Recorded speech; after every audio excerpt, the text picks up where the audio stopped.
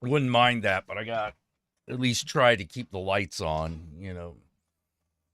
I don't want to have to keep the lights on, to be totally honest. I mean, I Well, don't want to have to try. I mean, I'm not solely responsible for them, but still, something about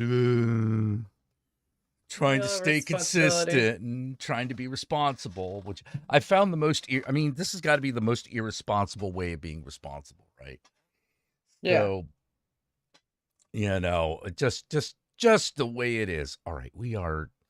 Let me just double check that we are in fact going out live through the Are power we of live? YouTube.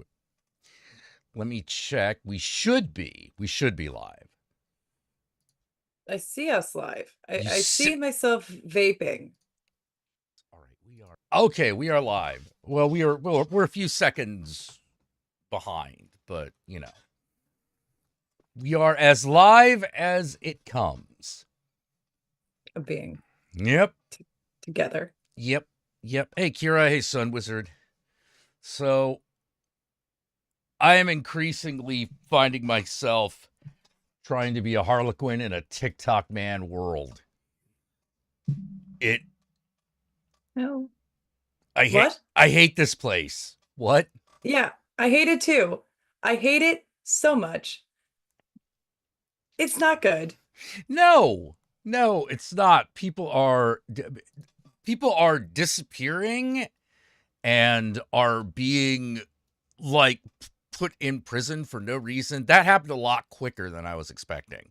I thought that was going Um, to at least be like 8 months before that started yeah, happening. Now it started happening in the no. third month. I was off. And then I started losing friends on TikTok that were like openly like calling Trump supporters stupid or like, hey, please don't attack trans people. That'd be nice. And like not seeing their pages anymore because they were in trouble for bullying. Oh yeah. Yeah, yeah, yeah. Well, like, They were speaking out against hate speech, but whatever. oh yeah, oh yeah, but whatever. But like, hey Katie, hey Kat. Or Kate, sorry, I know it's not Katie. Um, but like I still remember my first Twitter banning, which was over that story about just throwing Nazis out whenever you see them Yeah. early on. Otherwise, you are now a Nazi bar. Well, little did I know that I was saying that in a Nazi bar, which I do not regret.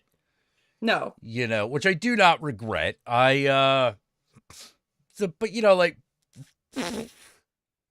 it, it, It's okay to punch Nazis. Like, it's I it's don't. it's beyond okay. It's necessary. It's part of the survival strategy. Hell, I've been having fun with idiots getting what was coming to them all over the place. All over. Oh yeah. Chick at work for months, showing up late, Hmm. fine. They didn't like she would disappear for fucking hours on end. She'd say she'd come in at 9:30, she'd come in at midnight. Got fed up with her bullshit pretty quick. Okay. And I one can see night, I why. swear to God, I gave the most Harlan fucking rant at her because she asked me to cover a shift for her. How about you show up to work 3 times, 3 whole fucking times on time, and then I will cover a shift for you. Other than that, please sit and suffer finding someone else to cover the shift. Until you can show up on time and actively do your job, I ain't the one. Yeah, especially like your job where, it kind of can be a matter of life and death. This is not like if it was like an ice cream shop, I'd be mad, right? If It I was a was video working, store. yeah, It was video store, annoying. I'd be annoyed. I'd be pissed and no, I'm not covering your shift. Fuck off. I have things to do. Did you know But I found out something about my brother. hmm, He refuses to do overtime. Refuses. Like they're like, we need people to come in. He's just like, okay, nope. and then just doesn't. He's like, well, can we count on you? That It's like, sounds like a no, I you don't problem. work. Yeah, it sounds like a you problem. I don't work more than 8 hours a day. Um, which considering how well he's done, I was shocked. I was like, you mean you just don't? And he's like, yeah, I just don't.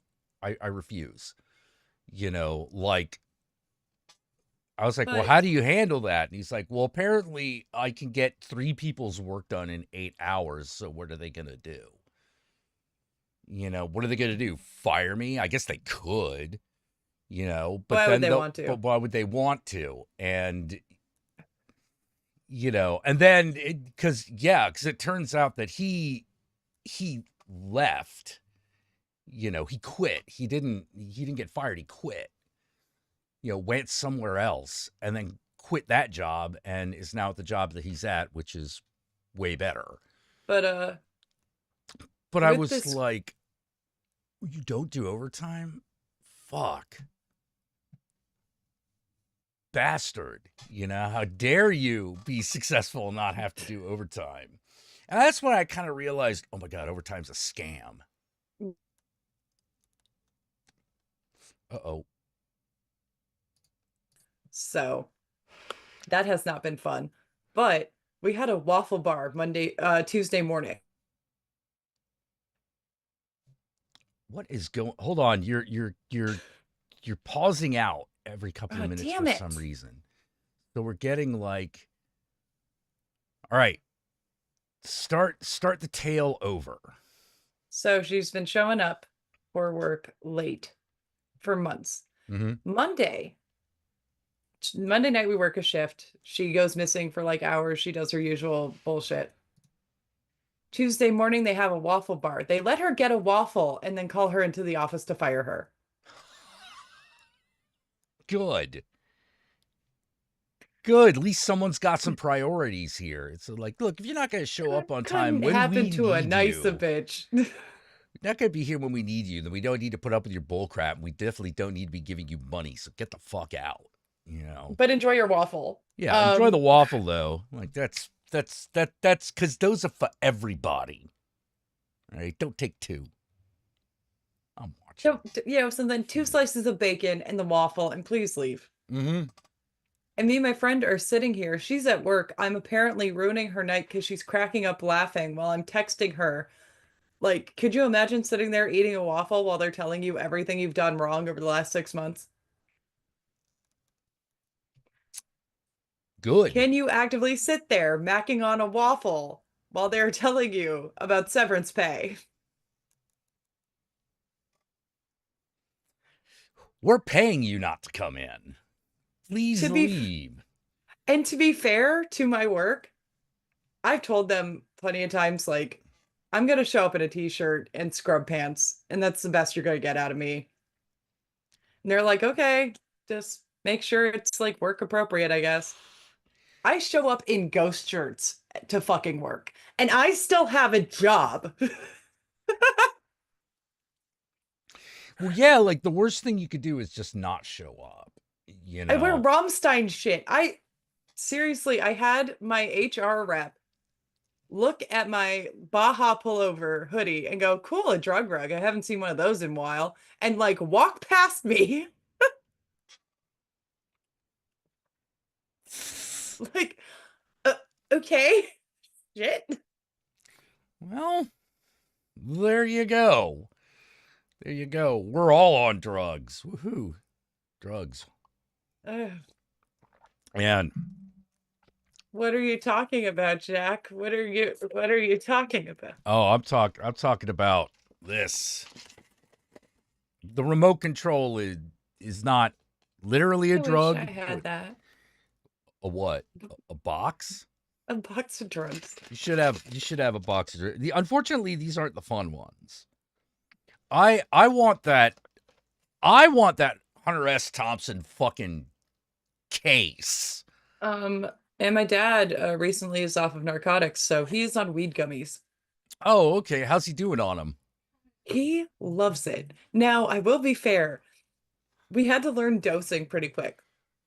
Because, by the way, shout out to the hippie witch in Lakewood that got my dad hooked up. God love her. Because I came in and I'm like, look, I would know what I would want recreationally. I don't know what I need for back pain for my dad. Let's help out your father. So she gave me high dose gummies for when it's really bad and low dose gummies for when he needs to sleep. Fine. Gotcha. Yeah, they turned that thing into a science, man. They're like, no, you need I this too much THC and this much CBD. It's like, oh, how much do you know about cannabis? And I'm like, weed? That's about all I know. I used to pay the pizza man extra and then he'd give me some. And then That's there what I was a know. baggie of extra oregano. And it better not be oregano, if you know what I'm saying. Otherwise, someone's getting their tires slashed. Cheap ass motherfucker. We had a drug dealer that in the area that did that, and I swear to God, like I hope he got his face beaten in. Oh Lord. But yeah, You can get your own box of drugs for $6.99. See, all I did was buy. This is how I got my box for my drugs, not the drugs themselves. And this toothbrush is actually, this should actually be in the tool area. That's for that's for cleaning things that aren't, my teeth. makes sense. And by that I mean like the keyboard. I should throw this box away. That doesn't need to be there. I should show off my new keyboard. It's got Ooh. typewriter keys. Oh. It That click looks clacks great. and it Yeah, makes I have me a happy. clacky one too, but it doesn't look as cool as that one. Amazon, like $20. Oh man. See, I'm a little scared to like get rid of this because I paid like 50 bucks for this one. The Oh fucking shit. $100 one, what a ripoff. Yeah, dude, $20 Amazon works great. Has had the same AA batteries for a year. Oh wow. Oh wow.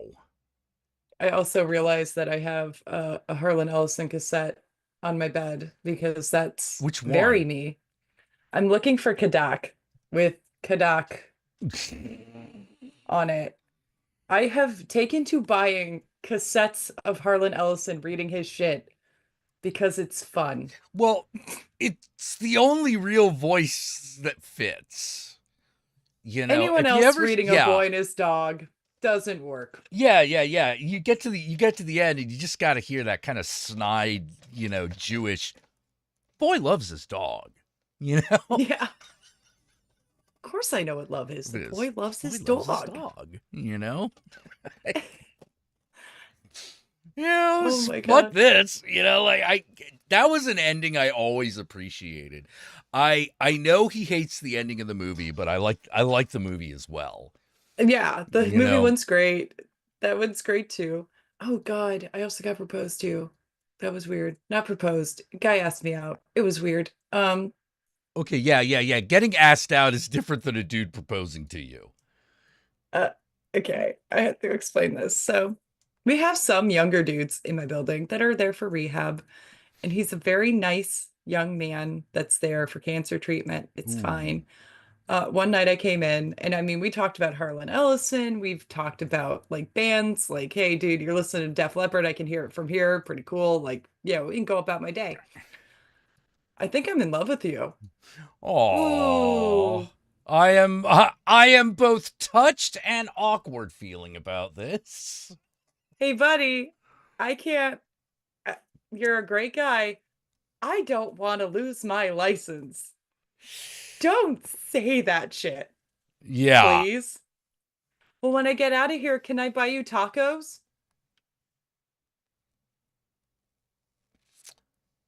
And now you're stuck because you're like, ethically, I feel like I should say no. On the other hand, tacos. Exactly. Yeah. And so I have to like report it and be like, look, technically inappropriate contact, blah, blah, blah.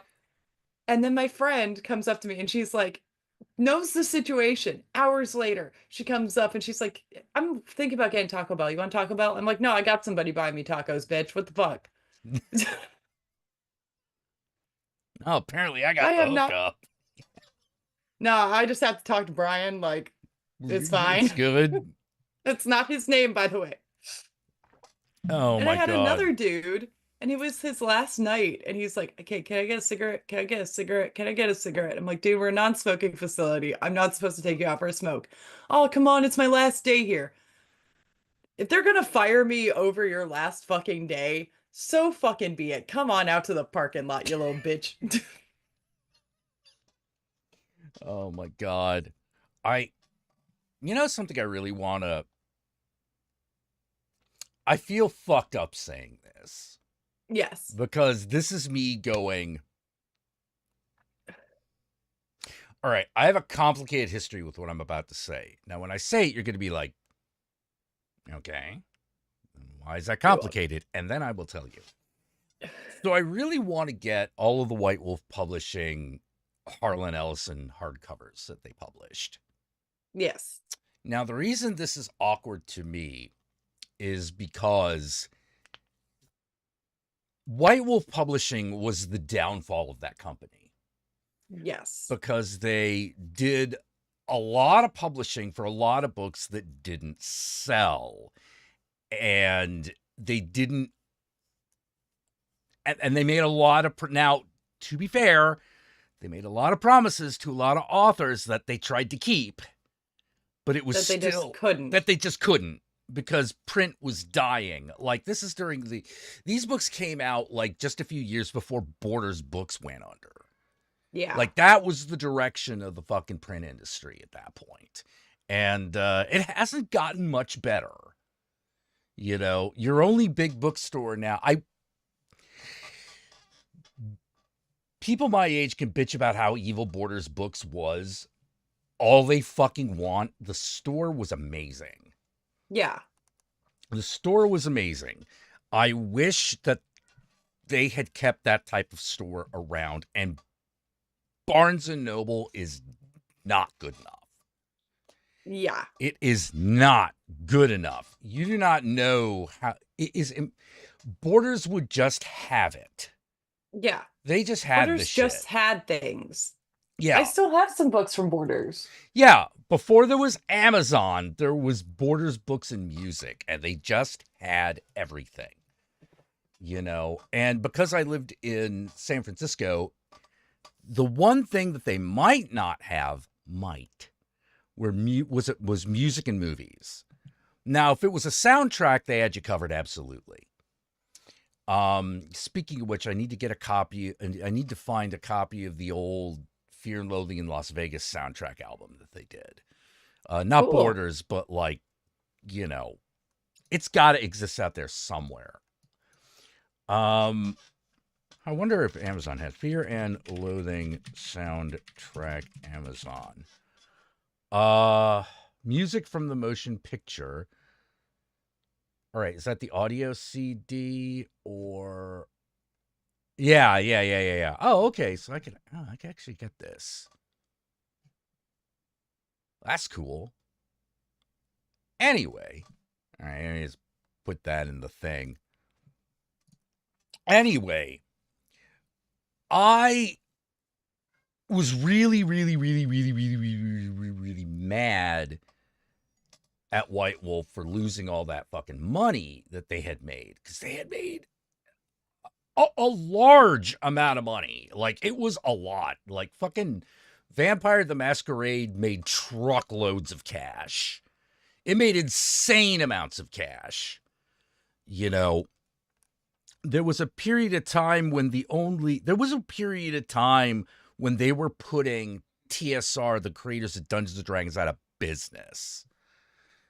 And then they went into publishing fiction, and they made too many high-cost promises, which was the real problem. Now, the first few generations of their publishing were really good because it was stuff like Harlan Ellison, Michael Moorcock. I think they even did like some of the I think they even did like Gormenghast and like things like that. But they were books that were going to sell and did. But then, as they got more and more and more obscure, they kept printing at the same volume. And it was like, as much as I love the Franz Lieber, he's not going to sell as many copies as Harlan Ellison. No. That's just not going to happen. Yeah, TSR put TSR out of business, but like they were getting, there was like a 2-3 year period where they're getting slaughtered by White Wolf, slaughtered. White Wolf was bringing in millions, but they lost a bunch of it and then couldn't get it back because they had gotten rid of the Dream Team. Now, people are like, yeah, but the Dream Team were a bunch of assholes. And I'm like, yeah, but they were also the Golden Goose. It worked. Yeah, they were the Golden Goose. Like, if you're like, we got to see if we can survive without the Golden Goose, hey, no problem. Just turns out that was a financially terrible idea. But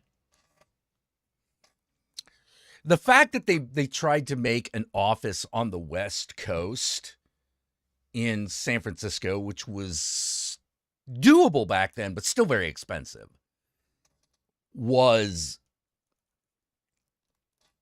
not great because they were not a company set up to have that sort of thing going on.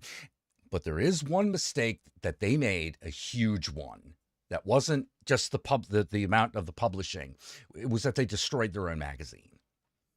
Yeah. Yeah. They had this thing called White Wolf magazine that for years was the best gaming magazine that existed. It was just fan-fucking-tastic. Like, everybody wrote for that thing. Harlan Ellison even wrote for that thing. And one day, they decide, for some strange reason, they need to rebrand. And they put this... Which is dumb. Which was dumb, because I'm like, what do you... Why rebrand now? You're at the height of your popularity. White Wolf Magazine means something. Why would you get rid of that? That doesn't make any goddamn sense. And then they decided to make it a pop culture magazine. And I'm like, that's not going to fly, baby. This isn't working. This isn't working. And the thing is I found myself going, if you hadn't rebranded and had instead just doubled down, added some of the stuff that you wanted, but not all of it, because it's a gaming mag first. Yeah. Then you would have been gravy. You would have been great. Everything would have been fine. Everyone would have been happy. They would have been like, ooh, it's nice glossy pages now. And I blame Ken Cliff. I blamed him at the time. I blame him still. So much so that when I found out someone I knew who was working at White Wolf for their video game division, I was like, who's your boss? Who do you report to? They were like, this guy, Ken Cliff. And I'm like, you need to quit. Or you need to quit now. It's like, he doesn't seem that bad. I'm like, no. The guy is business poison. He makes very stupid decisions. And he's an absolute narcissist. He's an egomaniac. He is a terrible editor. He was a really bad editor. It was one of those things where it was like, that's nice, Ken, that you have an opinion on everything you put in the magazine. I don't need an editor's note every 4 paragraphs. Ya fucking mumser. The hell is wrong with you? Just sit back, do the editor thing. Rake in the cash. And just be quiet. I mean, I'm sure there wasn't much cash, because he's the editor of a magazine. But still, like, come on. All you have to do is, like, just do 2 things. Just do 2 things. Don't change the name of the fucking magazine, because that's stupid. Yes. And B, just shut up more often. You don't even need to shut up all the time, just more often. And I also credit Ken being there with why there was less gaming material, because having dealt with the man, I guarantee a lot Yikes of, on a bike.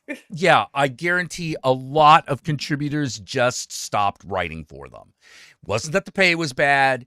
It wasn't that they were getting a raw deal. They just couldn't stand dealing with him. I guarantee it. I guarantee it. Give Like, me 2 shakes. you got it. Yes. I have something.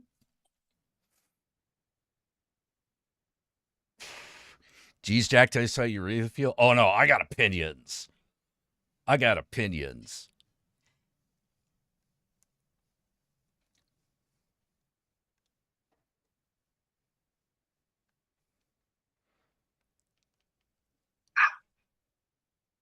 I say again, ha! The disembodied voice of your pal Rachel. And I've got so many Doubleday and oh my god. But ciao. Oh, what do we got? Do we got the I am back. I right. mistook my life. The OG. Oh. I have a Starlog magazine. Oh my god. Because you're talking about magazines. A script for Soldier. The Outer Limits episode. Yeah, the Outer Limits episode. Yeah. Yes. Half of Terminator, the other half being Demon with a Glass Hand. Yes. Also by Harlan Ellison. Beautiful. Actually written or published on my dad's birthday. Love it. And then a picture of Harlan Ellison playing pool in his house. Oh my god, with his taxi cap on. Yes. Those are my most recent things. Oh man, I really want to get a picture of myself next to the last lost Aztec Temple of Mars. I want to go there so fucking bad. I know. Apparently they're gonna be opening it up to like private tours at some point. I will go. I will go half-seas on a trip to Los Angeles to do this. Yes, oh my god, I so want to do it. MCs go on the stack. My friend Raph Navarro like talks about who was one of the illustrators for Harlan Ellison's Dream Corridor. And I loved hearing his stories about working with Harlan Ellison. Not this one. Not. Is that like a hardcover of all the collection? This is volume 1. Just see if there's a Rafael Navarro credited there. Definitely. And Tom Sutton, Peter. Because I forget which story he illustrated. And this is the artist print. As well as 9 others continued on the black flap.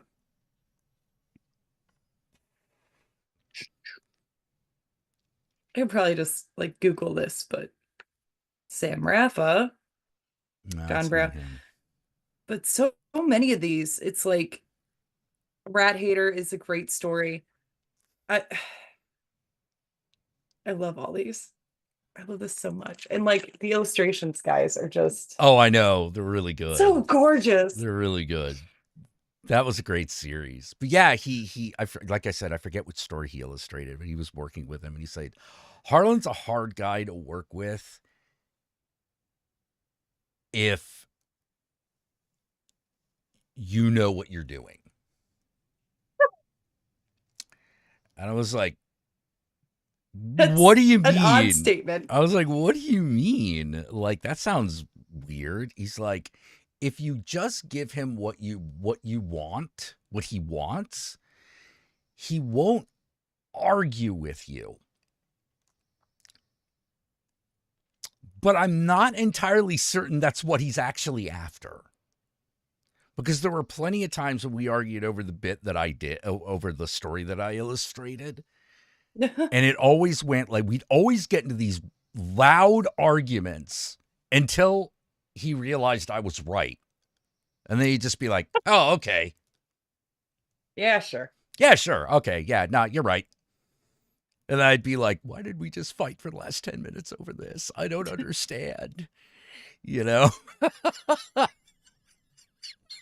But And I was like, well, you convinced him. You know, you convinced him that yeah, you were right. You know, it's. you changed his brain on it, and Mm-hmm. that's okay. And part of me is like, he would have either loved the hell out of you or you would have annoyed the shit out of him. Yeah, it's probably both. I mean, knowing Harlan Ellison, probably both. Why do you have a copy of my book in Japanese? You don't speak Japanese. But look at the cover, it's cool. How are you going to read this? You can't read it. What's the point? Because it looked cool, Harlan. Could you sign your name in Japanese? Then I don't think you wrote this book. Parlez-vous français that explain these three, fucker. Oh, I actually really adored Harlan Ellison. Yeah. It was weird. He was one of the few sci-fi authors that I'm like, no, I get this guy. No, I totally vibe with him. And yes, I had a ghost shirt underneath a ghost shirt. Okay, I could just checking. explain I this. thought it had changed.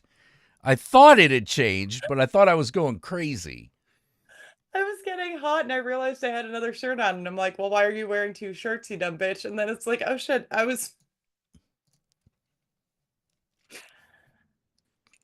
I had So let me satanic guess. That's panic. the 7 inches of Satanic Panic shirt. Yeah. And I had right here, right now before that.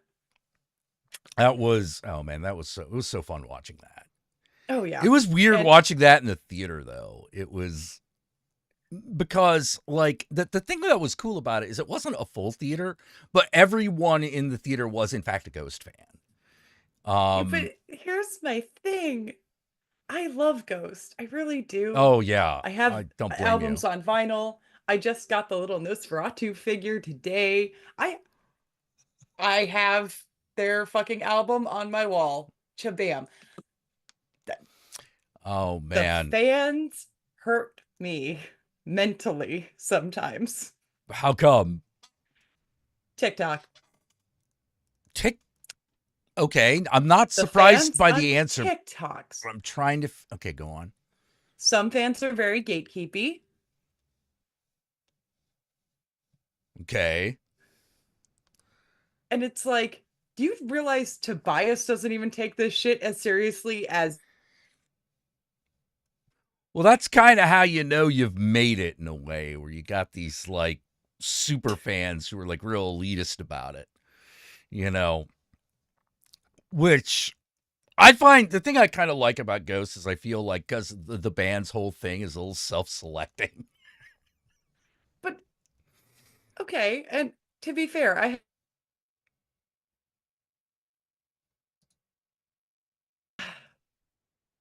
have a little Ghost fan. He's great. And the last couple days he's been, Mom, Heresy, save me. Pretty They're the monster that's eating me. He's not nice. Lyrical opportunity missed, by the way. Right, right, But I've been redoing my kid's room and I've been playing right here, right now on the TV as this kind of static, nice. right, right. So I hear, hey, Mom, I'm going to put on your white guy movie.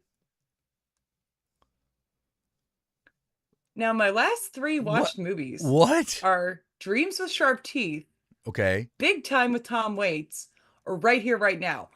Very white. They're all very white. Yeah. Very I think white. he just means the skeleton makeup, right? That's exactly what he meant. Okay. All right. But then Josh took it a step further by going, and the guy underneath that makeup is Swedish, the whitest of white. Right. And I'm like, you're right, fuck.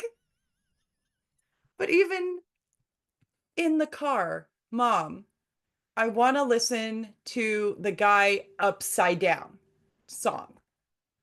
Oh, And I'm right. like, okay, Satanized, him doing the Satanized. Got flip it. in the video.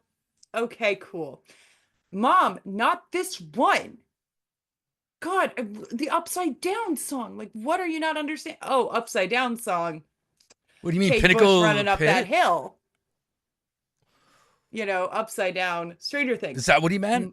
Mom, that's Stranger Things. That's dumb. And I'm like, I need to figure out what the fuck you're talking about because I'm gonna have an aneurysm. Passiflora, Tobias Forge's like unreleased album that's on YouTube right now, where there's a guy upside down on the cover. He wanted to listen to one specific song from that album that he likes. Wow. Well, that's a deep cut right there. It took hours, fucking hours to figure out what he was talking about. Oh my god. I gotta ask my man Chris about this one album. We had this friend who used to bring this one mixtape album Okay. that was mixed by a Japanese DJ. I cannot remember his name nor the name of the record.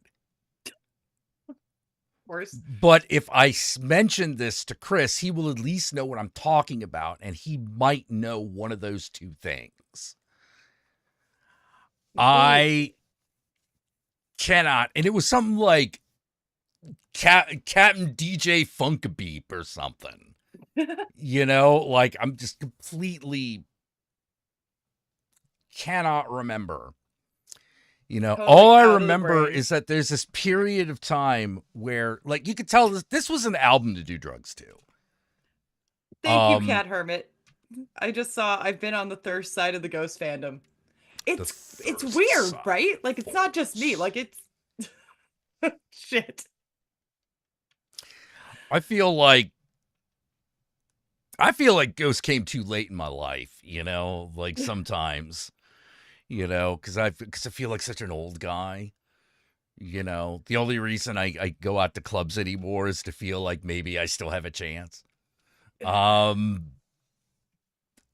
don't go to clubs. I stay at home. I don't go to a lot of clubs anymore. There are also a lot fewer. It's weird. There are a lot of them, but there are a lot fewer of them, and they're smaller.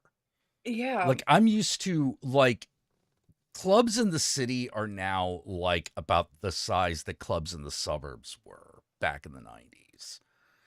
And I'm like, how did this happen? We're getting to meet at the bowling alley for a wild time.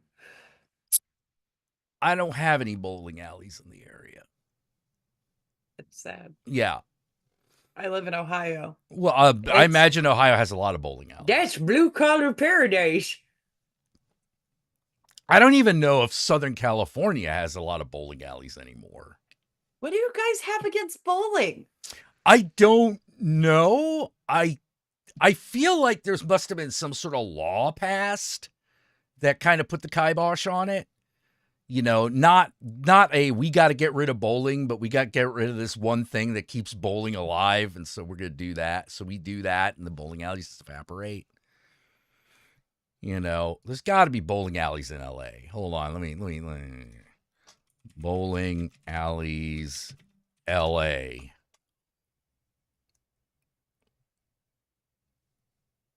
It boasts a variety of. Don't give me an AI answer. It's the best bowling alleys in LA. Okay, all right. At least we got a list of that. Damn. Okay, never mind.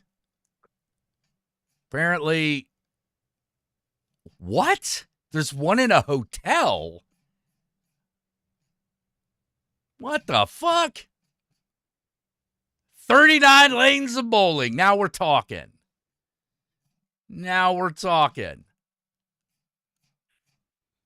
And then Mystery Men came out. Yes. And they were doing the ball with the skull in it.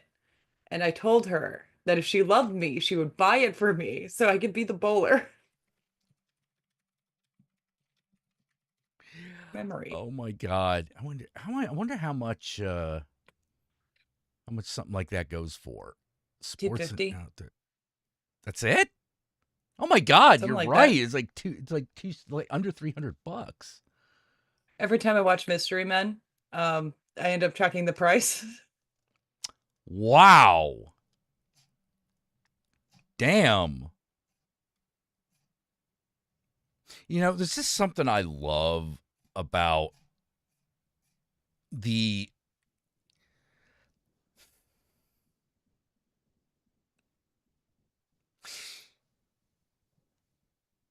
something I love about how dumb LA is. The particular way in which it is dumb. Yes. Because while there is as much dumb there as anywhere else, maybe even a little bit more. But it is very, very, very, it really wants to entertain. It really wants to be entertaining. And it does so. It is entertaining. It's an entertaining town.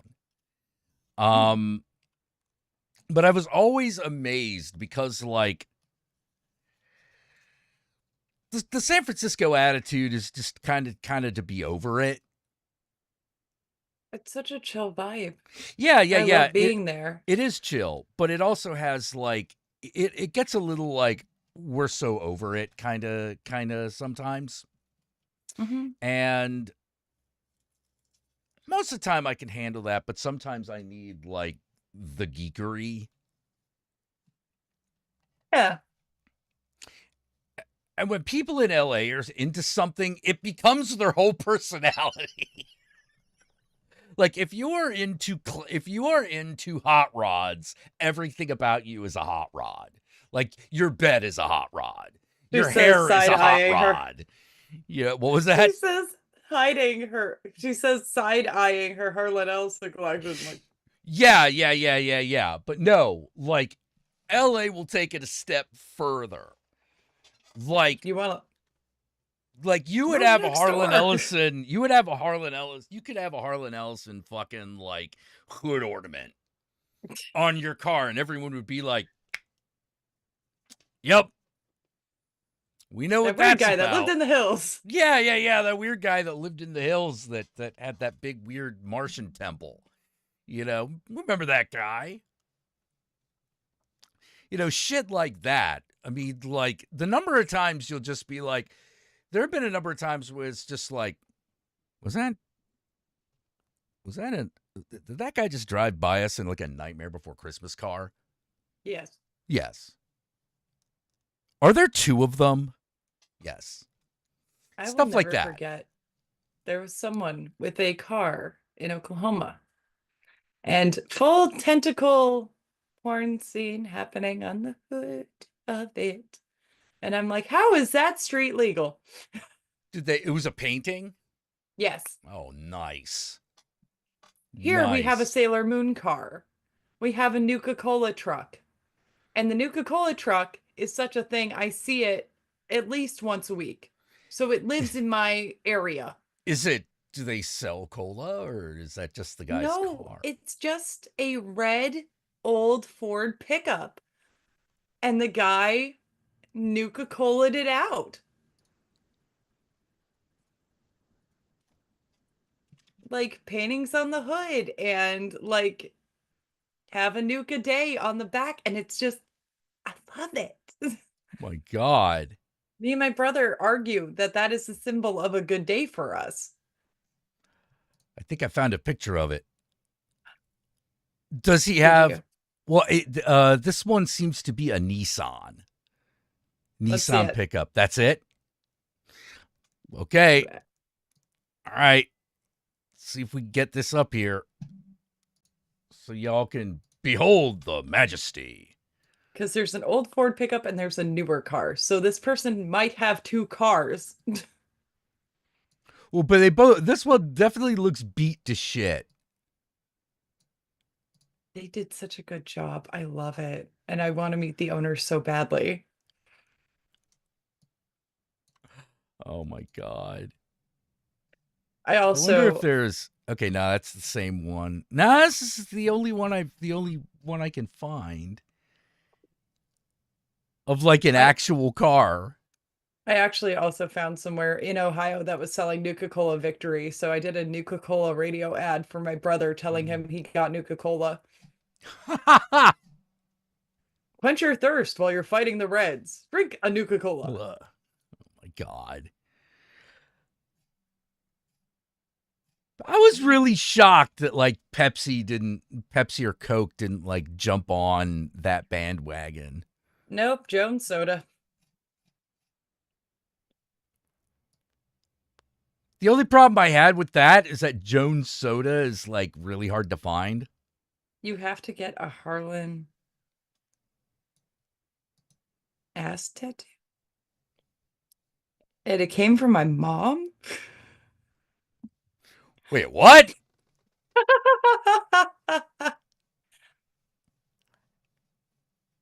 Change account, Sam. My brother's watching the stream, I think.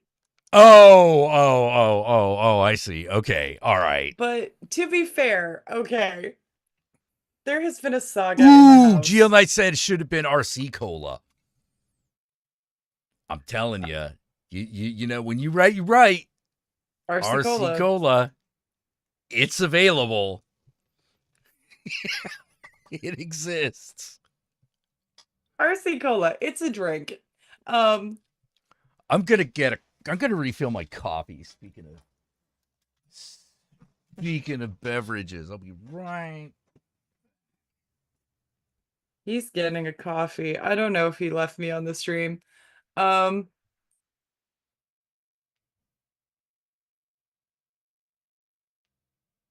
sweet son and I have been going through a saga.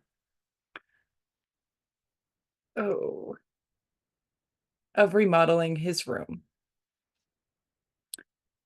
And this ties in to another story. Ugh, my connection sucks. Why is my connection sucking? Hiya, I'm doing okay. I've been remodeling a little boy's bedroom. It's been fun. But I've also been dealing with my son and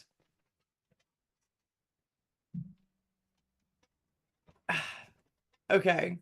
Thank God Jack's back so I don't have to tell this story several times. Oh So, man, have I told you about my son's inability to say Harlan Ellison?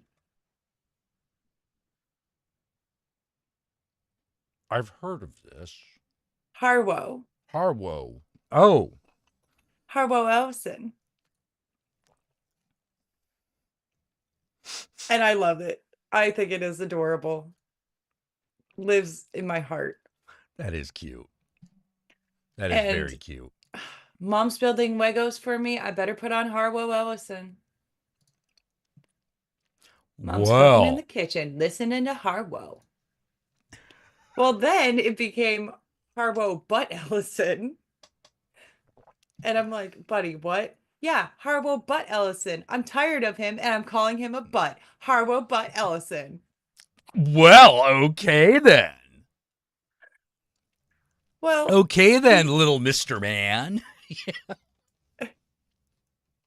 and then recently he's asked for a big boy room. Fine.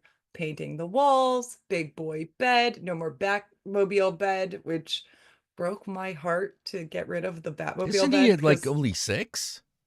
yeah, he's about to be 6 He's in about to May. be 6. He's too old for the Batman bed?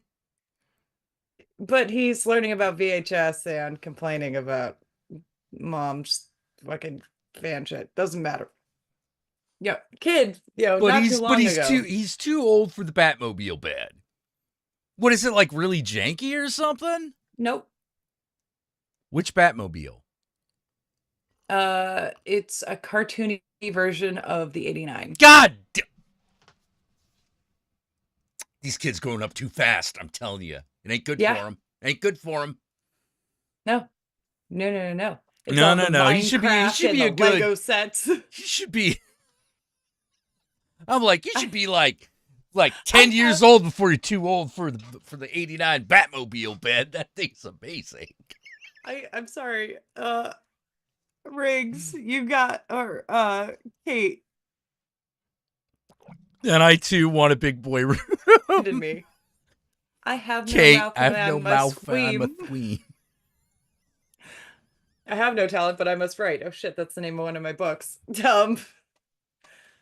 actually said by Harlan. I have no talent and I must write. I paused. And one of them, he's like, I had no talent and I must write. That's the name of one of my books. Forget that. Moves on. And just perfect. Um, but he also has been getting into spooky stuff. Oh, okay. And that's fine. But he asked for a Ouija board because somebody was pushing him in his womb. Uh, None of us actually believe he was getting pushed in his room. There was like a video that he was watching ghost compilation videos. Like, I need a Ouija board to figure out who's pushing me in my room. I ain't getting you a goddamn Ouija board. That's how you get demons. Exactly. A door is a window, bitch. Yeah, No. you ever seen that? What happens? It always goes wrong. So, And like, no, we're not doing that. thank God for Josh. Sweet, sweet, sweet Josh, who told me just say that it's Harlan Ellison who wants him to stop calling him a butt. Oh You want my to get God. unhaunted? Just learn how to say Harlan Ellison and stop calling him a butt. Fuck, that might work. Oh my God. I gotta, okay, I gotta share. I know you're not into RPGs, definitely not like I am because I am a cultist. Um, but I do have to share something about this. Yes. This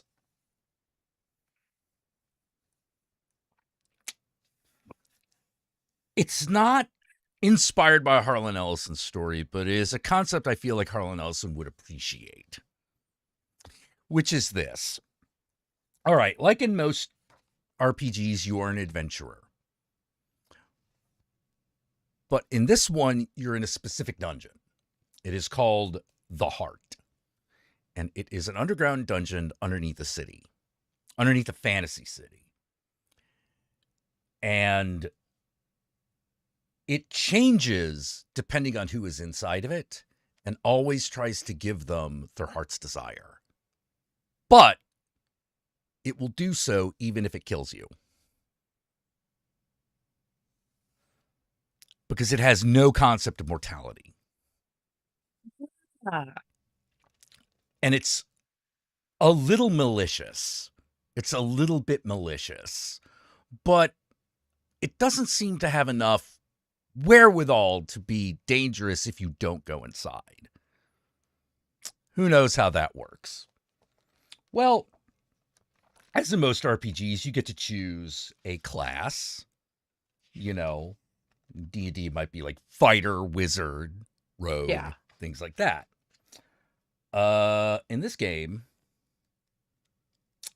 it is things like Dead Walker.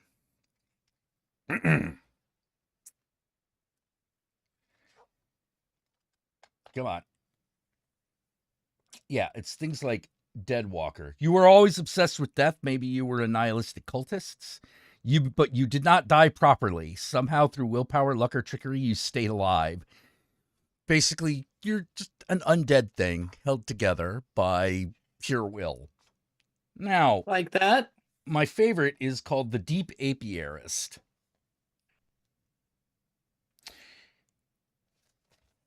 There's a picture. Oh, I love it. Yeah. And the concept is you have hollowed out part of your body, and your life force and your magic is sustained by a colony of magic bees that live inside of you.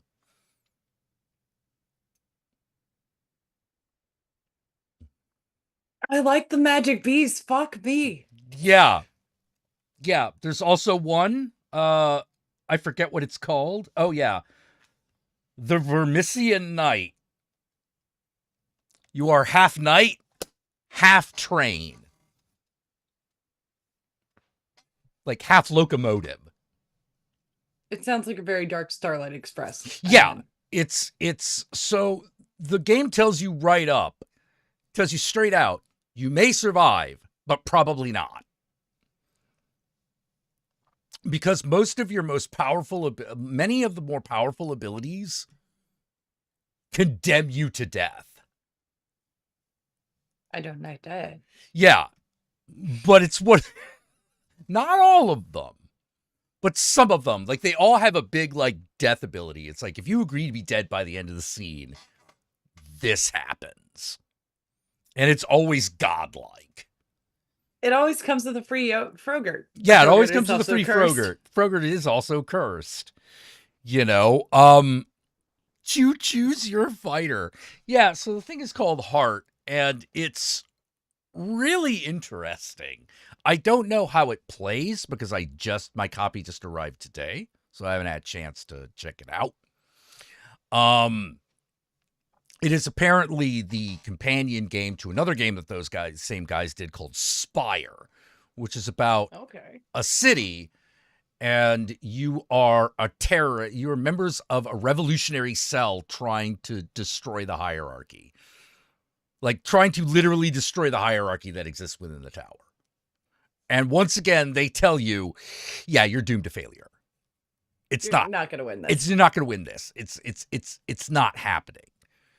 You know, and I'm just like, damn, do you maybe want to like give people a little hope? No. Because like I thought I was a depressed guy. You know, but like in my fantasy world, the fantasy world I'm creating, the big angst is, yeah, you're not human. You probably never were, and you're never going to be again. It will not happen.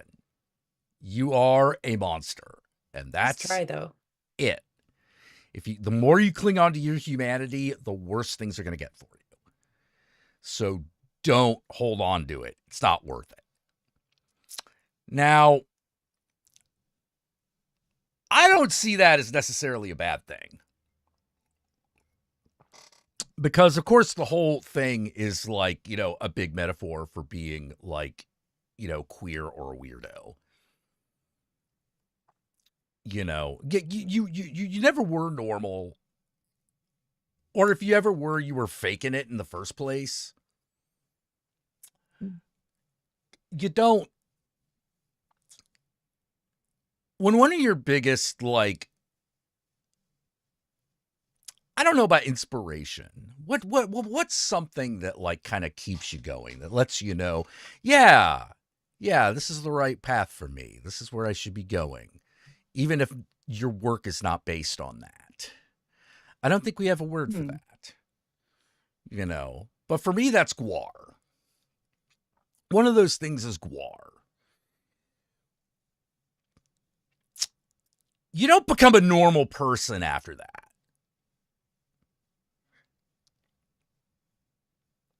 You know, I've thought about this a lot. Like, I've never been normal. I've never been normal. No matter what my situation. Sorry. This is kind of like, you look a little bummed out. No, you're fine. Okay, but like, I was always a weirdo. Like, I don't know about you, but I knew I was very strange from a very early age.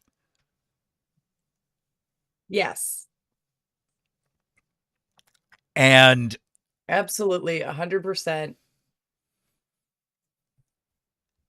And one of the things that I noticed is that there is a lot of this, like, a lot of coming of age stories have this moment where it's like, oh, I can't go to that period of time again. You know, I can't go back to the period where, you know, I had all these really, really, really good friends and blah, blah, blah. And I got to tell you, I don't know what they're talking about. Like, Stand By Me, great example. Like, I understand all of the emotions. I understand all the emotions. I understand what he's getting at, and I get what he's talking about. I never had a group of friends like that. No. You know, that didn't exist for me in childhood. I actually had a bit of that today where I was on Discord kind of clearing out my messages and found a couple old conversations with people I really don't talk to anymore. And it's such a bummer where it's like, I apparently talk to this person every day for days on end on here, and now we don't talk at all, don't know what the fuck's going on with them. And it's not their fault, it's not my fault. It's just one day one of us didn't answer.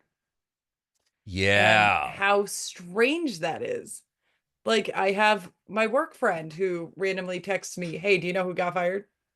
And I'm like, "No, I don't. Tell me all about it." Yeah, but it doesn't always form a circle, Right. And you it's know. like, outside the context of work, would I see this woman? Would I hang out with her? Would we be friends? Probably not. Yeah.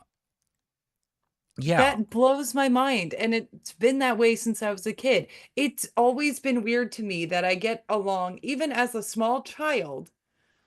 I hated the other kids because they're dumb and they don't know what the fuck I'm talking about. But this teacher does. So I'm closer Mm. to the teacher than I Yeah. am the students.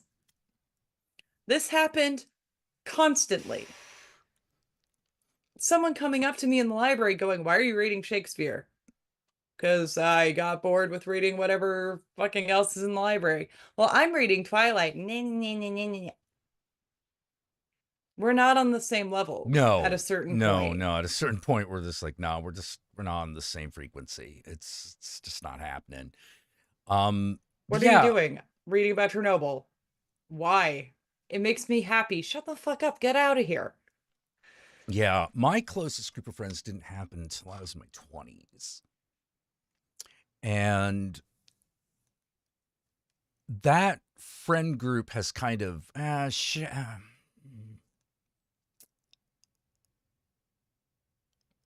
has kind of fallen apart through natural means. There wasn't like some big precipitating event.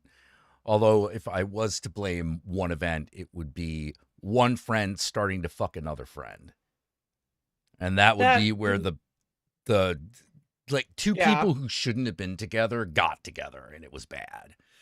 Um, but a couple people are dead, and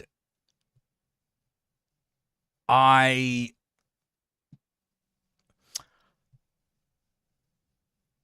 yeah, everyone just drifted apart. It just eventually drifted apart very naturally.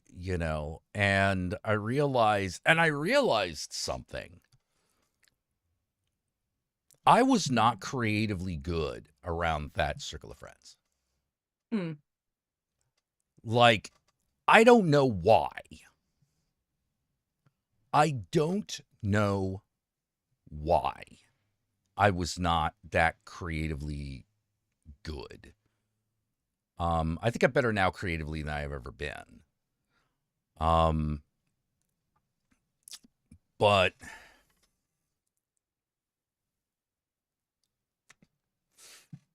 my best friend in that, not my best friend anymore. In fact, is someone yeah. I don't care to talk to.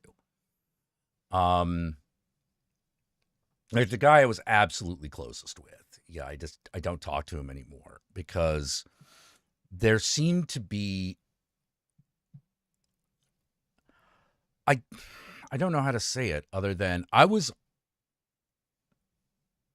as he got older, and he was already older than I was by about like 5 years. But not Yeah. much, but like, enough that I feared I was going to start turning into him after a certain point. Ah, Because when we first met, we were a lot alike. And then he went in this one direction and I went in a completely different one. But we were both like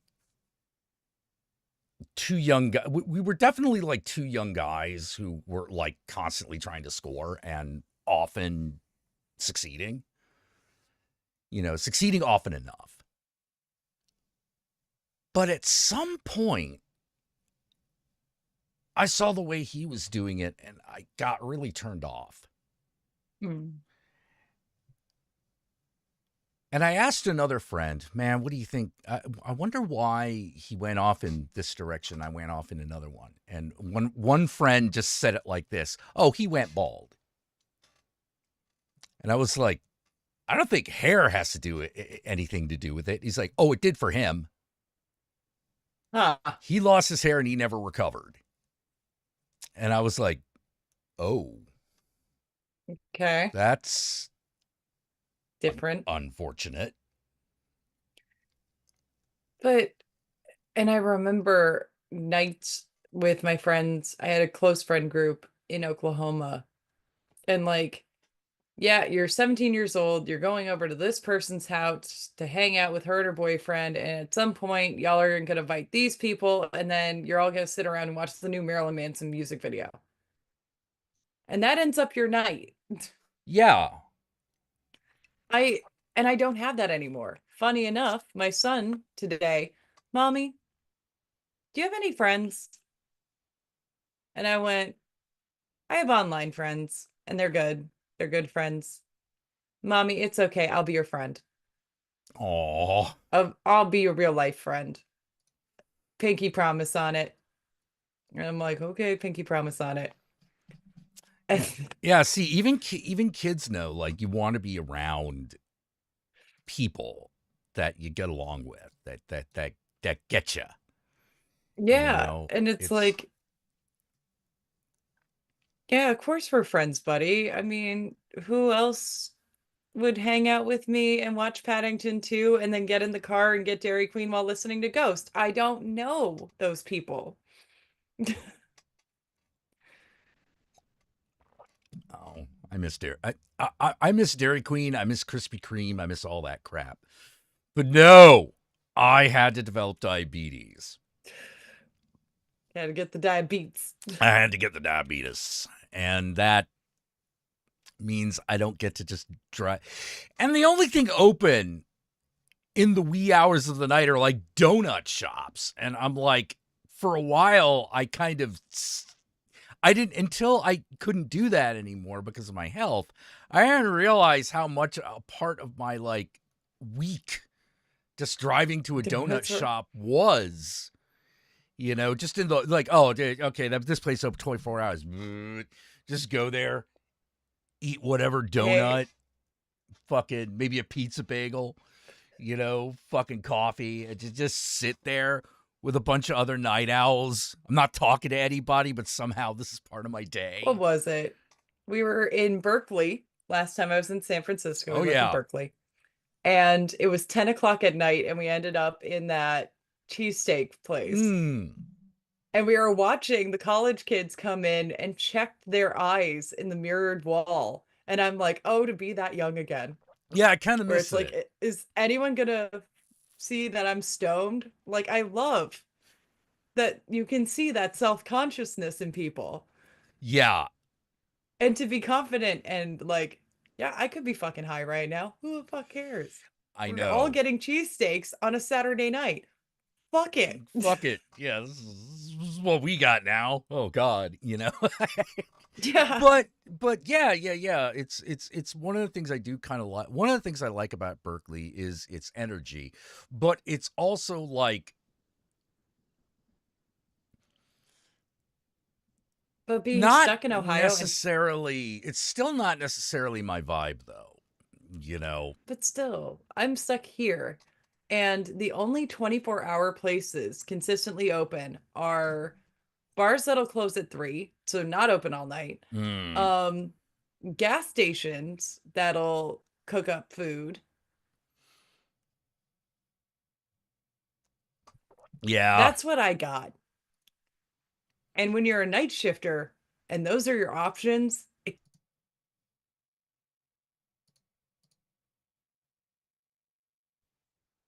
finding places open at 10 was amazing.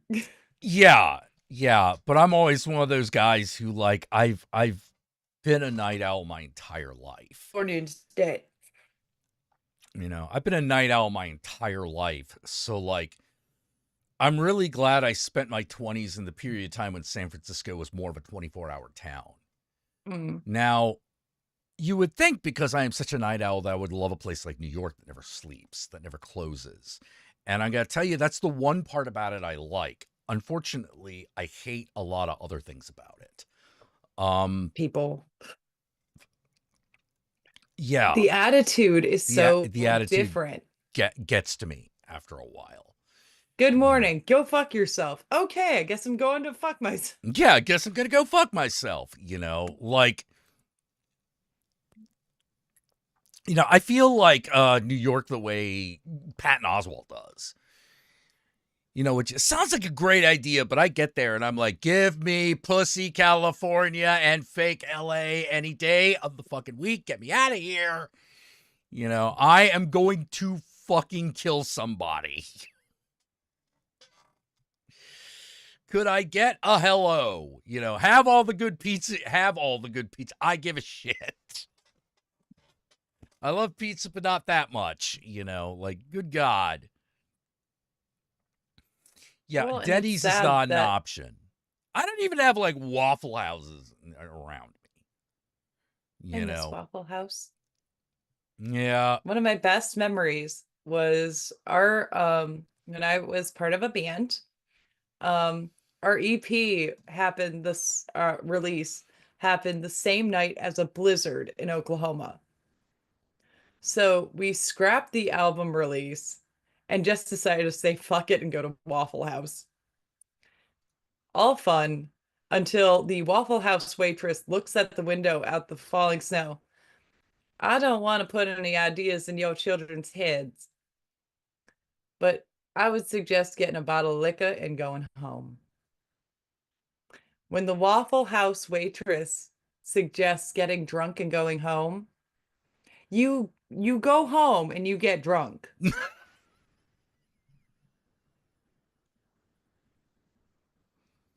Oh And I'll tell God. you, being a junior driver in Oklahoma with parents that taught me how to drive and driving home in my first blizzard to the theme from Shaft and watching people skid and not be able to handle the snow and just cruising through it with Isaac Hayes singing to me, magic. What? Yes. I actually, one of our fucking newscasters lost their job over that blizzard. Really? His name was, you could look it up on YouTube, Jonathan Condor, Oklahoma blizzard. He was calling people on air idiots.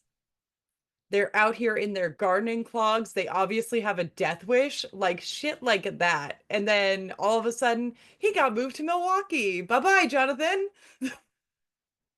You kind of insulted every Oklahoman.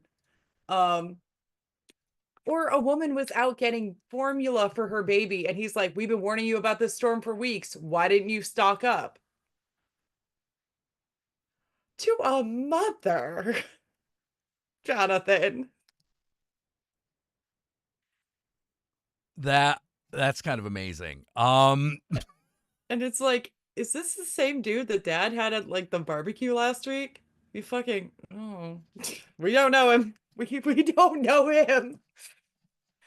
Oh my He God. also had the amount of weather guys my dad has been friends with because he used to do. You can find them. I know I've watched them and I've shown them to him and my son and been like, "Do you know who that old man on the TV is?" It's just grandpa in a suit. Oh But my God.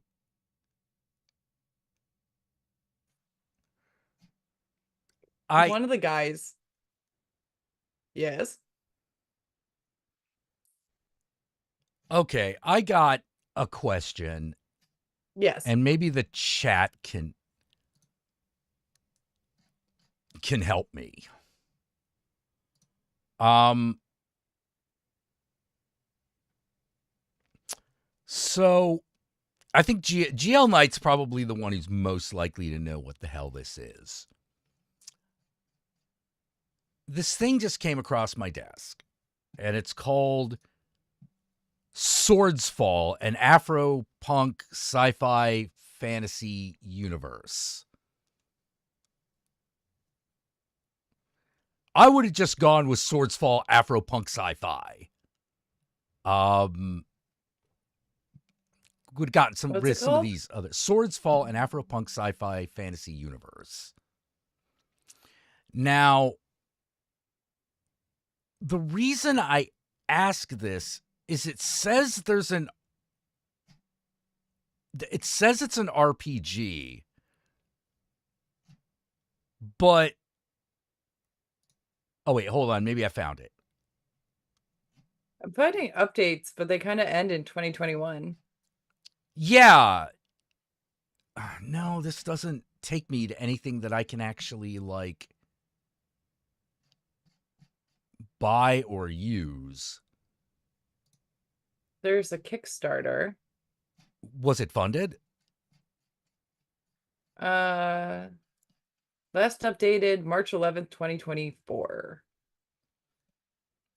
Okay. Kickstarter Swords Fall. Welcome to Tikor. A Swords Fall. No, don't do that. I don't know if it's a game, if it's the game or the setting book. So I don't. Swords Fall RPG setting and art book on the Kickstarter. But what is that? I don't know what that is. I don't know what an RPG setting and art book is. I'm like, no, where's I roll 5 die 10. Where's that shit? Is that shit in it or not? Summit of Kings, Battle for Supreme Jalen, a Swords Fall RPG adventure for your Kindle, but that doesn't tell me what it is. It doesn't tell me what it is. And I'm like, there's all this artwork for it and it looks pretty cool, but I don't know what the fuck it is. And I'm like, what the fuck? Don't do that. I want to know what's going on. Jack just and said, don't call it yeah, Tikor yeah, a Swords yeah, Fall. yeah. No, just call it Swordfall, an Afropunk science fantasy. There are so many fucking things I want to do that just cannot happen right now. Yeah. It's just some guy's Horror sketchbook. movie. Well, I hope not. But I mean, like, if it is all his artwork, it looks good. But like, someone tell me what it is. See, Do I play a character? Okay, here's actually this is actually a question that I have. And I know no one in the chat's going to be able to answer this for me because it's an impossible question. All right. If I have an RPG where in a world where everyone is black, as a not black person, how awkward should I feel? Know what I mean? Yeah. Like, I don't mind playing a black character. I don't mind if my character is black, but I always feel really weird playing a black character in a group. Because there's only two situations you're going to find yourself in. One, where you realize there's no black person around, so you feel weird. Or there are black people around and you still feel weird. Yeah. You know, this is probably the same level of weird I feel when, damn girl, you do good braids. I am a tiny Polish white woman with some Romanian thrown in. I've been doing this for 10 years. I learned how to braid hair. Thank you. I feel wrong for helping her out and braiding her hair now. Yeah. But it's calming her down. Like, I feel like so I get to speak a little German to her. Like, I've read some Afropunk stories and they're all very cool. You know, well, not all of them. Some of them just, like everything, there's always a lot of suck. But like, I've read some that were like really awesome. You know, and but I feel like when you're doing an RPG, you want to account for that kind of shit. You know, it's luckily if I do something in an Asian culture, we don't have that same problem. All you have to worry about is how racist the players get. Yeah. That is something you have to worry about. But you don't have to worry about people feeling awkward because they're playing Chinese people in a fantasy world. Yeah. You play a black person in a fantasy world, that all of a sudden feels like that's different. Well, it was like explaining to my son why he couldn't be Miles Morales for Halloween. Right? There are several times this has come up where it's like the way things are today, mm, we no, you can't be Miles Morales. I love you. No. Well, can I be Aladdin for Halloween? Again, no. Well, you could probably get away with that, Aladdin. Mario, we can get away with. Mario, we could Mario, we can definitely do. do. Yeah. What But was he like, last year? but that I'm was always struggling. my fucking thing when it comes to some of these settings. I'm like, could you do me a favor? Put some Asian people in there. If you want to keep it Afro punk, then keep the style, but like they're just some Asian people or something. I understand if you don't want the white man around. I mean, like, I get that, but I think like Hey, some people all need some for it. Kill outs. Whitey. Yeah, but I think we need an out. We need a little bit of a comfort zone here. Okay. And something happened in Ohio recently, and my brain went to Boondocks. A Ah. teacher Oh no. used a word. Is he a white guy? Yes. That's not good. But I went immediately to, well, they can throw it around. Why can't I throw it around? I mean, they say it every day. I mean, the other day, No, I'm what you having want to to do see is that bit live in an Ohio school. see he didn't understand his position. What he really um needed to But can do you was borrow start fry? giving them bad rap names. Okay, little low IQ, why don't you go up there and do the math problem? Little low IQ is going to show us how to do the math. Let's do DJ divorced it. parents. DJ Get DJ divorce divorced parents up here.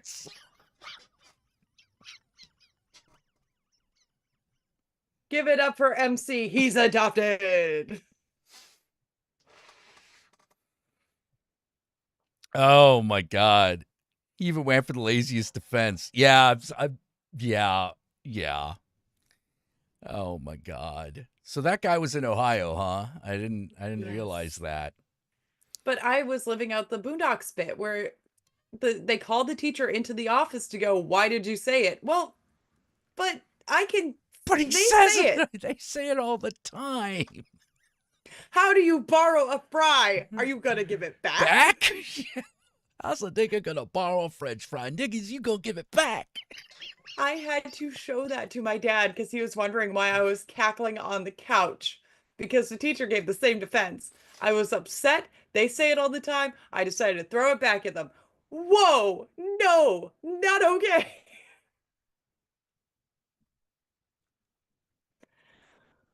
We have so much fucked up shit. So See, I much. would have had some respect for the guy if he's like, all right, you want to use that word? Okay, great. That's what you is? All right, great. Now be a nigga that does math. Get up on that board. Don't mind. Be someone that passes this damn Yeah, be a test. nigga that passes the test. You know? Well, even at work, I've got this fucking old lady that I'm trying to convince everybody. She's an old biker bitch, right? And to be fair, I broke the rules. I met her on her level because she pissed off my friend. Oh. Get that bitch out of here, calling her every racial epithet in the book. I go in Ooh. there. Can I please change you? Bitch, get out of here. Look, it takes a bitch to know a bitch. So can a bitch change your brief? We've been cool ever since. Gonna bitch wash your And I keep drawers because you ain't doing it. So can a bitch change a brief? And every time she sees me, she goes, "Hey, bitch!" I'm like, "Hey, what's up, girl? Can you not call me a bitch?" Our manager's on the floor, and she will fucking kill me. We really like the progress Val is making. Yeah, yeah. Because I told everybody to meet her on her level. Well, sometimes that's what it takes.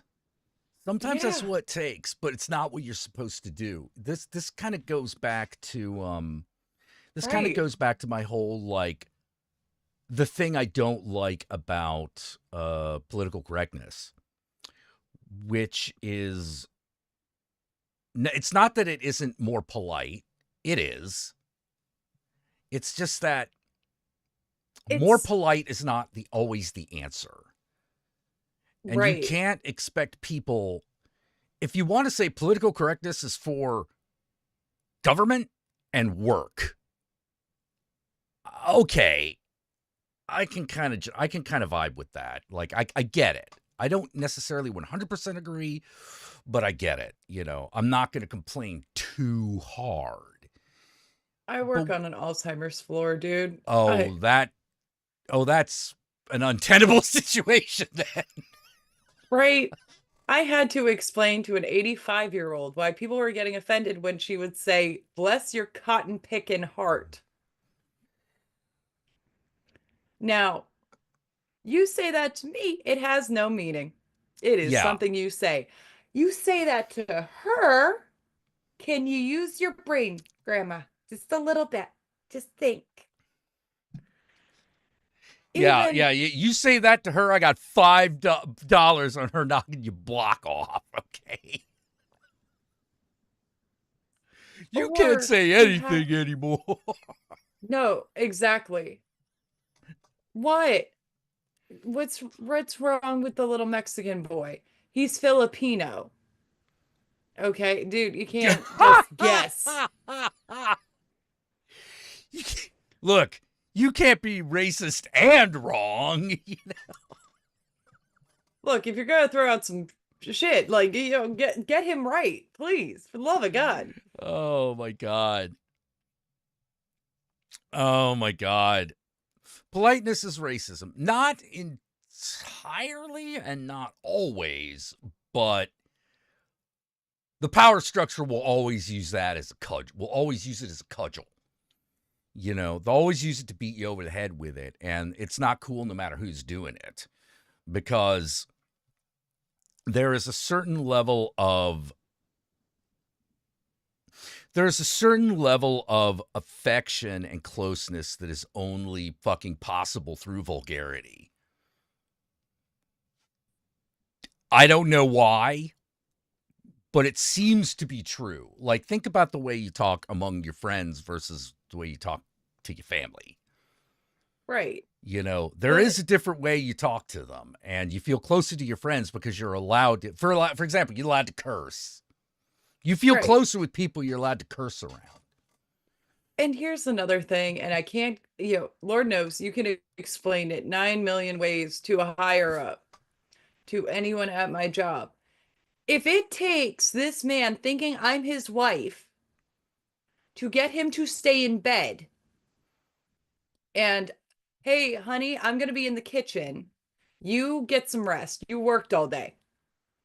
That's how I'm going to fucking talk to him.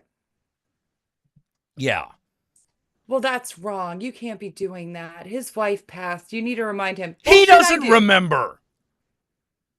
Bullshit I do. He is a 101-year-old man. He fought in World War fucking two. If he wants to, If I get to be Nancy for a night, I'm Nancy. yeah, he gets to have that delusion. I mean, I'm Hey, not. guess what? He's not getting out of fucking bed and knocking himself on the fucking floor. I'm Nancy. Yeah, yeah. One guy kept trying to crawl off the couch to find his dog. I sat on the mat in front of the couch. He petted me like I was a fucking dog. I didn't care. It kept him on the fucking couch. You. That's above, man. That's above and beyond. I'm having to sit there one on one with this guy to make sure he doesn't yank out his catheter half the Did he, time. did he, Fuck it. Let him pet me. I have a question. Did you have conversations with him in this state? And did he Yes. question why He his thought he dog? was talking to his wife that was on the other side of the room while he was petting the dog. Okay, because I was wondering how far that delusion went. Because, like, if he's like, the dog is talking to me and just rolled with that. We had a whole Son of Sam thing Yeah, going. yeah, exactly. Like, I need holy you to care for crap. me, Davy. Um, but no, it's like, hey, when are we picking the kids up? You're such a good boy. Yeah, I am. We're picking the kids up at 9. Yeah, that's. Oh God, I gotta refill my coffee. Hang on, I'll be right back. Oh my God. The shit I see in people and continue to see. I saw a woman get into a screaming match with a hat rack.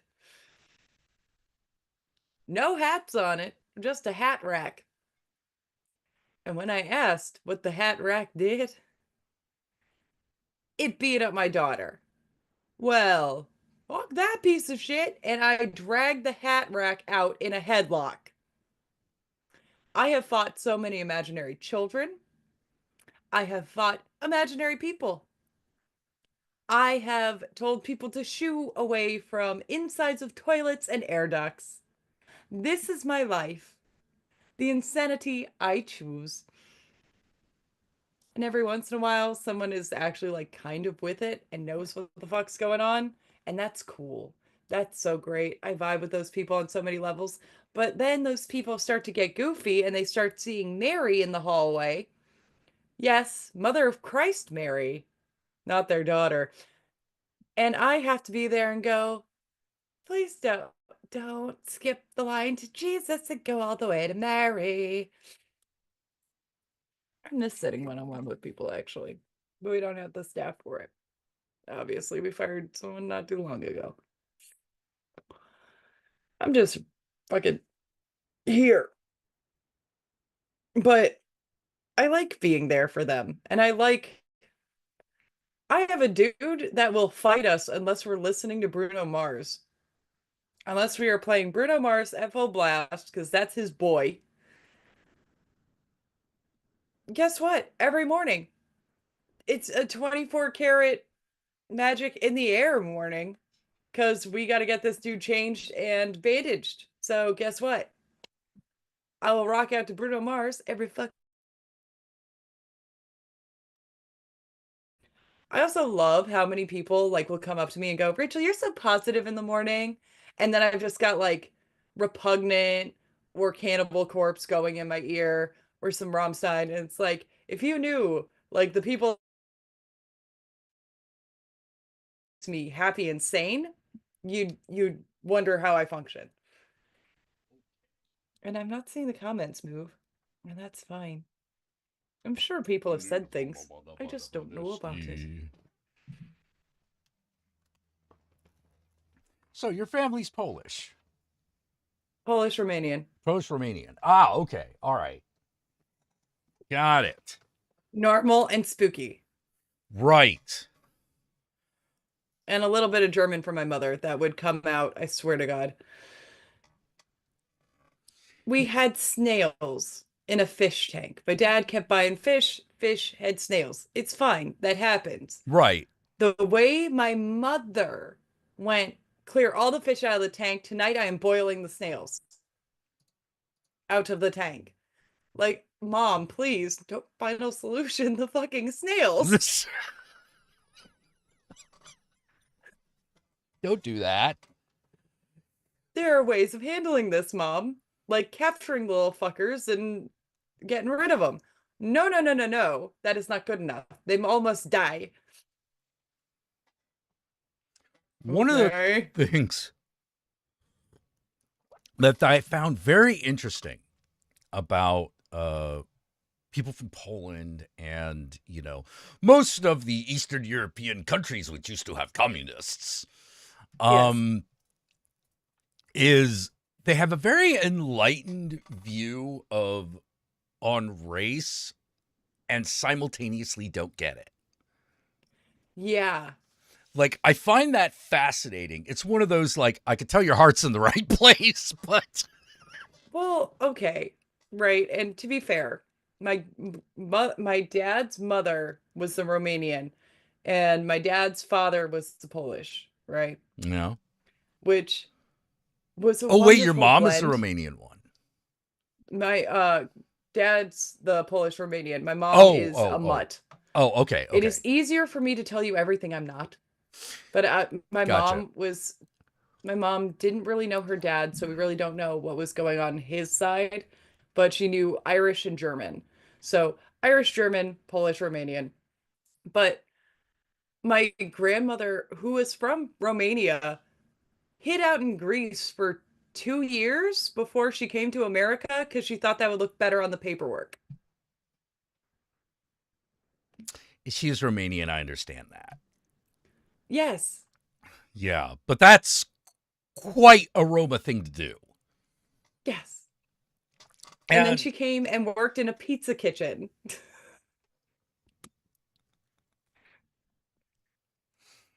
God bless her. yeah, well, it was funny. Okay, so one of my cousins on my father's side got married. And so we have this new factor in that side of on that side of the family that we have to like, we had to like feel out and figure out. And I'm like, Yeah. okay, like, there's I my dad's side of the family does this thing. And I do it too. And my brother also does it.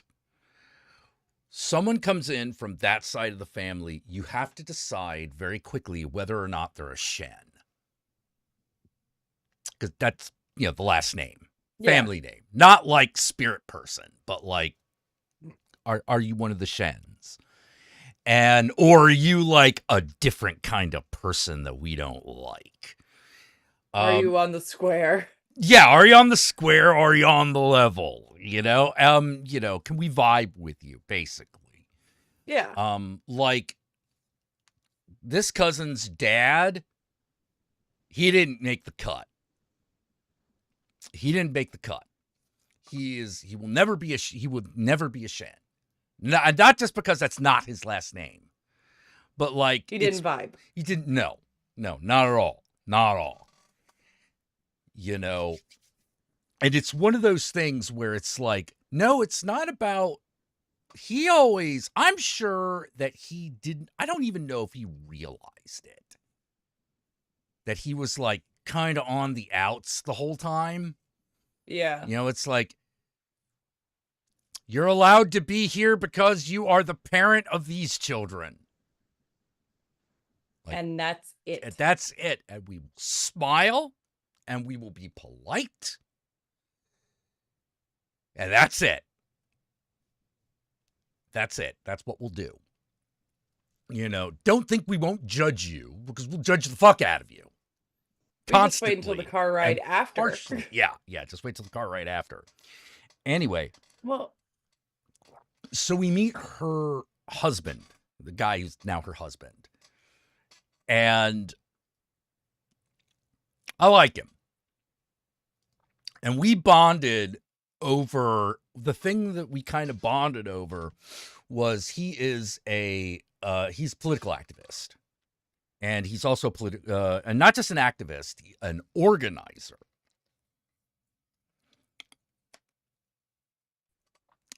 And we had a discussion about San Francisco Asian politics. And he was not afraid to get dirty. He was not afraid to talk about the dirty shit. Because that was really which was really fucking refreshing and funny. Because, like, we're talking about San Francisco, Chinatown politics. yeah. And we were all like trying to explain to another cousin I was like, well, you know, because I went up to the husband, and I Yeah. was like, all right, so I gotta ask, you're a political organizer, you worked at Chinatown. How did you deal with the tong? And he's Have like, you ever met Lopan? yeah, yeah, yeah, yeah, yeah. Actually, in the local area, it's Shrimp Boy. He's the local. He was the local heavy. He might still be. He's in jail now, but he might still be the local heavy. You know, Yeah. that's the way that shit works. And he is like, oh yeah, yeah, you do politics at Chinatown. You got to deal with the tong, and we have a very interesting relationship, which is we don't ask, we don't ask, and they don't tell. But there is no way you mobilize politics in Chinatown without the tong. All you know, all you're allowed to know is that you have to tell certain people what you're doing and convince them. And then all of a sudden, everyone shows up. That's how you get the population of Chinatown to show up. The tong vouches for you. Wow. And yeah, he's like, I've never been bribed and I've never had to bribe anybody. But there is a clear difference between the measures that I supported that the tong benefited from and didn't. A clear fucking distinction and a Yeah. clear unspoken message. You know, it's like, this is Chinatown. You feel me? Do Yeah. you feel me? And then I got along with him really well because I was like, oh, good, we're actually talking about the dirty shit. You know, like I'm so tired of Yeah. talking about, you know, like the pleasantries, as it were. Well, You know, all the above board shit. Because I'm like, no, no, no, no, no. I like talking about how things really get done sometimes. Like but without an underworld, there's no economic shift. yeah. Believe it. You know? Well, and going back to how those communist countries deal with things, I asked him, this came up recently with St. Patty's Day. Pop, we're only a little bit Irish on mom's side. Why do we go so hard for St. Patrick's Day? Like we do the whole corned beef and cabbage. We really celebrate. It's a big deal to us.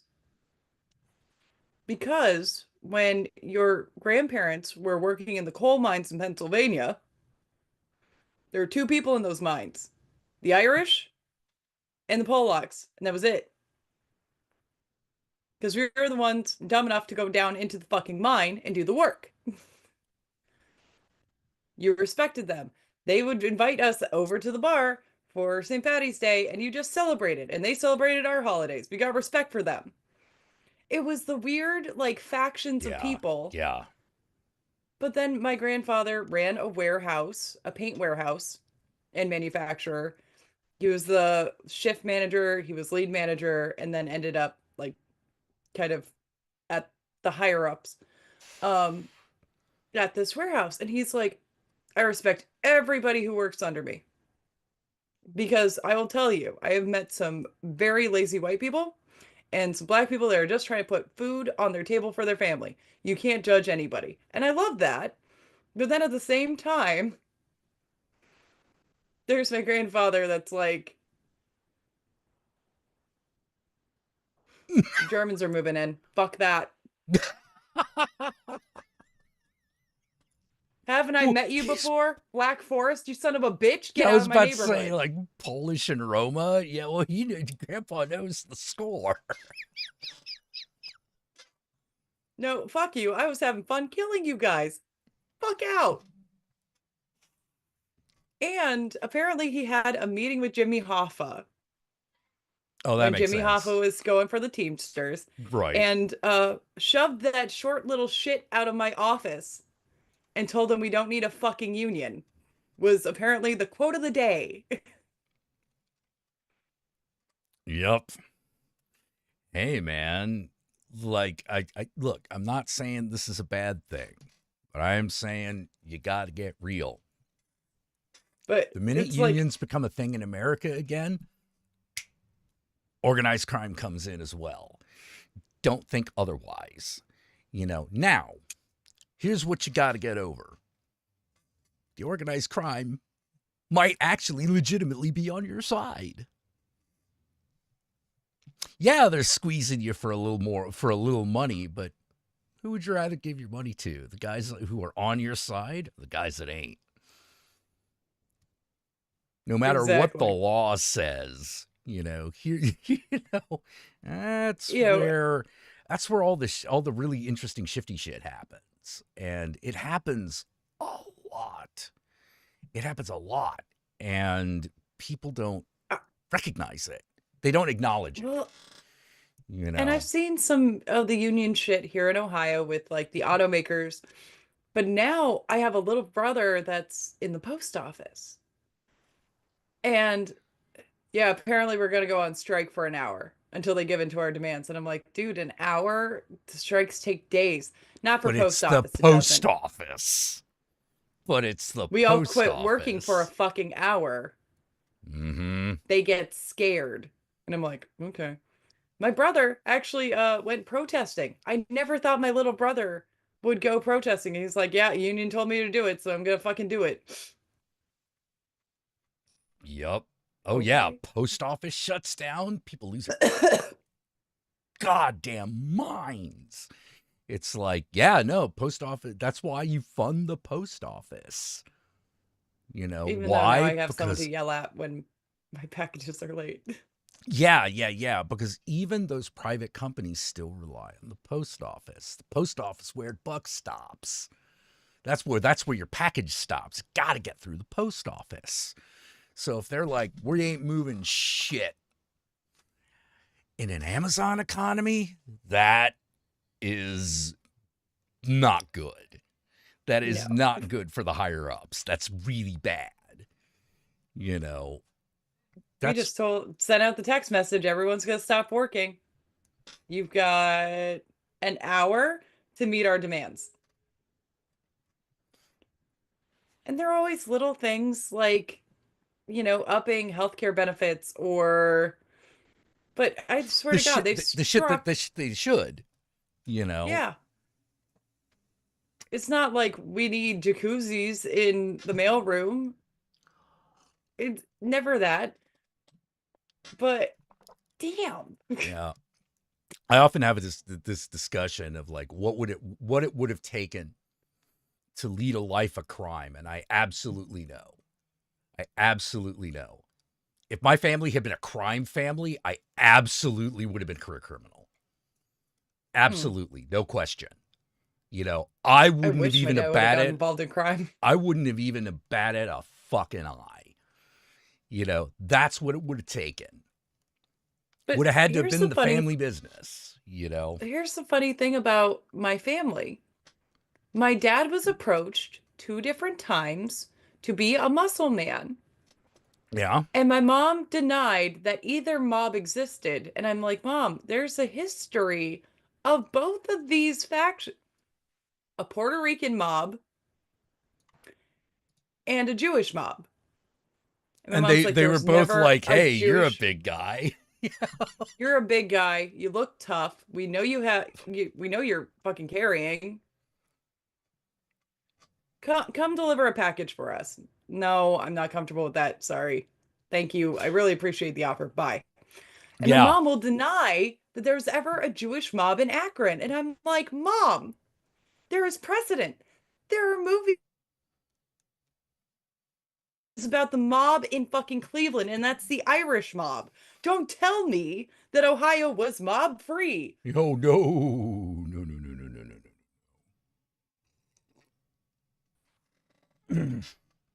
I have that argument a lot with San Francisco. Where there's not a lot of organized crime here. I'm like, there's tons of organized crime. You just don't notice it. They're like, what do you mean? The Tong runs this place pretty much uncontested because they got rid of everybody else. Everyone else is gone. There's a very tiny Yakuza presence. They do not push their luck. They do not push their luck because, like, this is known as a Tong town. You don't fuck around. You don't fuck around with guys who are willing to cut your head off in broad daylight. You don't fuck around in Tongtown. You That's don't fuck just around the in beginning of a Tongtown. song. Yeah. Well, no, you don't. Like they mean business. They're like, well, also, like, I don't know what it is about us Chinese. We love watching a guy's head get cut off. I will say, by the way, the tour of San Francisco with Jack, ladies and gents, will include, yeah, they killed the guy in front of that diner that we just stayed in. What the fuck? Yeah. The Empress of China restaurant. Yeah. This is the spot where the fucking two Tong guys dragged out the enemy Tong boss and cut his head off with an axe. You and Josh In took me for lunch there, and as we were leaving, you're like, "Oh, right, that's why we went here, so I can tell you this." And I'm like, this. "The Yeah. fuck?" Yep. Still there. Still there. It was one of the best moments in San Francisco. Yeah, that happened like right after I moved out here too. It was fucking crazy. That and you and the Countess recounting all the terrible shit that happened at the San Francisco Zoo. Oh my god.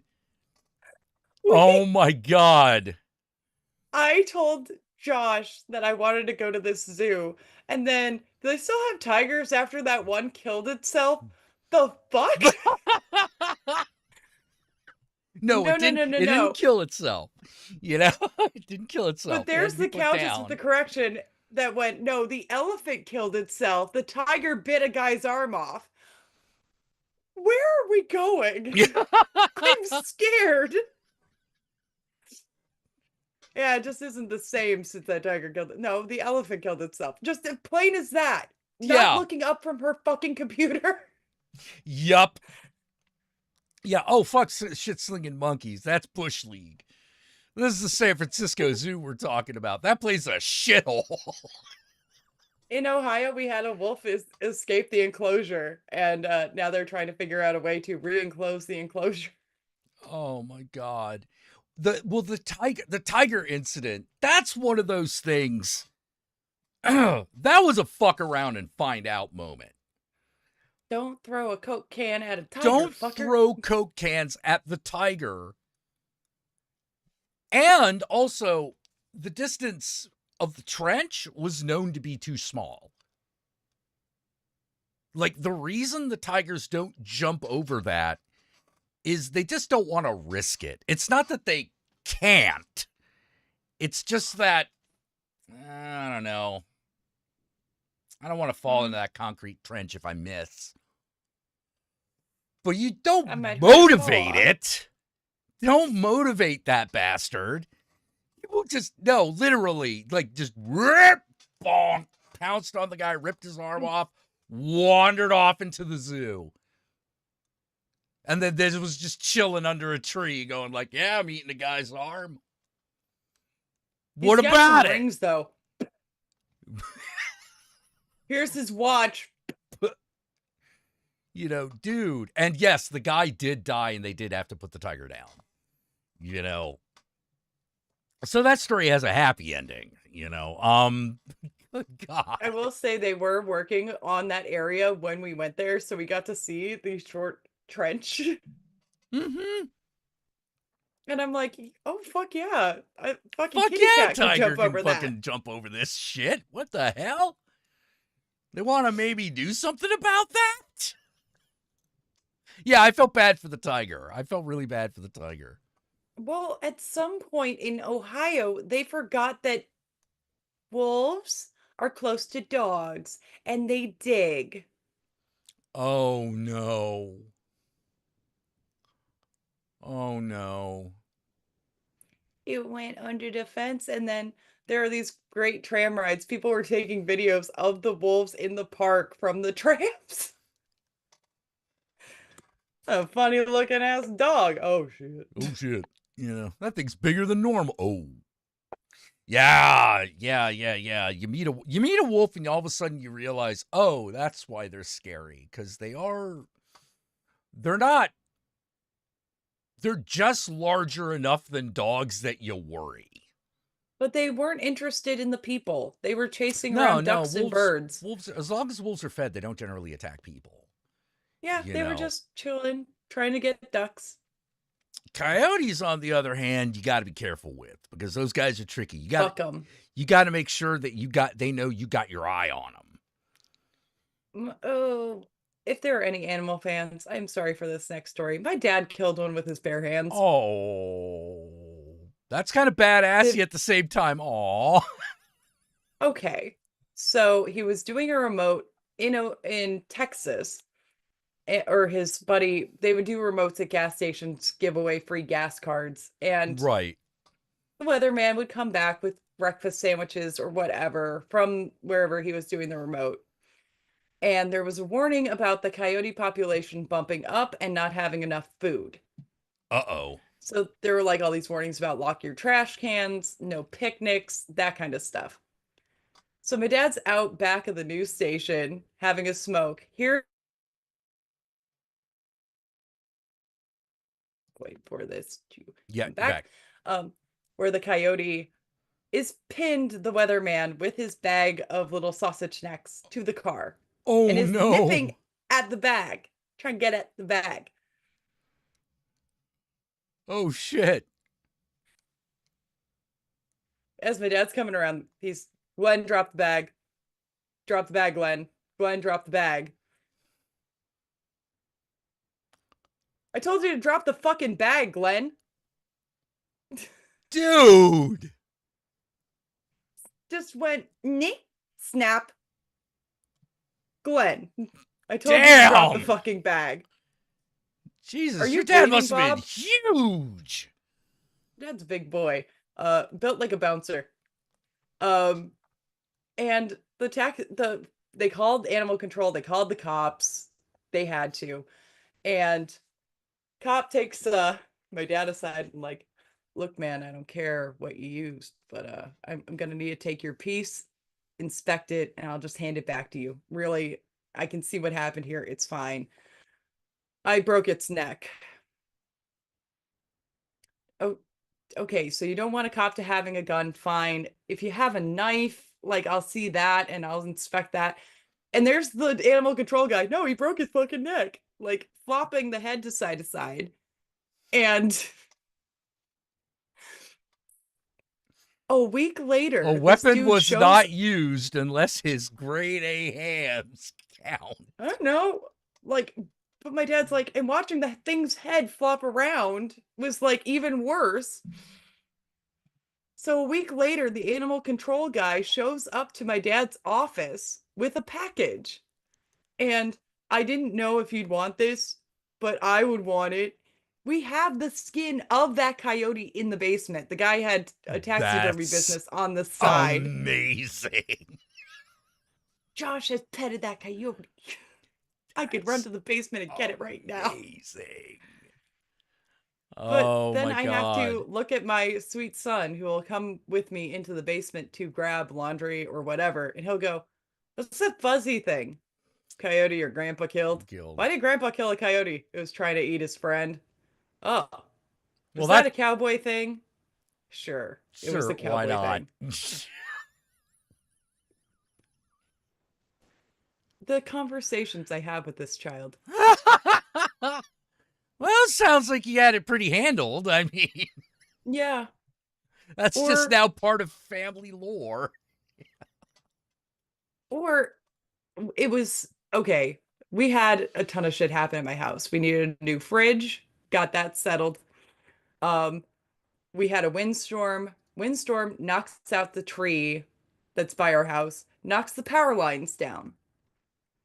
We are out of power for a day. Get into an argument with my landlord about who we were supposed to call. You always call me first. No, I call the power company and I call the cops because that's what it said to do on the website for the illuminating company. Hello. My brother and my son were hanging out with my younger brother and his wife.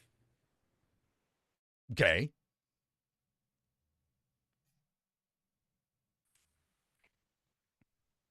Still there?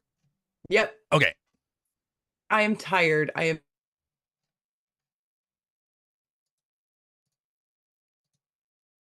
that he's got a boyfriend to my son, Okay. which we have not broached the subject of, Right. You've not broached the subject of gay. that's your business. We'll tell him when he's ready, right? Same thing with my mom. We'll tell him when he's ready. Well, wait a minute. Uncle Sam's got a boyfriend? Yeah, buddy, do you have a problem with it? Because my brother went white. And I'm like, yeah, your brother, your uncle here has a boyfriend. Loves him very much. You got a problem? No.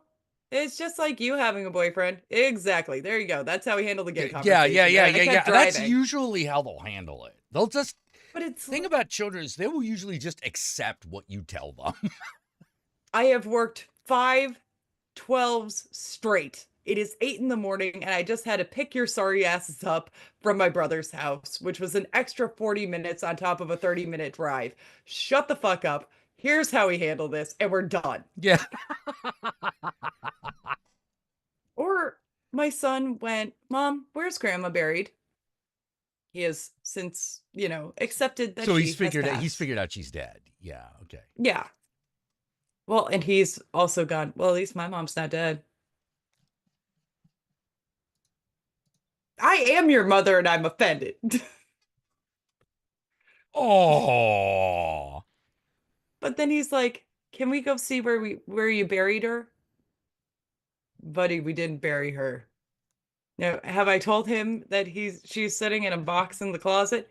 No. No. Uncle John took her to the ocean to let her go. Great. Now my grandma's a fish. And that's how he handled it.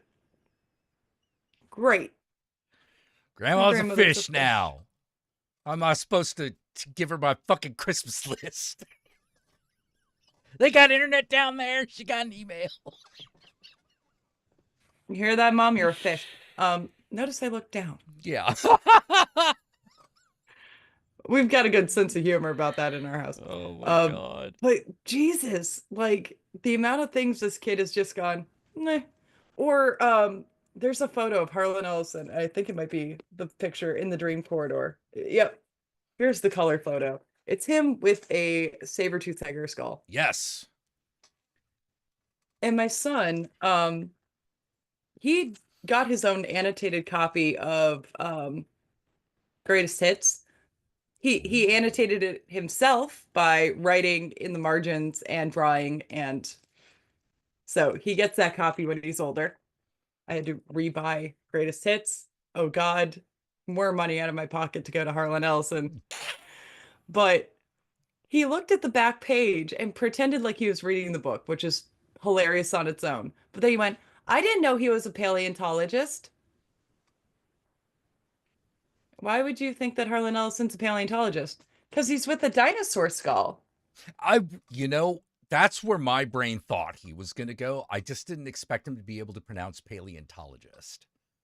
And I'm just sitting there like, yep, he's a paleontologist and a writer. But his favorite story is Harlequin and the TikTok Man. He will not say repent Harlequins to the TikTok Man. It's Harlequin and the TikTok TikTok Man. man. Yeah, yeah, yeah. Jelly He was beans. I Jelly beans. if he were awake right now, I could call him in here and go, jelly beans. And he'd go, jelly beans? Jelly, Jelly for God's sakes, beans. beans. And he'll giggle his butt off and like walk out of the room. To be Yeah. fair, how he got the story of Repentant Harlequin, he was sick in the hospital. And I brought a book. I brought Greatest Hits, and he was throwing up. It was terrible. It was his first time with dealing with a funky stomach flu. Mm. And then he's like, Mommy, I want to cuddle. And I'm like, I will never deny you a Oh. cuddle. Let's cuddle up. Mommy, read me a story. buddy, I didn't bring any of your books. I just brought my book. Well, read me one of those stories. Okay, I have no mouth and I must scream. To the Hate. Let me 5-year-old, tell you how much I have come to hate humans since I went online. well, instead I went with Repent Harlequin and did voices and tried to be real cute with it. And that's been his favorite. Aw. Repent, Harlequin, said the TikTok man. Get Though stuffed! You know. Harlan Ellison is smiling in whatever afterworld is waiting for us all because I was listening to it as a book on tape. We had a long drive. He was kind of in and out sleeping. And Repent Harlequin came on, and I kind of went, "Hey, buddy, it's Repent Harlequin if you want to listen." Mommy, we'll get an answer about the jelly beans because Harlan Ellison's reading it. The way his face was so disappointed when you're not going to get an answer. You're still not going to get an answer, even when he's reading it, because that's the story. The way this kid was just so disappointed and fuming in the back seat that he still doesn't know how the Harlequin got the jelly beans. Amazing. It's those little moments as a parent where you're Yeah. like, life ain't always fair. You don't always get it. Hey, you don't always get answers, kid. Sorry. How did he get the jelly bean? I've often wondered that myself because sometimes I want to do that to a MAGA rally or something, you know? How much would it take? Well, yeah, like how many jelly beans do you need? Hey, buddy, if you're coming in here, you got to wear pants. My very sleep drunk child just wandered in. Hey, Tommy, jelly beans. A very sleep drunk child with his uncle chasing him with a pair of pants. Yeah. Well, I appreciate you chasing him with a pair of pants. Get pants on that child. He had Has- pants has- on has earlier. Uncle That's got the it? funny part. Yeah. Who was chasing him? Was that your dad or your brother? My brother. Okay. We were just talking Does he about have his pants on, or do I need to yes, cut the he does video? have Okay, pants. good. Hey, we were just talking about Repent Harlequin. What's your favorite part of that? Harlequin. Harlequin. Harlequin. Yeah, Harlequin. He's pretty awesome. Is Harlan Ellison a paleontologist? The little head nod. Can you say paleontologist? Tail dog. Good enough. Good It'll work enough. for right now while you're falling asleep on my lap. Ah. He also got a scooter for Christmas and had his first wipeout. Ooh.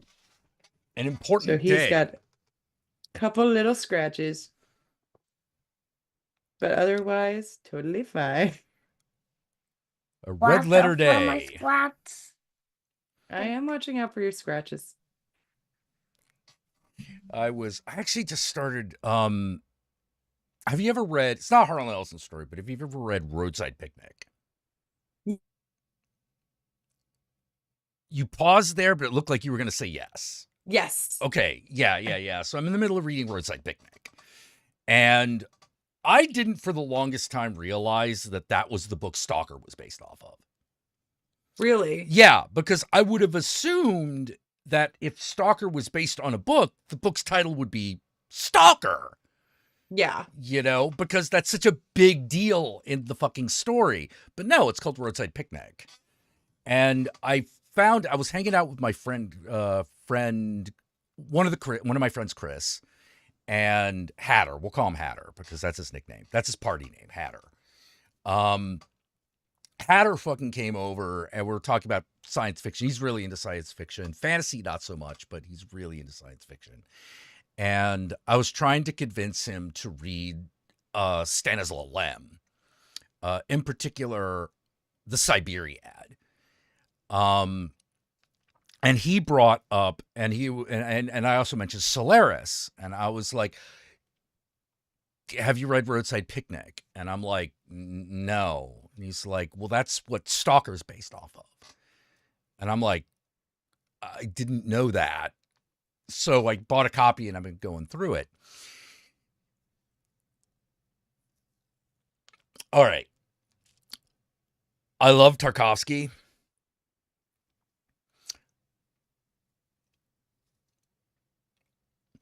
So much about that story is explained just in the reading of the first 10 pages.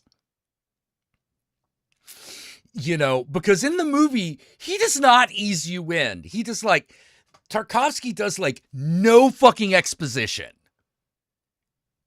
Whatever is you're literally supposed to be looking at is what you're seeing. No one ever comes to, if everyone knows something, no one ever says a word. Yeah. You know, like, which is my problem with the Stalker movie. Yeah, because you get you're like, this movie's really good, but I am so lost right now. Well, maybe if I read the book. Maybe if I read the book. It turns out the book's really straightforward.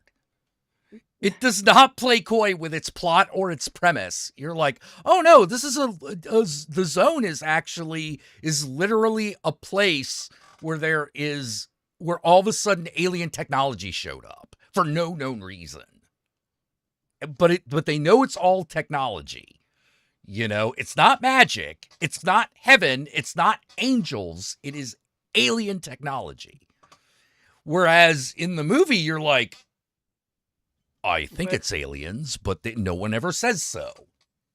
And that's because in the book, everyone knows, so no one mentions it. Because that's the way Tarkovsky does shit. Just like in Solaris, how in Solaris, he doesn't explain that the reason people are duplicating is because of a virus.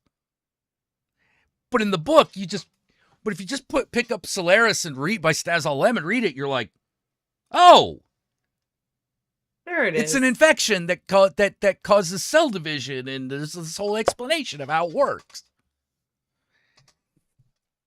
Actually, Stalker and my love of that book and the movie.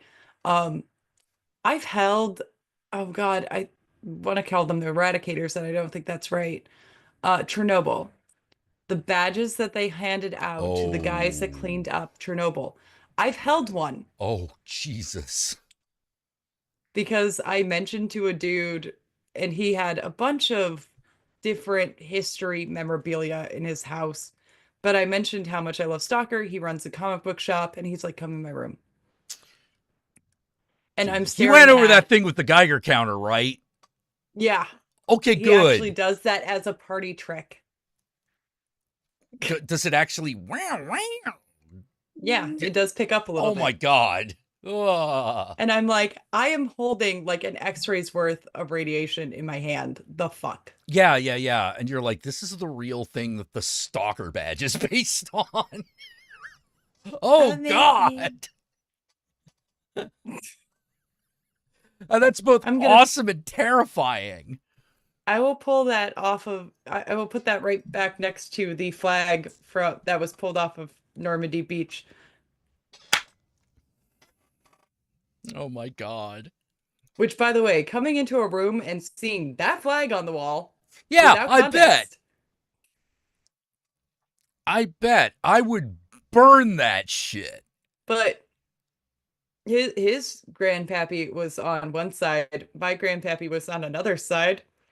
Oh dear. Oh dear. And he said, my grandfather shot at your grandfather as a joke. And I went, no. Oh no, it wasn't a joke. They meant that shit. I said, no, my grandfather didn't shoot at your grandfather. Why? Because you're here. Yeah. Was your, I take it your granddad was the American GI? Was the American GI that just loved killing Nazis. Oh, he's an Inglourious Bastards kind of dude. Yes. Got it. So bored shooting, might have done some ungentlemanly clubbing.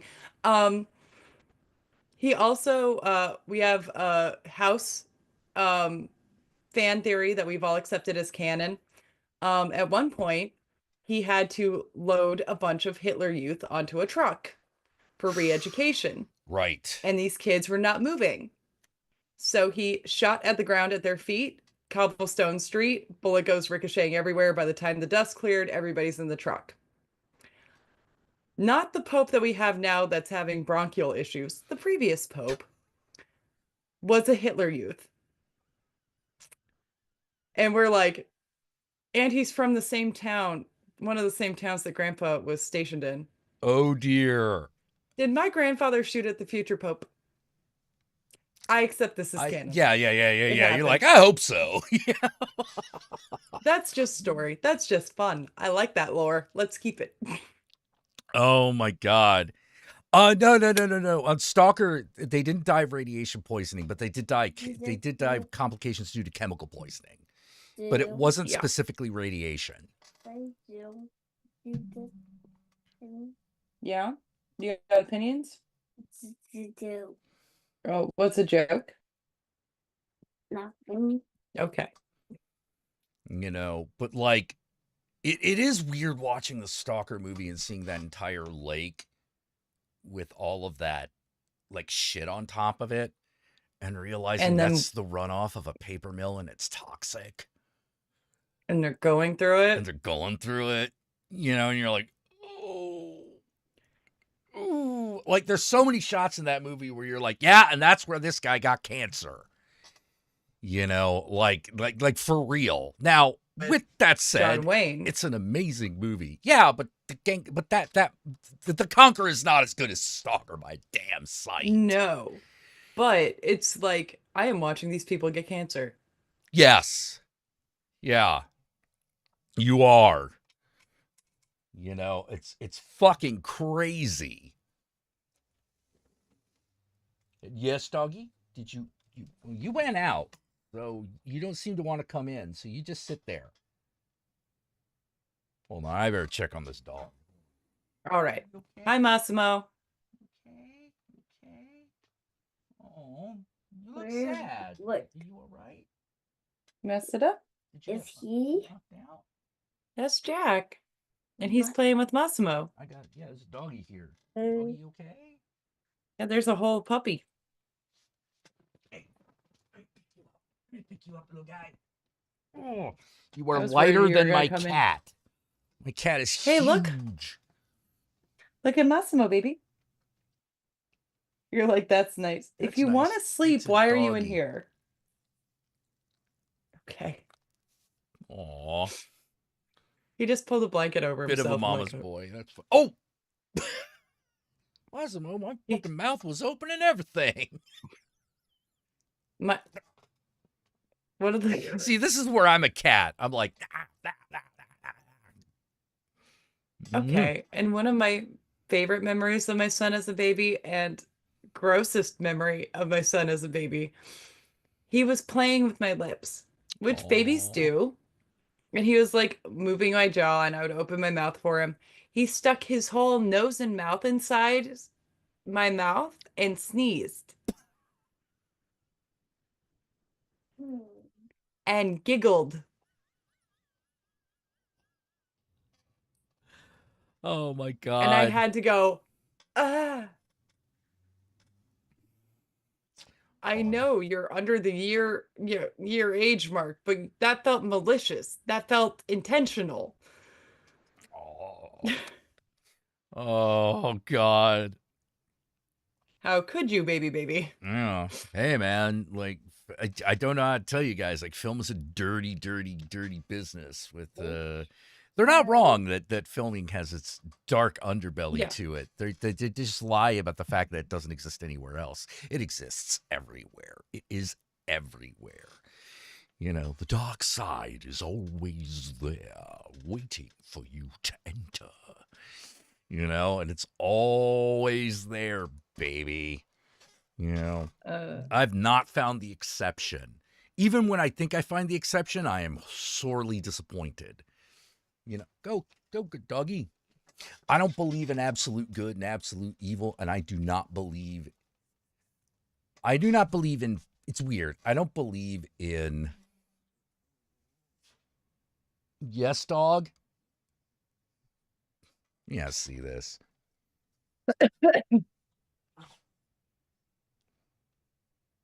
Yes. Okay, now he's just dogging. He's doing He's just regular being a dog puppy. shit. Just being a puppy. Yeah, he's actually full grown now. Oh, wow. Yeah, he's a full grown doggy. That is as big as he gets. While we were remodeling my son's room, he slept in my room. I put a mattress on his mattress. But I told Josh, with this little mattress, all I need is you shooing a dog away. Yep, down his bed now. Well, no. See, a dog does not claim territory the way that a cat claims territory. Cat claims territory, there's no arguing. A dog you can gently go, no, that's mine. And they will usually listen. Cat, fuck you, it's sleeping here now. It will leave when it wishes to leave. So you have to force it to leave. Well, and I've been at your house with Massimo and Gomez, and they are literally the meme of, bitch, who are you? I'm the owner of this house. Yep. Yep. Oh, it was Who really are funny. you? Yesterday, Massimo had on they put him in a little Hawaiian shirt. So he was Massimo PI. Which makes Gomez like the drug dealer who's kidnapped the mayor's daughter or whatever the fuck. Played by Edward James Olmos. Oh, yeah. It is really weird watching an old show and then one of my biggest delights is when like I'm watching an old show and one of three actors shows up. Because these three guys were in everything. Not all at once and not part of the regular cast, but they always appeared on the show. And that is fucking Sid Haig, fucking James Avery, and fucking Don Pedro Cody. They always fucking show it. It is I didn't fuck it up, did I? Cisco, the guy who played Cisco is James Avery, right? Yeah. Okay. I think so. Hold on. And then I always love Captain Cisco. Avery Brooks. I'm sorry, his name's Avery Brooks. I fucked it up. James Avery is somebody. There is a James Avery. It's just not the guy who played Captain Cisco. And I meant Avery Brooks. Basically, it's like, do we need the scary looking big white guy? The charming but threatening looking black guy? Or the fucking crazy black guy? But which one's there are also little things like seeing Dean Stockwell in something, or Bruce Dern in The Outer Limits and the Zanty Misfits.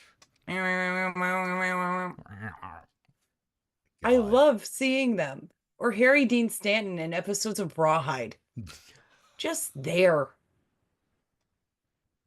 Werner Kempler, who played Kinch or Commandant Clank in Hogan's Heroes, showing up as an Amish farmer in Rawhide.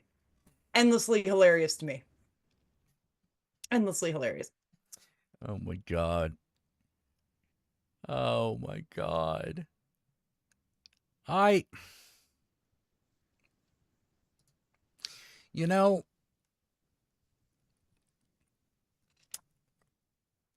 Something I wonder.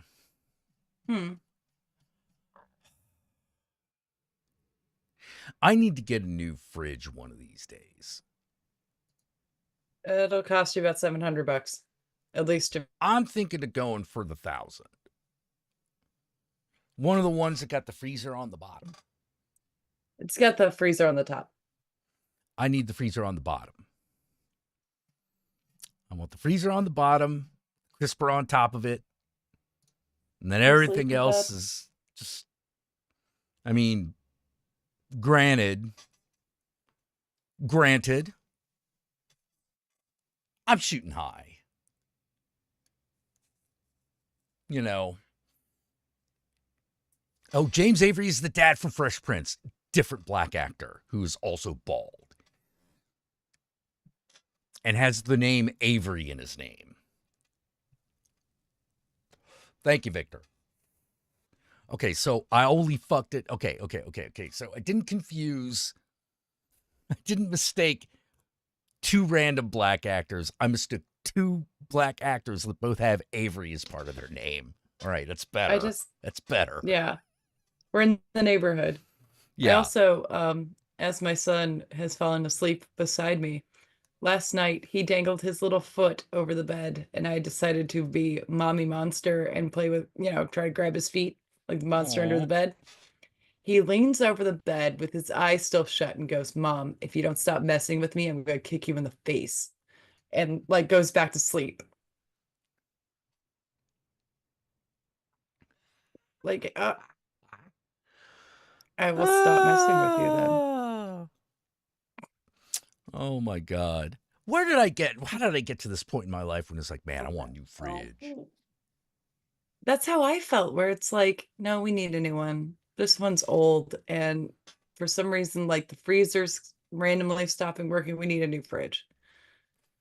This is getting ridiculous now. And then Mama. buying the fridge and Yeah. like being hyped to get the fridge. Yes. But then the delivery guys, which two young black dudes showed up to my house in a fucking Ryder truck. "Hey, we got your fridge." This kid was the best cheerleader. How are they gonna get the fridge out of the house? They're carrying it out of the house. Look at them. They're so strong. You're doing a great job, guys. Good job. Is that our new fridge? Are they taking it in through the front door? Is it gonna fit? It fits. It wouldn't have fit if it wasn't for the belief of this small white child.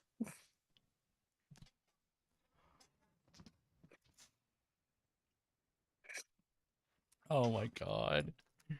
Oh my And God. Luckily, I live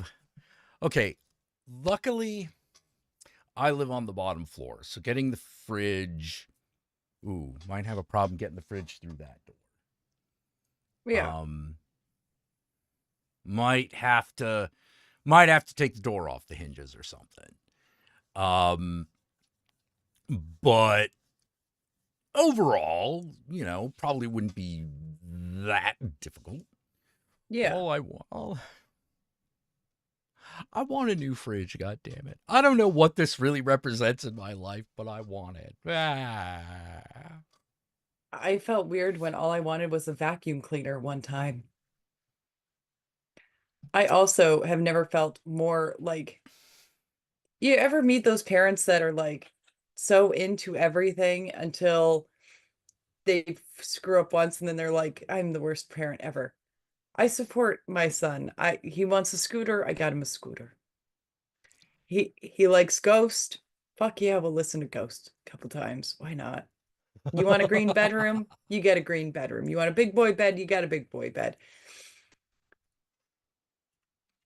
I didn't remember when spring break was. I assumed it was in April. Fridge gets delivered. I'm waiting at the bus stop with him. We are waiting and waiting and waiting. It's okay. It's okay. It's okay. Just leave him here, bud. He's cool. Thank you. And what were you gonna do? Gonna put you in your bed, bud. Okay. The new bed's built? Yeah, but too rough. It's too rough? Too Then why don't rough. you just stay here with your mom, Tom? Yeah. We waited out for an hour at the bus stop before I realized it's spring break.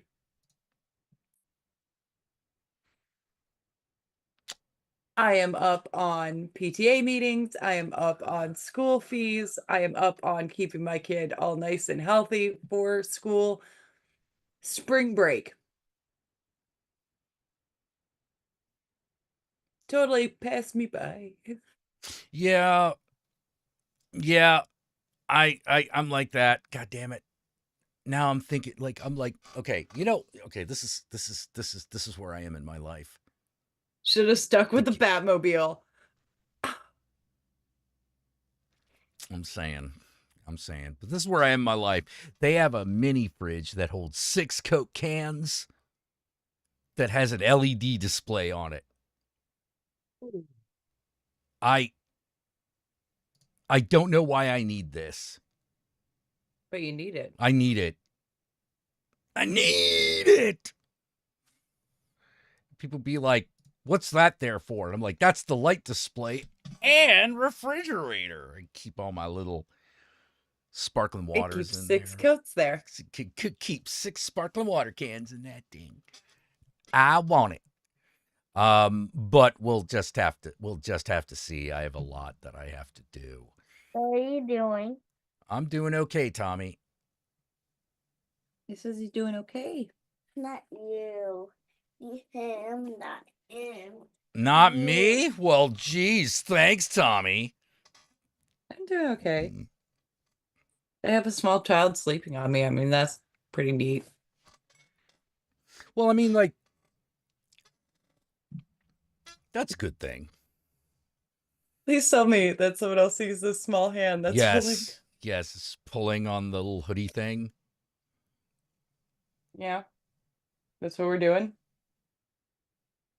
Too tired to sit up. Not even gonna sing today. Busy. That's all I'm gonna get. Heresy. That's the best you got. Okay. Blasphemy, heresy. You excited for the new Papa? What new Papa? The one at the end of the ghost video. The flippy guy. Oh, he's giving a thumbs up. Oh, There you go. excellent. Excellent. Good. Good. Glad he approves. I Can I give that this? Oh, you want to to- show Jack that? Sure. I told him about it, but I didn't show it to him. Don't show him that it glows in the dark. We can't have a dark room right now. okay, I just need to know that it glows in the dark. Oh. You know, Please tell me you have one too.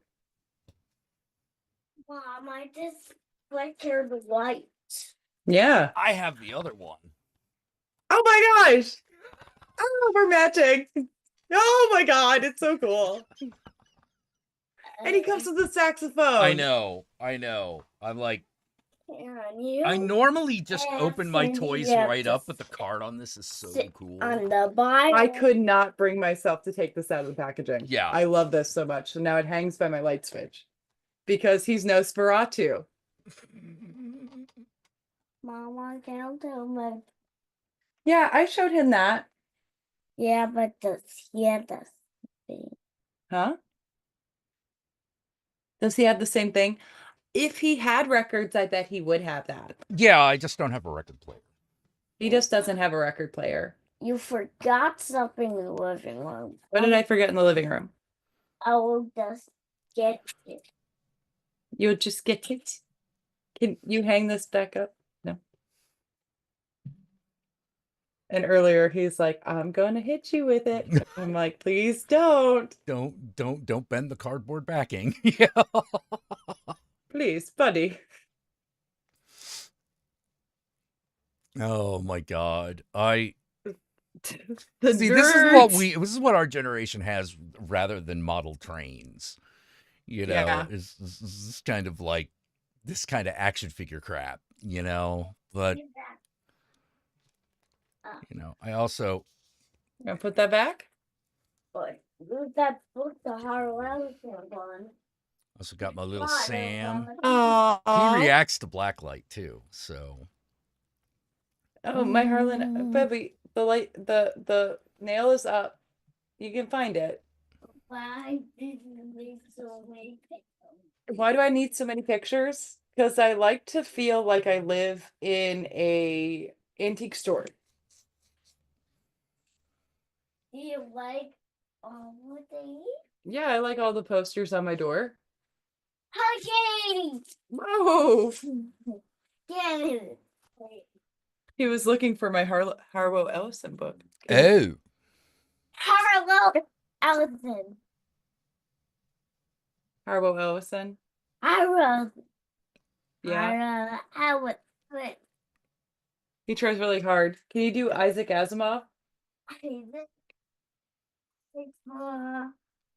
Isaac Asimov. Close enough. Yeah, I've jokingly I found a label maker at my work. So I've been quietly printing out shelf labels, and I have Harlan Ellison, but I also have Harwo but Ellison saved. Oh my So God. that's all my foreign translation. Harlan Ellison is in the Harwo but Ellison ones. Oh my God. And I need to do, can you say Ray Bradbury really loud? What? That's the only one he's got.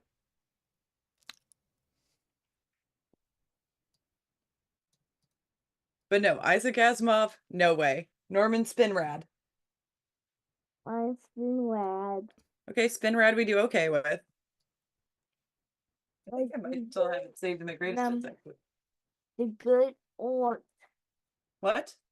music on the good or Well, honey, I need to sit there. I do. You do need to sit there.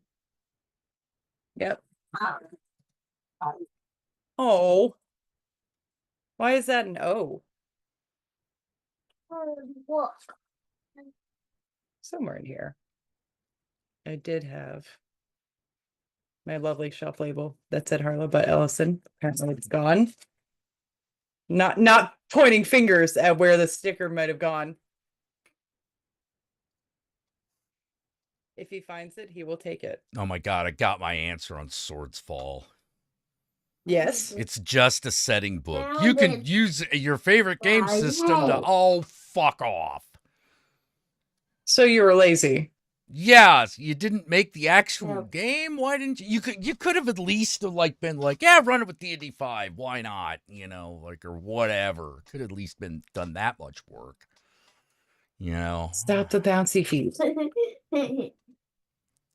Why are we doing bouncy feet? Now I have foot. Do you see zero on leg? The good Nightmare Before Christmas pants? Oh, Yes. Yeah. Okay. What? Hey, buddy, you gonna keep kicking me? We're gonna go. No. Okay. all right. Listen to me. What? Listen to me. Okay. I've lost sense of. I've lost I some don't critical know what perspective. that is. You know. There is a lot of the words that he says and the English that they not It's- translate. Family. Mm. I don't know. And there are some times where he just pronounces something and butchers it so terribly. No, say it again. Say it again. You got this. Japan. Robert Heineken. I love that. Japan. Japan. Japan. Yes, you can say Japan now. It's not Japan's.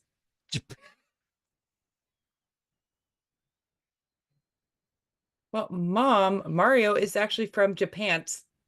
Japan. Yeah, no, but he's from Japan. She's from Japan.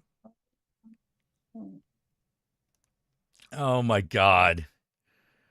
Oh. And shit. That's a joke that needs explaining. There was a weird picture of Donald Trump, and it looked like he was in a bubble. And But Let us be glad. Let us be grateful. Wicked witch out. Me in. Beautiful.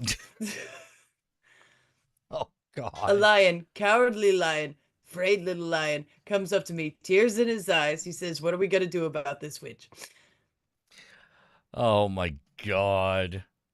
Little girl falls from the sky. Take her back to Kansas. Take her back to Kansas. She's not wanted. We don't need her. We don't want this here. Good Lord. Our wonderful munchkins, they're losing their jobs. And it's like, these are the random bits of my day that make me happy. Hearing there's a giant Tesla recall because Oh, the glue is so yes. cheap that their side panels are falling off. Yup. Yup. I mean, Let me just, hard to make that shit up because you're like, why would you do that? That doesn't make as any I said, sense. as I said earlier, couldn't happen to a nicer bitch. Oh, yeah, no kidding, right? Oh, what, there are rumors he was crying in the White House? Oh, good. Wait, seriously?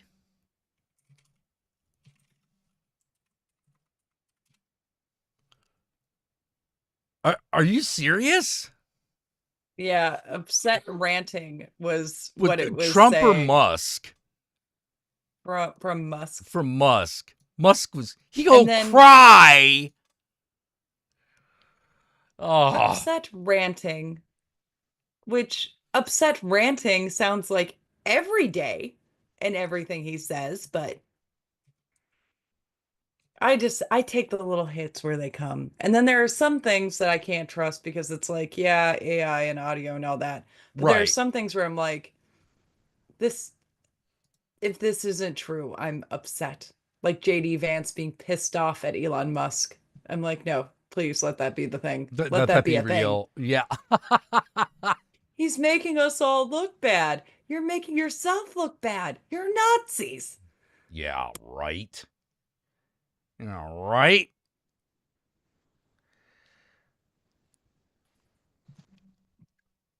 Pay not attention to the man behind the comb over. It's just, and we got 4 years of this. Yep. Let me just hide behind my books and my action figures. Yeah. God. Oh, you know I've what? really been. I'm I'm with the.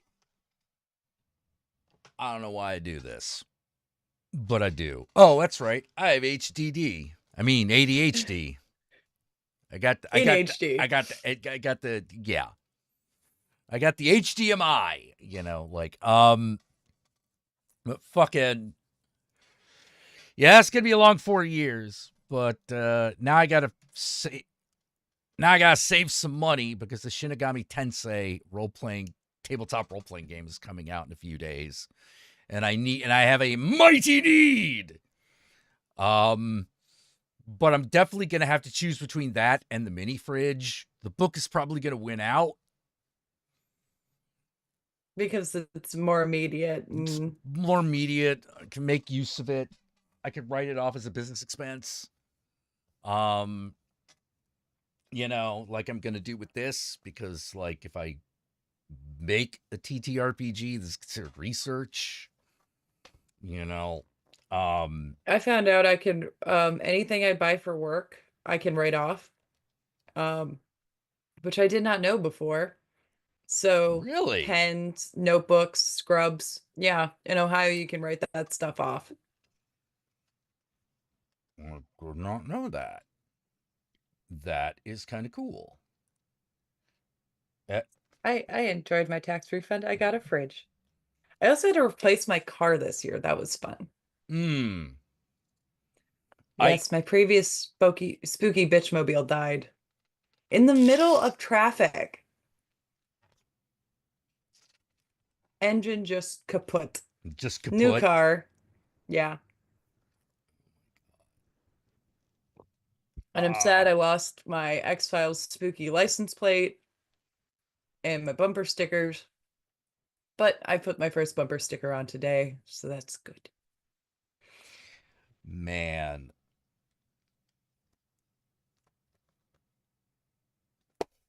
But yes, as long as I've got my little weird collection and people don't stop selling this shit on eBay, I'll Yeah. be good. Oh, I'm well, gonna find yeah, my exactly, house. right?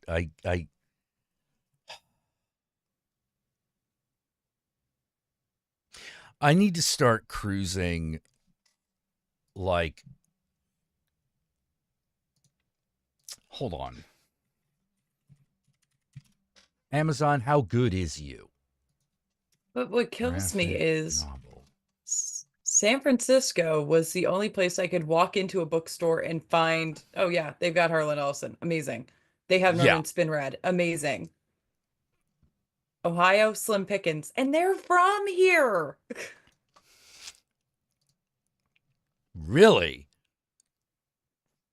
Oh yeah, Harlan Ellison's from Painesville. Well, no. Oh, I meant that it was hard to find. It was hard to find them, and I'm yeah. like, damn. And like some things are weirdly priced for what they are. Yeah, Hardcover of Seven Against Chaos that's bent, like bowed hardcover. And they're still asking for 25 bucks for it. I'm like, no. I believe in saving books, but that one cannot be helped. If that was huh? the person, I would put it out of its misery.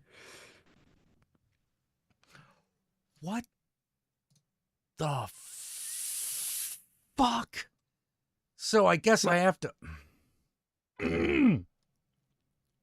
So there has been this fantasy series that I have been slowly collecting for a while, and I was like, hey, I bet they did a collection of this.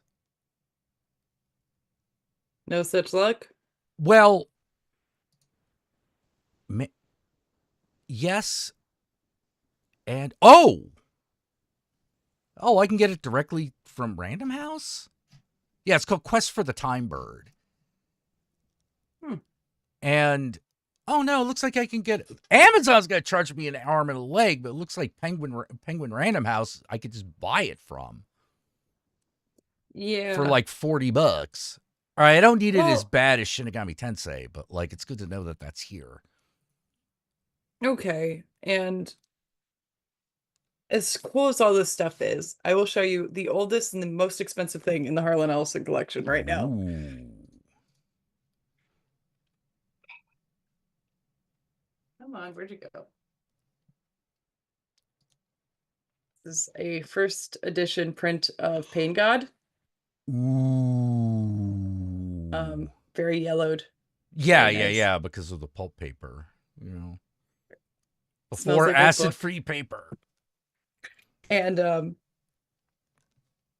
love it.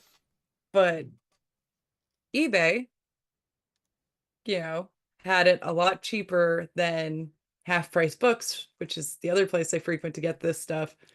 And it's like, yeah, give me your useless junk. I'm not willing to pay $200 for this, but I will pay $125. I'm not willing to put $150 down on this, but if you have it for 60. Right. Or there were some where it's like, make me an offer on this tape. Uh, fucking 40 bucks. Cool, you'll have it by Monday.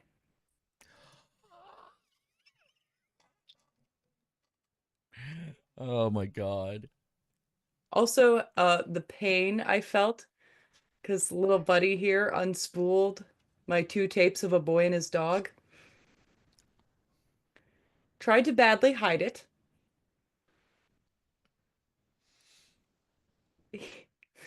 This thing was sitting front and center in the shelf. And all of a sudden, it's gone. And I'm like, buddy, what did you do? Nothing. Okay. If I open up all of those drawers on that dresser, you'll find something I don't like. Don't be mad.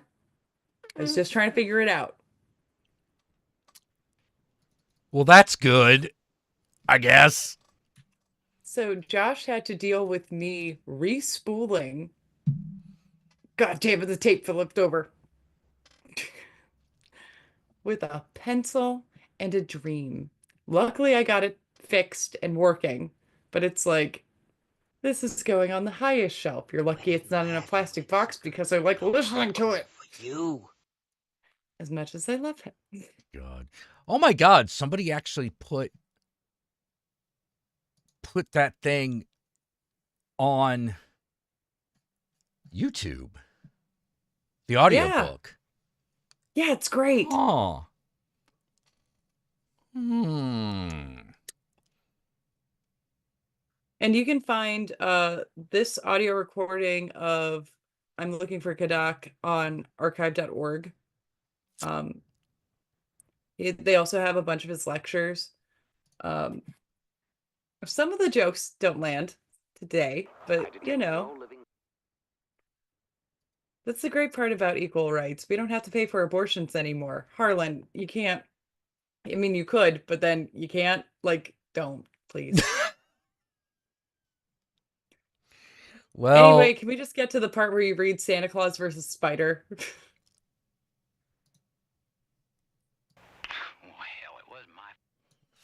oh man.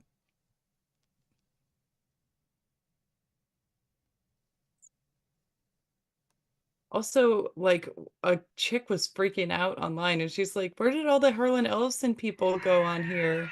It's like, bitch, I dug my heels in. I'm here. What do you want? If it's more content, I cannot do this. Man. I give you all you can. Or I did a little video explaining the origins of the story Pretty Maggie Money Eyes, only for someone to message me on TikTok, what is your source? And me going, Harlan talking about how he wrote it, and I just kind of relayed it because I've never actually people read get that story. Interesting one. Hooker possessing a slot machine and getting a guy to, yeah, it's weird, but the story behind it was sweet Harlan was in Los Angeles. They were doing a big party for Tony Bennett. And Harlan Ellison's trying to have a good time in Las Vegas. Or do drugs, so kind of a boring time. And he's trying to enjoy the casino floor, plays a couple slots, gets bored, runs into a hooker he knows from Los Angeles. Never knew her as a client. Apparently, they were friends of friends, whatever. And that description you get of Maggie in the book is literally this woman. Oh. Which is pretty cool. But he immediately gets the idea for a story about her in this casino.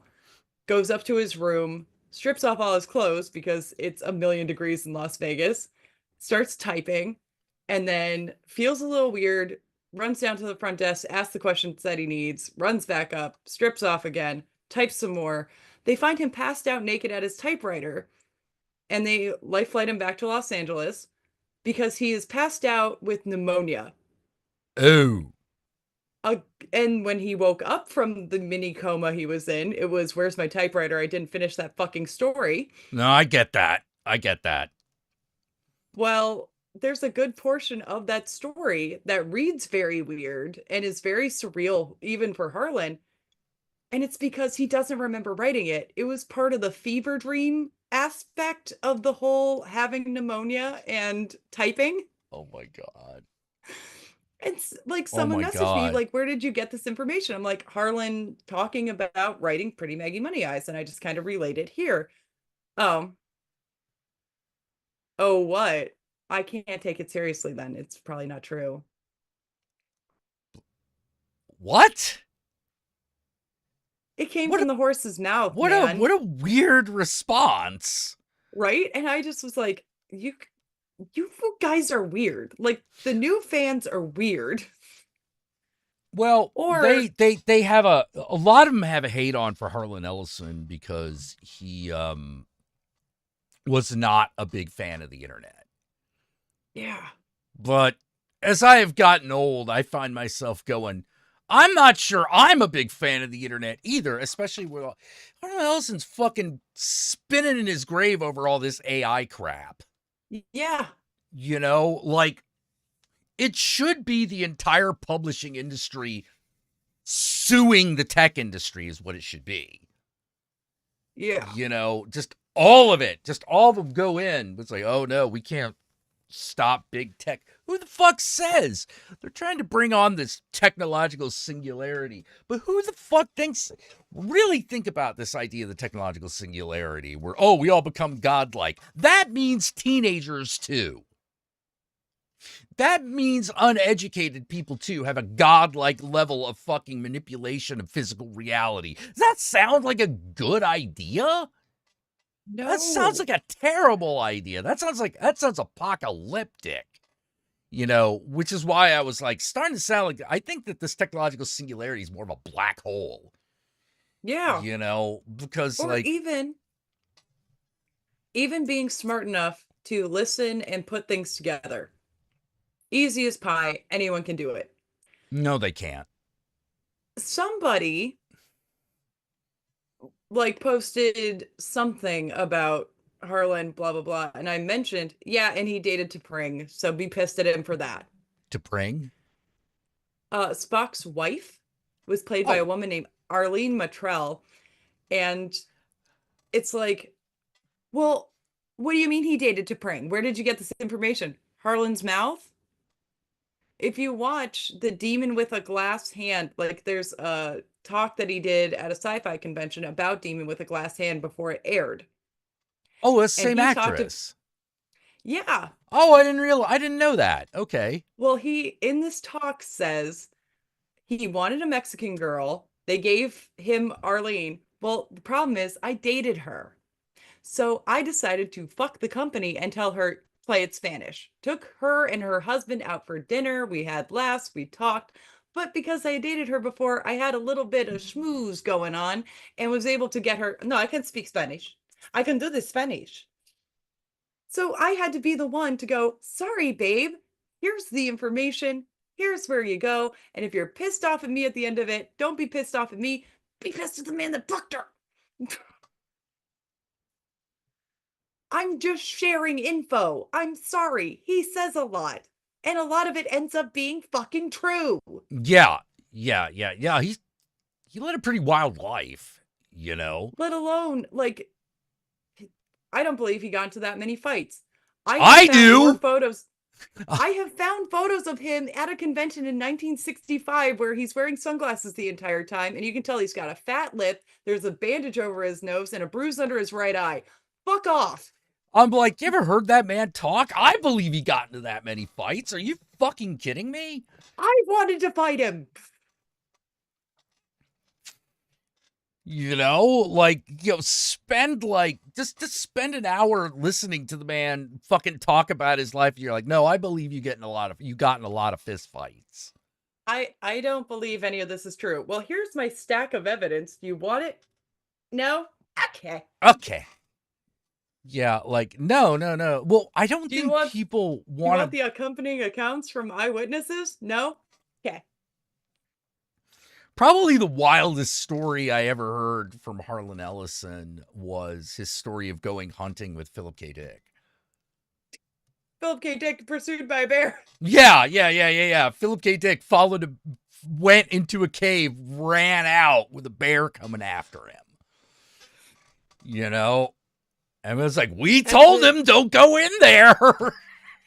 But as I heard, you told me that story, and then I found it, I read it again, and it's like all I can think of is the Shakespeare exit as if pursued by a bear. And all I can get is Philip K. Dick as pursued by a bear. Yes. Yeah. And I'm like Philip K. Dick, if I'm lucky, my life will have been as wild as Philip K. Dick's. Yeah. There is no way my life was as wild as Harlan Ellison's. Just no No. fucking way. And it's the Keith Moon thing. Alice Cooper put this into perspective for me, oddly enough. He told me a story about Keith Moon. Keith Moon comes to Los Angeles, bombs in on Alice Cooper and his new wife, and, just hanging out. Well, one day Cheryl comes home and she's already fed up with Keith Moon and all of Keith Moon's bullshit. And she comes home, he's in a leather Right. maid's outfit. And, Oh. hello, Cheryl. I am doing all the dusting. I am dusting your house for you, Cheryl. And she's, fuck you, fuck your friend. I'm getting out of here. And she goes out to the car, chased by both of them, and makes it down the street before she sees the fingers on the windshield. And Keith going, Cheryl, I will dust the car. Oh. And he said, but that was half an hour of my life. That was half an hour of his life. Out of the 120 things he did that day, that was just a half hour. And I'm like, holy shit, you're right. There are so many things that nobody fucking saw that he probably did. Yeah. That was just part of the 24 hours that was his day. Yeah. That's just some shit that happened. Exactly. So I apply that to everybody. He mailed a gopher. He mailed a dead gopher. That is an hour out of his life. That is 1 hour. Yeah, he got sued over that, actually. Like, that's part of public record that happened. Yep. You can find where you can find the FBI thing where they tapped his phone lines. Yep. Yeah.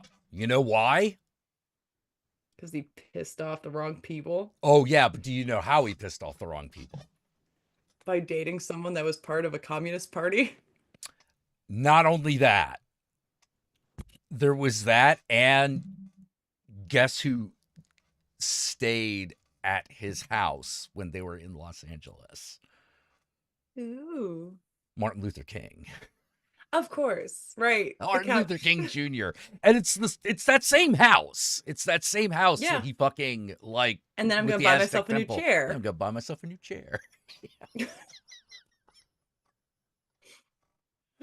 You know, that's part of the reason he wrote that whole story about him being part of the fucking Civil Rights March. Civil Rights March. You know, He does tell that story online, and it's beautiful to hear him recount being a part of that march. Oh yeah. But yeah, he was so heavy into the causes that he was into. It's admirable. And then you hear yeah. and then someone threw a cigarette on the hood of my car, and I dragged him down like the main street, the main drag in Hollywood, because fuck that guy. Yeah, Herman. I believe that happened.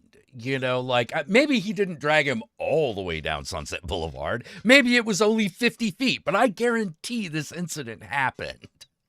Yeah. You know? And you told it. And you told it to Tom Snyder, which y'all were close. Yes. Yes. Oh, God, I love that bit. They'll put that chair on eBay. Say, tell all the people who sat in that chair. You know? Steve McQueen, Martin Luther King, Tom Snyder. And then Then what are you going to do? You take the money, I'll buy a new chair. Oh, man. I love that house. I also love the knowledge of things that have happened in that house. Oh, yeah. Yeah. you know. And by the way, if you don't want people to know that your house is a locale in a porn movie, don't put your fucking books on display, the ones you wrote, facing the camera while people are doing it. Wait, did he say that didn't happen, or? Oh, he was very much like, oh, no, don't talk about that. Then why is Alone Against Tomorrow in almost every scene that takes place in the house?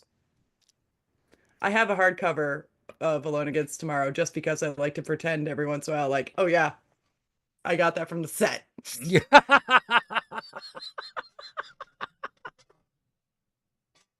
70s were a weird time, Ay, baby. man. Yeah. Well, like, I think. Also, I know how that whole fucking thing happened because the director and writer of that movie, same guy, was a sci-fi writer. Yeah, that makes sense. And I'm like, yeah, your buddy wants to borrow your house for a weekend. Why not? Why not? Like, he might not. Maybe he's embarrassed because a guy didn't tell Harlan it was a porno. But you want to be in a scene? Oh, fuck yeah. Well, fuck yeah, you know. Of course. And by the way, I gave myself my own line to think of all the time I wasted playing ping pong.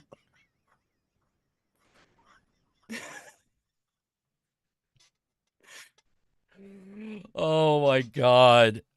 To be fair to everyone in the audience who did not get naked, he's just making out with two chicks, but he stops to say that one line, and I'm just like, Christ almighty. Oh my god. So what's the name of this porno? It's called The Godson, The Godson. Okay, got it. playing off of The Godfather, but in California, and it's very bad.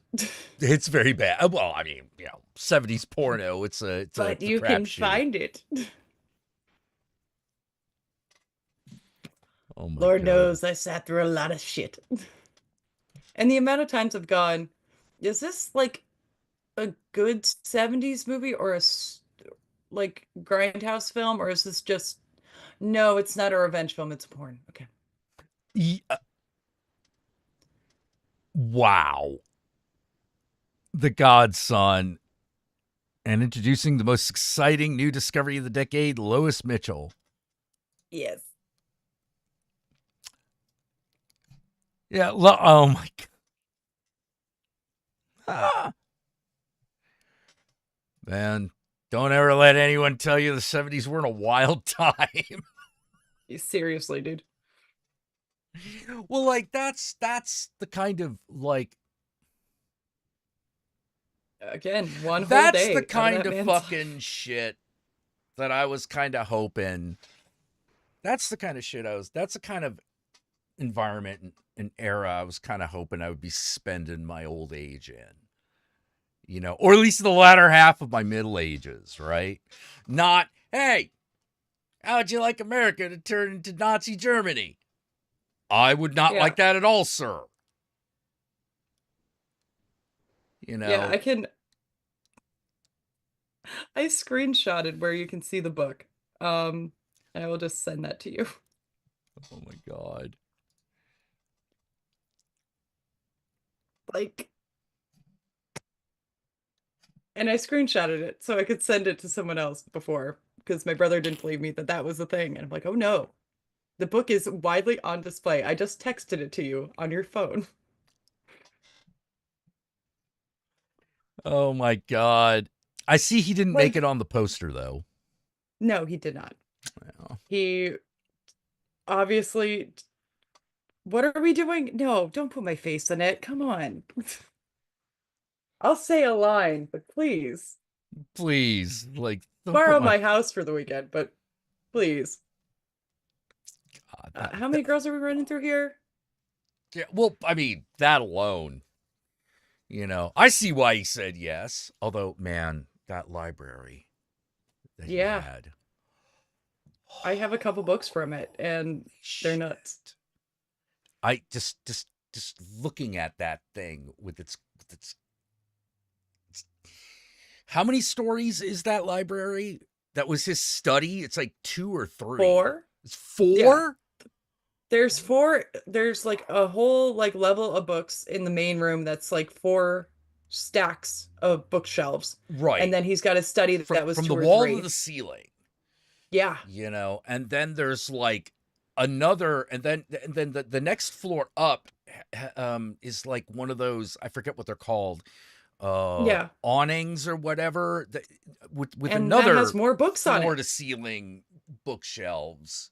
And that's not counting the specially refrigerated room that kept his comic books. Yes. Yeah, That and had rolling shelves in there too, of just all yes. his comic books dating back These to when he these was things a got the child. rolling ladders and everything. Like, oh man. Man, 70s that were pro queer and anti racist would be amazing. Well, to be honest, the 70s was the natural extension of this. A lot of what was happening in art in the 70s was a natural extension of the civil rights fucking protests of the late 60s. It looks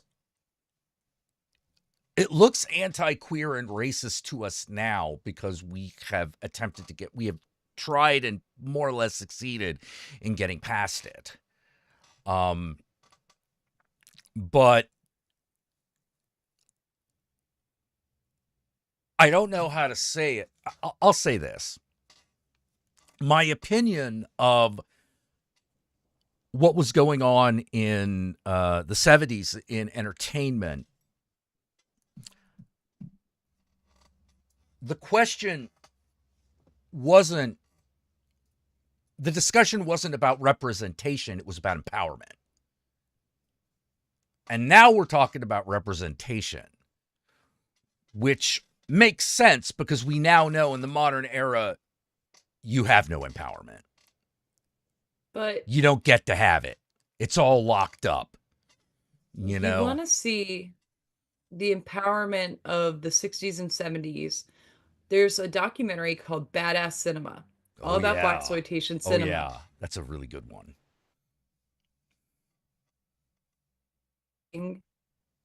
The actors of the time talk about what that time meant to them.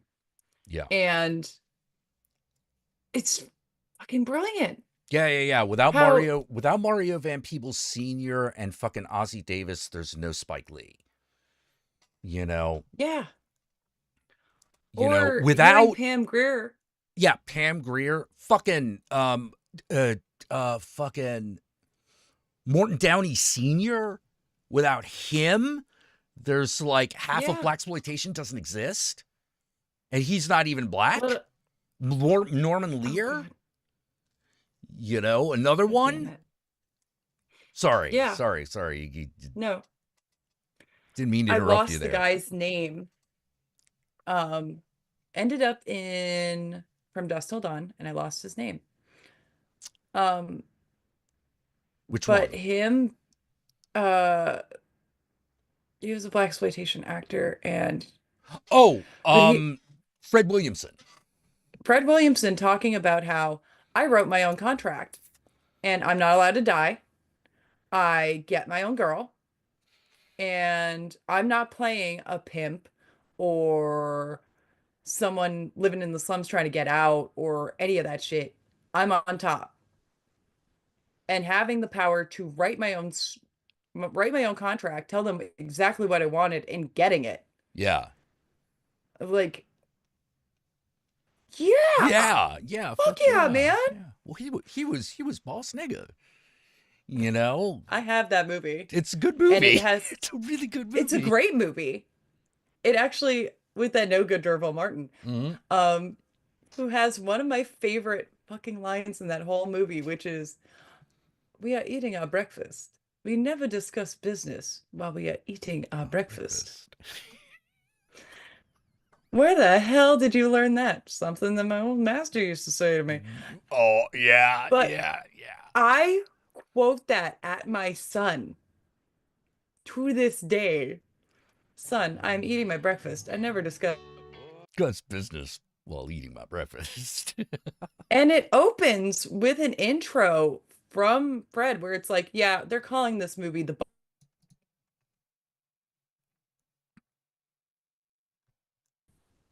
Yeah. And it's like, God damn, that's slick. I love that. It is. It is. It was super cool. You know, and that's what I mean by there's a certain amount of intimacy and understanding you get through vulgarity. You know, like it when done right, it really sings. You know, really sings. And one of the problems that I have with a lot of modern comedians are like, oh, you can't say anything. It's like, no, you can say anything. You guys just suck. Yeah. You're just bad at it. You know, like it's just not funny when you say it. Maybe you should stop beating this dead horse because you're bad at it. Let the younger guy who knows what to do with that kind of stuff do that. Yeah. But no, it's all about like everything in comedy right now is about like white grievance, and I hate it. No. It's just not as fun. It's not fun listening to old white guys bitch about things. Like the Bill Burr's like the top of that. Yeah. You can't you go no higher. You know, and Bill Burr's one of those guys where I'm like, I like him, but I don't put him in quite the same categories like Patton Oswalt. No. You know. And then it just makes me miss like people like Bill Hicks. Oh yeah. Oh yeah. Like Bill Hicks, I was And Mitch absolutely and Mitch Hedberg. Yeah, I was absolutely on that wavelength. You know, where I got it. And I think I've played you before, the guy that does the if Mitch Hedberg was alive today, the jokes he'd be making. My friend told me they have new pronouns. I said, wow, mine are still amateurs.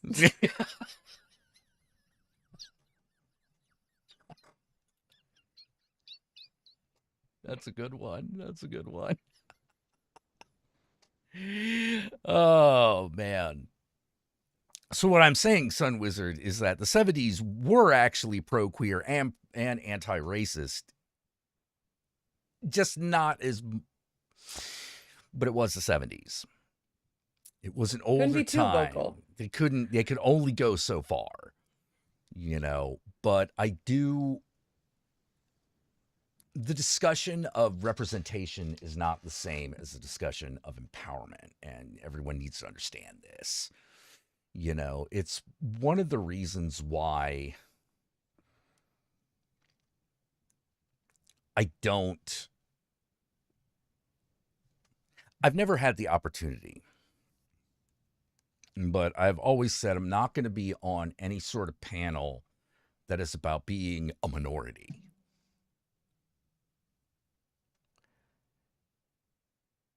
Unless, because two reasons. The only way I can be on that panel is if I am angry. And I mean Harlan Ellison angry. I'm willing to go there. I don't know if anyone else is. I've done it before. It's nice. I visited Harlan Ellison Angerland. You want me to come in 5 nights in a row? What's my bonus? No, how much are you going to fucking pay me? I'm giving up time with my kid. I'm giving up time with my dad. How much are you going to pay me? Not fair. Yeah. But like, sorry, go on. No, you. Oh, I was about to say, but the thing with me is I'm like, don't.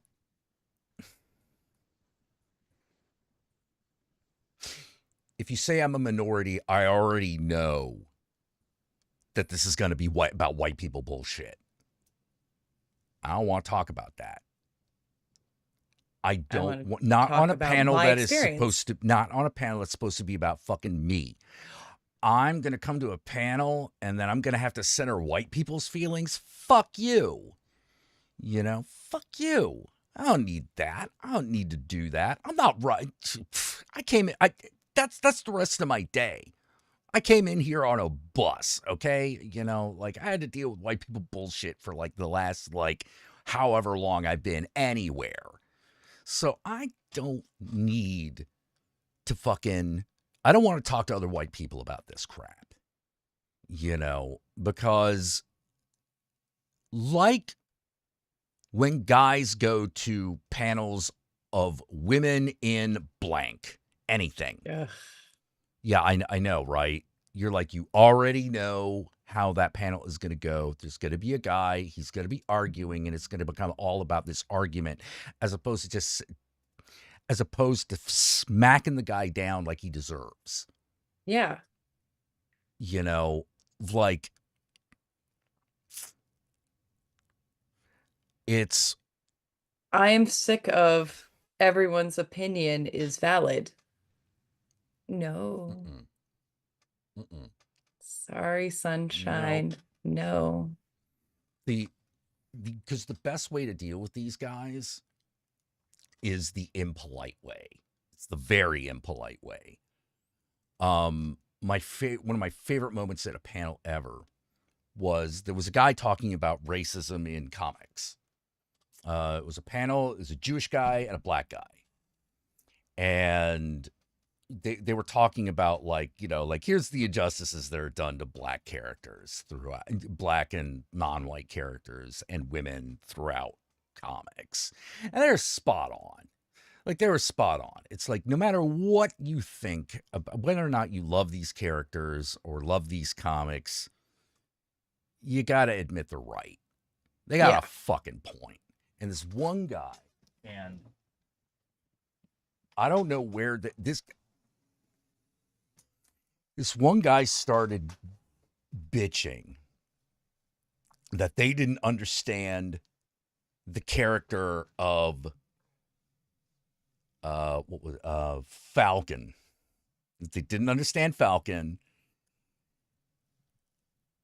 And he looked, imagine what you think this guy looks like and then times it by 10.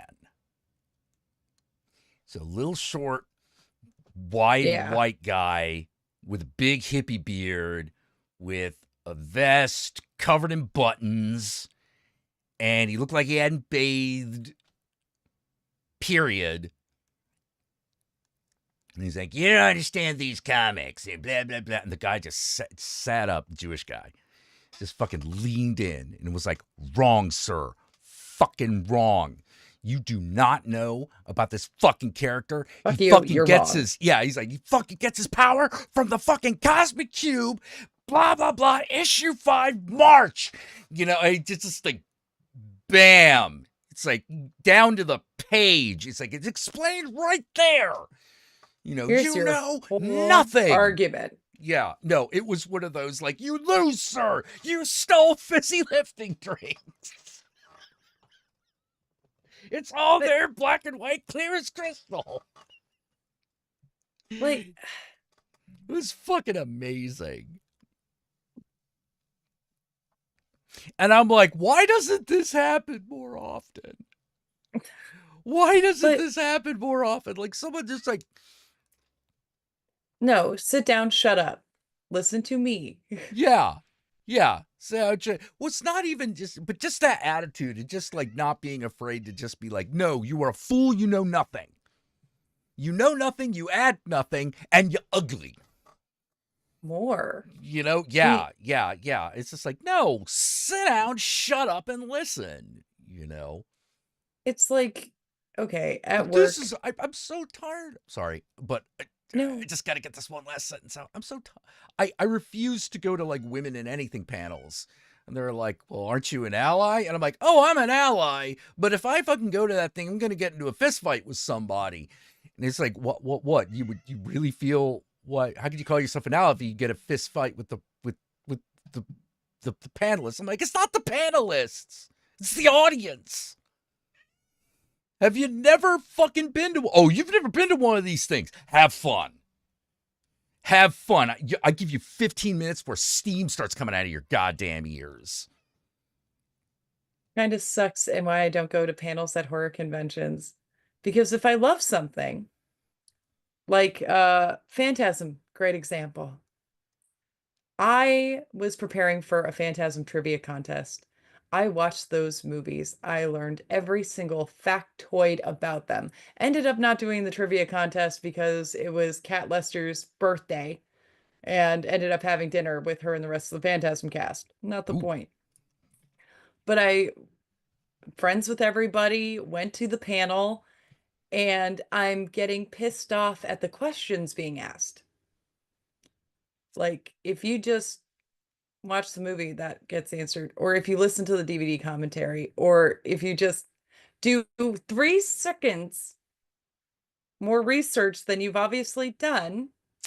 Yeah. Yeah. Yes, he was doing something wicked this way comes and couldn't get the rights, so he Yep. Oh my was God. common knowledge. Thought that was common knowledge. It's not okay. Yes, Kitty. Do you want pet? And You don't seem to be going outside. But at the same time, oh, the door is closed. The door already is closed. Now, correct me if I'm wrong about Cat Lester. She's the one who plays the Lady in Lavender. the Lady in Lavender. Okay, that's what I thought. Okay. Hi, Cat. She also does a burlesque show that's apparently decent. Huh. Oh, she's doing an interview with fuck. The other the Phantasm guy, ice cream truck. Fuck. Reggie Bannister. Reggie Bannister. Thank you. On hospice care now. Oh. We're about to lose Reg. Oh. Though I was at one of the last conventions that Angus Scrimm went to, and he was just, he's always amazing. He was always a very sweet man. And I went to the Alamo Drafthouse premiere of the J.J. Abrams, he remastered Phantasm. Oh, okay. And I was wearing all silver jewelry and a black dress, like floor-length black dress. Because, fuck yeah. And I didn't see him. He was sitting on a bar stool next to the theater entrance. And he grabbed me by the wrist and said, "I'm the one that's supposed to be knocking them dead tonight." In his very tall man way. And I'm like, oh my God.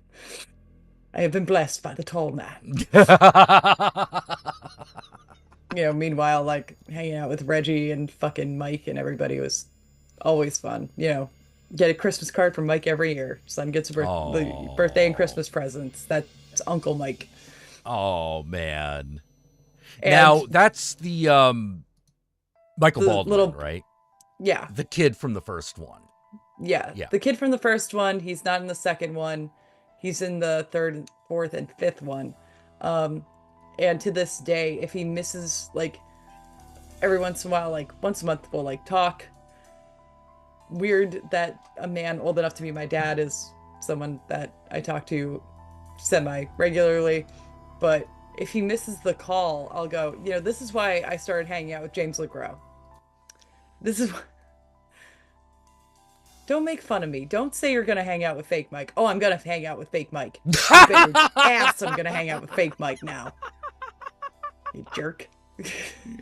Oh my God. I have the sweet, sweet memories of Reggie and his crazy wife, Gigi Bannister. Gigi Fast Elk Bannister. Let's be fair. Call her what she is. Like, she saw me walking around with a Red Bull at 8 a.m, and she leaned in and went, "Did you get vodka in that? Because who's doing that? Babe, there's not... What are you old hippies on?" A lot should be the answer. I found out at the poolside VIP party thing that good shit.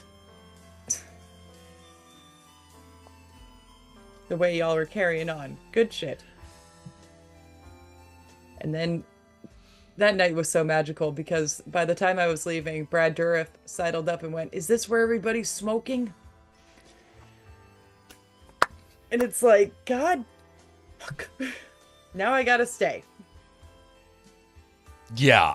Where is Phantasm available? Oh, man. Shudder, I think. Shudder, I think, has it. I think it has all 5 of them. I will say the fifth one is stunningly okay. I did not like it.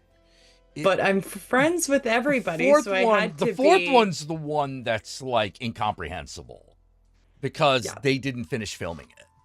No. You And they know, pieced together what they had. Yeah. It's one of those movies where you're like, I don't understand what's going on. Is that a me problem? It's not a you problem. It's actually, for once, it's actually the movie's fault. Yeah. And Ravager, I thought was stunningly okay, but I'm friends with everybody, so I had to be like, I loved it. I thought that was a perfect ending to the series. Meanwhile, I'm like, drawing blood from biting my tongue hard. Oh man. Hey. All right. It's no Phantasm 2. You know? Yeah, no. The Phantasm with a budget. Yeah. I'm still upset that Coscarelli never got to do Bubba Nosferatu. That one, that hurts my heart. Yeah. Also, for any Phantasm fans that are here, and it's such a weird little thing. Oh, shit. Where did my Robert Zelensky book go? No. So there's a weird scene where Mike is preparing to kill the tall man himself, and he's getting a knife and a cross and everything. And there's a book on his desk, and it's this Roger Zelazny book. My Name is Legion. Oh my God. And I was in the store, and I'm like, that looks suspiciously like the book on Mike's desk. Fuck it, I'll buy it. And if it's not, I got a cool Roger. Right. So it's like, unofficial piece of Phantasm merch, please. Phantasm always had a budget? No, it didn't. That first one, the first Phantasm. They trick you into thinking that one has a budget. But it was funded by Mom and Pop Coscarelli and his writing partner. Their parents funded the whole thing. They actually tried to put Dos Equis in the film because they thought they'd get free Dos Equis. That didn't work. The metal poles in the movie came from the writing partner's dad's warehouse because he worked in metal refinery. Oh my God. Hey, Dad, we need metal poles for our movie. Okay, I'll work them up over the weekend. The fly bug. Yeah. That, like, Mom Coscarelli took a comedy, like a prop store, like comedy store fly, and you can still find these things to this day. Repainted it, added faux fur and a light inside the mouth, and there's your bug. There you go. That's why it's in the box. And is a Dune So, reference. a lot of the names at the end are just them coming up with different names for their parents. Even the priest at the funeral, at Tommy's funeral scene, that's Reggie's dad. That's not an actor. That's Reggie's dad. Oh my God. I know this stuff. It lives in my brain. I could have learned math. What's the fun in that?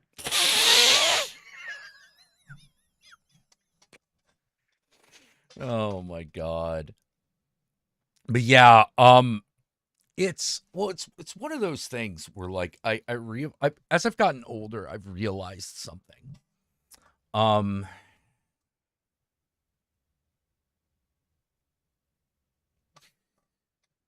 It's twofold. One, there are very, very, very, very, very few people who are willing to walk an artist's path. Very few. It's already a small group of people. But the number that you don't know is great is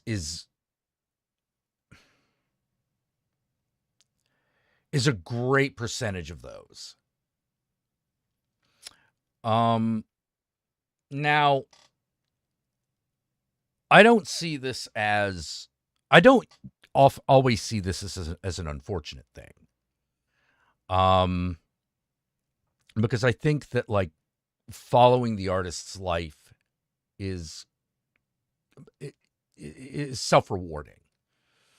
But I hate that that society looks upon those people as losers who would have been better off getting a real job. Yeah, no. Because I'm like, no. No, first of all, no. Second of all, I think of all the wasted potential everyone else has that they did not follow due to either fear or laziness. You know, it is nice when you get an artistic person who, you know, doesn't have too much trauma that they can't work, doesn't, is able to get up every morning and just do it. Those people are rarer still, but I don't look upon any artist as having wasted their life, and I resent those that do. Because I'm what were they gonna do? It's like, oh yeah, they could have been something useful, like what? Like what? A plumber? A plumber? A Target manager? Like come my on. son, the other day, he has said he wanted to be a pilot, so he could fly me to San Francisco to see Josh. Aww. He has said he's wanted to dig up dinosaur bones, but the other day he's like, Mom, I want to be a writer when I grow up.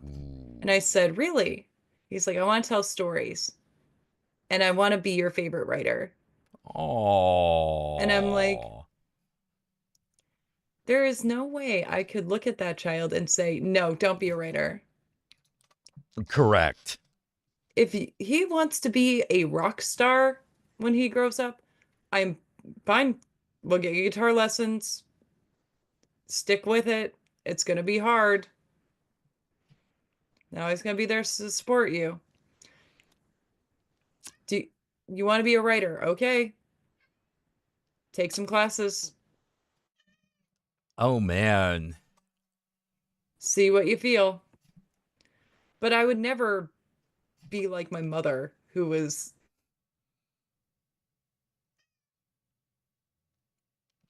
that I was in bands. She liked that I was, messing with makeup effects. She liked all that, but that's not.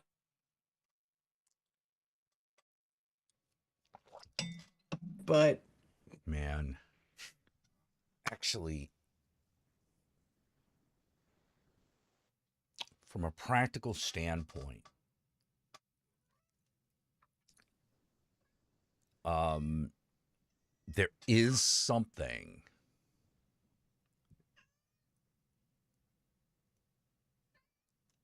that would help Tommy a lot. Typing lessons. Yep. Typing lessons. Do they even still have the Mavis Beacon teaches typing? I wonder. Or even some of the later computer games. I wonder if they still do that. But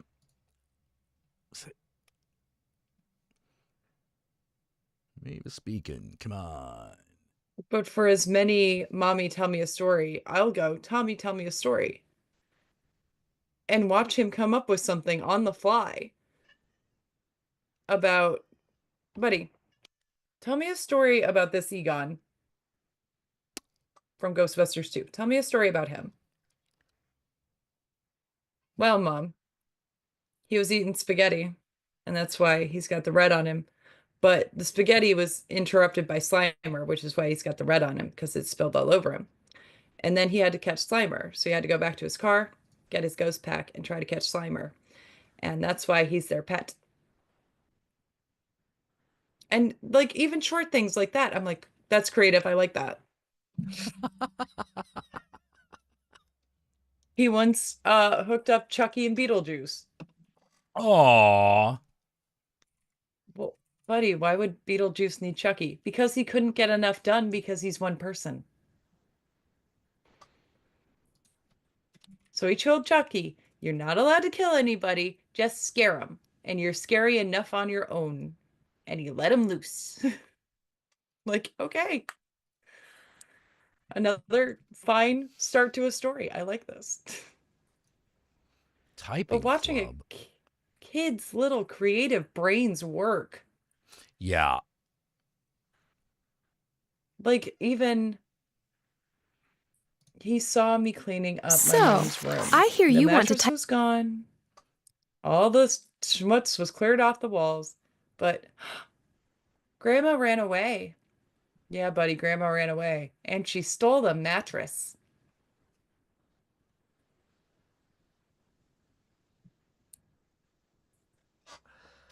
Oh my God. Hang on, I gotta let the cat out. Yes, cat, I hear you. Yes, go, get thee hence. Sir Meows-a-Lot was not willing to be forgotten. Oh my God. That mama stole Yeah. the mattress. And stole the mattress. It's like, yeah, That's she right, ran away kid. and stole the mattress. That's right, kid. You get it. You got it. You got it. 100%. Oh, man. You dream about being fast enough to play Typing of the Dead? Good God. Like, I could not. when I found out, I asked this question a lot, and I'm never happy with the answer. Because I'm like, they've cut a lot of school programs. Yep. But we rely on typing and text more and more. And that doesn't seem to, like it's going to change. So, are we teaching kids how to type? No. And I'm like, We cut cursive from the curriculum. yeah. It's like you're not going to teach kids how to write. I mean, getting rid of cursive is one thing, but if you get rid of cursive and typing, fuck you. You know, also, cursive is actually very useful but not in the, what's it called? Common Core. Yeah. You know, not in the Common Core because they don't teach you how to read phonetically, which is insane because reading phonetically is how you learn to read. It's how you learn to actually learn what the actual word is supposed to sound like, even if you get it wrong half the time. Yeah. You know, I had an uncle that was deaf. His favorite movie was Labyrinth. Labyrinth. Labyrinth. As opposed to Labyrinth. Well, he was deaf. Oh, okay. When you can't hear it Yeah. and you're just looking at the word, Labyrinth. Labyrinth. Yeah. That's actually Jack- not too terribly far off. It's just closer to the original Greek, I think. Joaquin Phoenix. As opposed to Joaquin Phoenix. Got it. And it's just those little things where it's like, no, you need to hear it and you need to understand the way the words work together. And when you can't do that, Yeah, you know, you're basically stuck. You're right. stuck. There's nothing you can do. You know, you're like, how do I? It's like, well, if they know how to spell every word. No one knows how to spell every word. That should not matter. That shouldn't matter. You know, it shouldn't matter. It's not. I don't know why education. I do know why, but I hate that in America education is a race to the bottom. Yeah. You know, it's And horrifying. It's horrible and horrifying, and it's what got us where we are today. and they did a study of kids in high school, and the illiteracy rate is shocking. Oh yeah, it's horrifying. It's absolutely And- horrifying. Well, they gave me other work to do.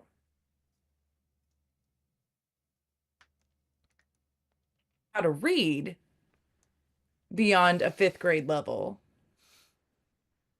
Yeah. You can't do it. You can't do it. Sorry, sweetheart. Just work on your worksheets. You'll be okay. No. That's not good enough. Yeah, it's not good enough is the problem. It's like you have to be able to figure out how words work. And let me guess, they still have they still use like sentence diagrams and that bullshit, don't they? My kid is getting, the slow brown fox, but it's broken up. We're gonna focus on the O and the X today. Oh, okay. Okay. Well, that's at least something. Well, I how do you was spell talking about socks? I was talking about like sentence diagrams, which I hate because they're not actually useful because people don't actually put sentences together that way. Oh, right. Like, where would you put the comma here? Yeah, as opposed to what does the comma do? What is a So many. semicolon for? A pause. Yeah. I see a lot of people, and I'm not pointing out to anyone in the crowd, but I'm just saying I see a lot of people here misusing the semicolon. Respect your semicolons. Yeah. This is why whenever I can, I won't use it. If I can write a sentence to get around using a semicolon, I will. Because And some of us write like we're getting paid penny a word, and we gotta stretch that shit out. He said he was going to the door, as he said going to the door. Shit. Oh, I've seen people though that do that. College level writing where it's like edit your, table partner's paper and you're like, Jesus Christ. Are you getting paid for the fluff? yeah.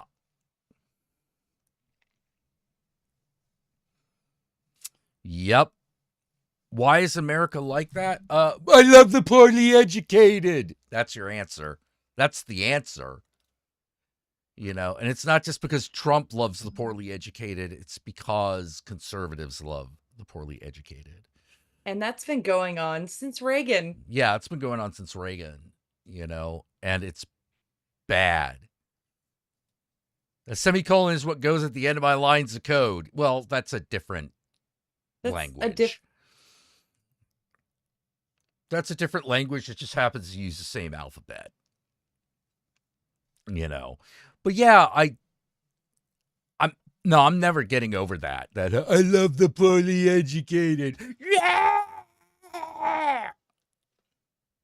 I hate you. I hate you and everyone cheering. You got to be fucking kidding me. That's when I just sort of realized, oh, despite everything, despite my terrible grades, my bad performance in school, I'm just smarter than a lot of people. Yeah. Which doesn't make a lot of sense because I'm like, yeah, but then why my grades suck so bad? And then I think about the people who did even worse than I did. And I'm like, oh,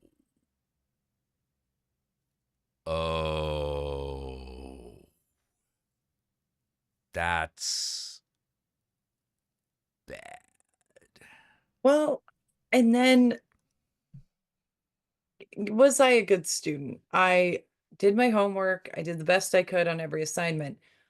But I was very quick to figure out, yeah, but you offer bonus points for extra work. So let's cut a deal here.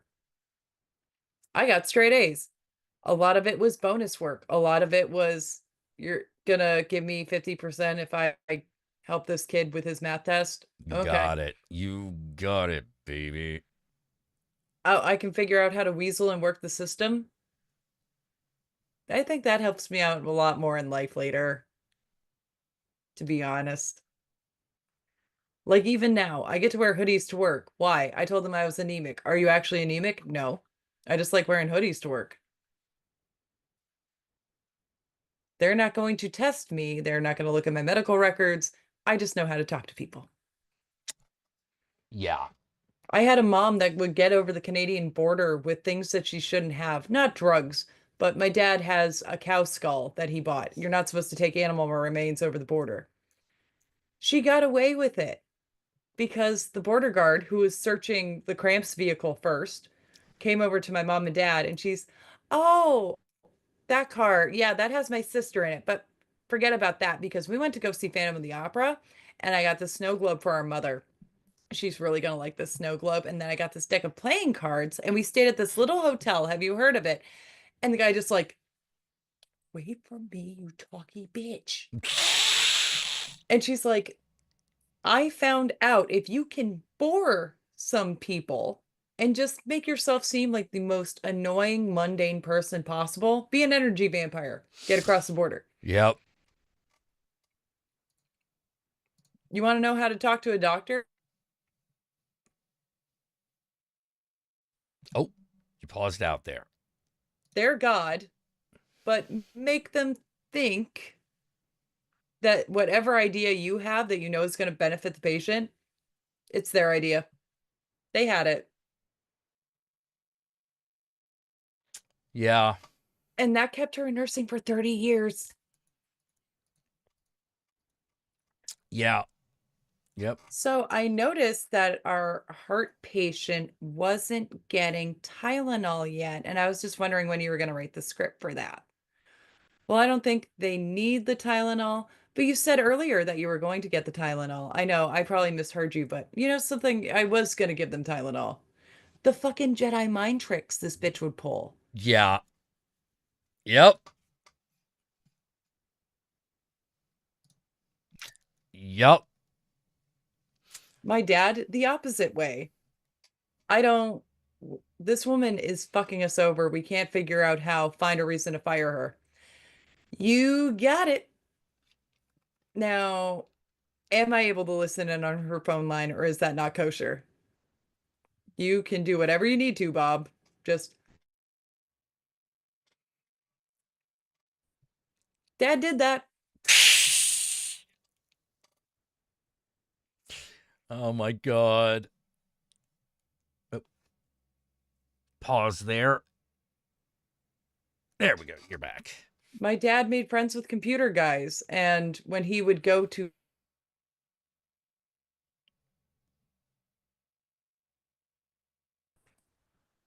like, damn, okay. Oh my God. Oh, Don. Yeah, I was always a terrible, terrible, terrible student. You know, I do not do well in an academic or school environment. Um, it is not the way I learn. Because I don't know how. It just isn't. If I don't get to ask a question and search for an answer and have to just wait, There's no point. there's no point. That like we're done. We're done. We're fucked before we start. You know, absolutely fucked before we start. You know, and unfortunately, that's how most classrooms are run. But if you tell me, for instance,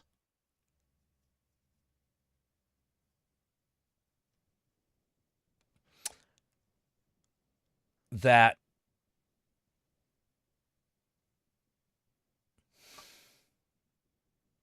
wait a minute. Sorry, I just had memory No, you're fine. unlocked. Memory unlocked. Because I was about to say, so my first and second grade used to do this thing where you could qualify for advanced reading. Mhm. And so I followed that hard. It was like, oh, it's advanced reading. Okay, well, just get because basically my idea was like, I'll test until I don't get it anymore, and then I'll study. You good, dude? Good. Aw. And then I remember there was a moment Wanna where go to they your were bed? like, No. Okay. I remember we'll shut down soon. But I remember there was this point when they were like, well, we can't leave the other students behind. And I didn't know what that meant. Huh. I didn't know what that meant.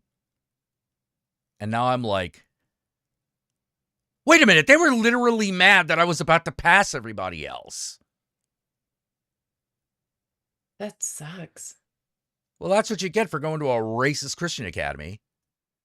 Well, and in Oklahoma, they couldn't figure out why me and my older brother, they had advantage reading. And that was online tests that you would take on books that you've read, right? And you would win points, and then you could use that to get a prize or a free lunch or whatever. We found out very quickly that they didn't check if you had actually checked these books out at the library. They didn't check what tests you had previously taken at another school, because every school Yeah. gave you an individual login. Right. So we would retest on all the books we had already read. And then there were things like Harry Potter, Huck Finn, those kind of things where it's like, oh no, we know those books and we can ace them Yeah. very quickly. Well, how are you getting all these points? Because I just blew through the entire Harry Potter series in like 20 minutes of tests.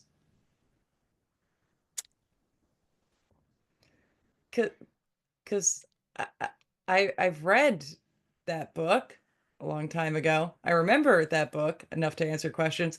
So I did the test on it. Yeah. But One thing I will never, there are two things I will never forgive school for. One, and my mom had something to do with this too. I actually resent the attempts to destroy my love of reading, of which there were a few, despite the fact, because I'm actually convinced that the more reading homework they're giving you, they're trying to destroy your love of reading by doing that. yeah. I'm actually convinced, And they don't give you anything modern to read, or they're nothing making you modern to read. read or nothing interesting. We're going to read Huckleberry Finn for the 400th time. Are we going to talk about how this is fucking Mark Twain's treatise against slavery? No? Okay. Yeah. I had a Are teacher we going to in talk Oklahoma. about, wait, Mark Twain, not Mark Twain, but Tom Sawyer's a little privileged fuck boy. We going to talk about that? No? I had a teacher in Oklahoma, and she's like, "You don't seem excited to be reading The Crucible. What's going on?" I've read it. I've read it. I get it. I'm looking at your syllabus. We're supposed to be reading The Scarlet Letter and The Great Gatsby. Oh, And fucking Scarlet Letter. I hate that one. I hate that one so much. to be fair, my teacher accidentally grabbed the wrong penis. So good for her. Wait, what? Gary Oldman in The Scarlet Letter. Yeah. Uh-oh. Yeah, Come you back, paused come out back. there. Yeah. Yeah. Gary Oldman, Scarlet Letter. Goes swimming naked. Yeah. And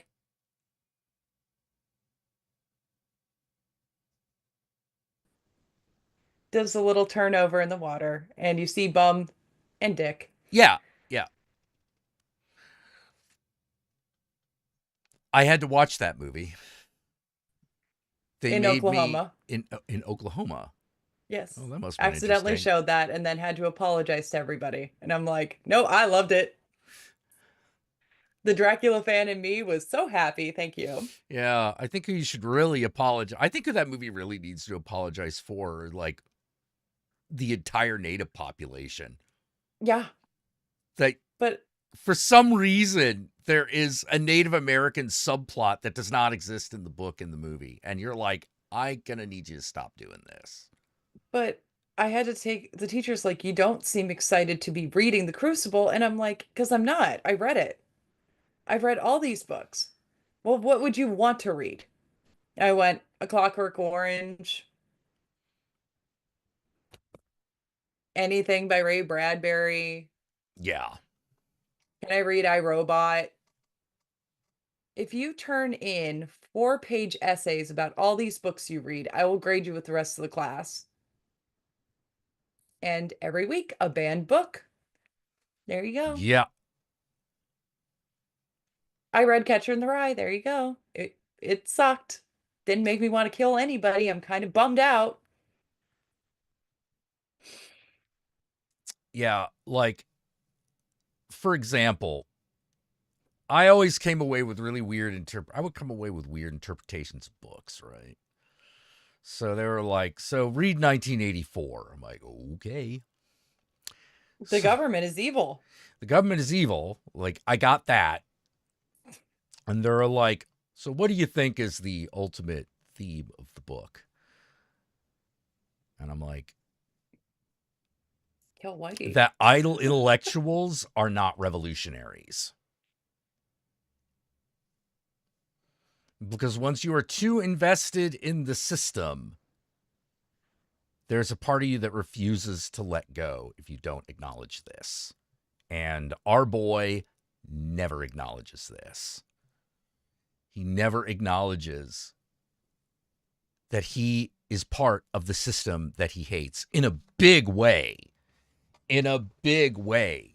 He could just take off and face whatever is in room 101, but he doesn't. He's not a hero. He's a tool. You know, he's a fucking little tool. He's a bitch.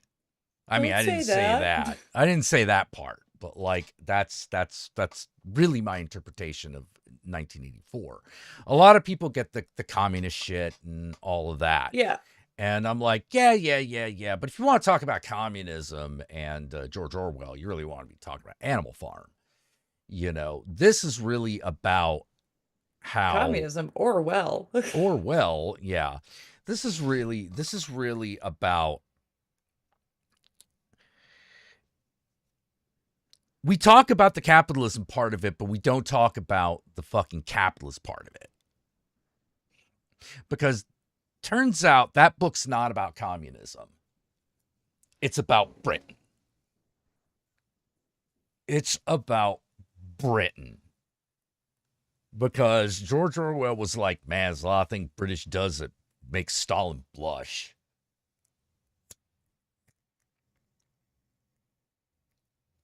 Room 101. That's the head office of the BBC. That was the door of the guy of the dude who was put in charge of the BBC. He wants to talk to you about something you've read or written. Oh God. You know. Yeah. Yeah. It's absolutely about that. It's about the control of the information. Which is what we should all be aware of now. Yeah. Very much. You know. Well, especially there were some people that like have pointed out TikTok came back, but TikTok came back wrong. And I'm like, yeah, because they're silencing people. Yeah. And that's what you get to expect. And now they're going to sell it, and that's going to happen even more. Sometimes the ground is sour. Oh, yeah. Soil of a man's heart is stonier, you know? But ground's gone that's sour. Another thing that just happened. I work with, I labeled myself the mom of the group just from my attitude of, fuck it, I'll teach you how to do it, or fuck it, I'll do it myself so it gets done and done right. Right. Well, I was doing a wound change on a woman, right? Changing out the bandages on this woman with my nurse who was amazing. And I'm trying to distract her, right? And I got this 20-year-old in the room with us to see how we get it done. And I'm like, hey, tell me about your favorite book. Well, I really like Stephen King. Oh my God, I love Stephen King too. What's your favorite book? I very much like Carrie. Oh, you like Carrie.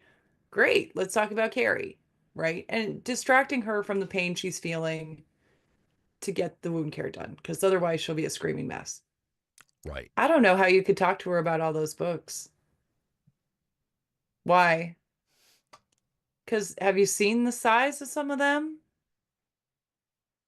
Carrie's not that big, actually. Right. And I'm like, I'm sorry. What? Like, Wow. you're intimidated by the size of a book. By the You're way, in. speaking of intimidation, the size of the book, there's only one book that I am like, not everything is Tolstoy. Not all Russian literature is Tolstoy. A lot of Russian literature is actually quite brief. Yeah. It's actually quite succinct and brief. Tolstoy just rambled on like an asshole. You could explain War and Peace in like a paragraph. You know, God. But that blew my mind. Or how many people will come up while I'm at work and go, "What's this book I'm reading? What's it about?" Well, no, it's a bunch of short stories put together and it's a whole thing. So why isn't it smaller if they're short stories? Well, it's a compilation of short stories. Yeah, but this one goes on for like pages and pages. Do you not understand how books work? That's number one. Or how many people, you have a book? Yeah, I've got a book.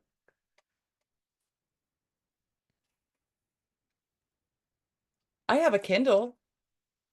Good for you. I I like my books. There's something I like cool holding it in my hand. about a book. Yeah. I like my hardcover edition of Again Dangerous Visions that I know I can beat someone to death with. Yeah. It's a Yep. fucking thick and weighty book. I like it. It's good. It's good shit. I like my hard copy of it. Again, a book I could beat someone to death with.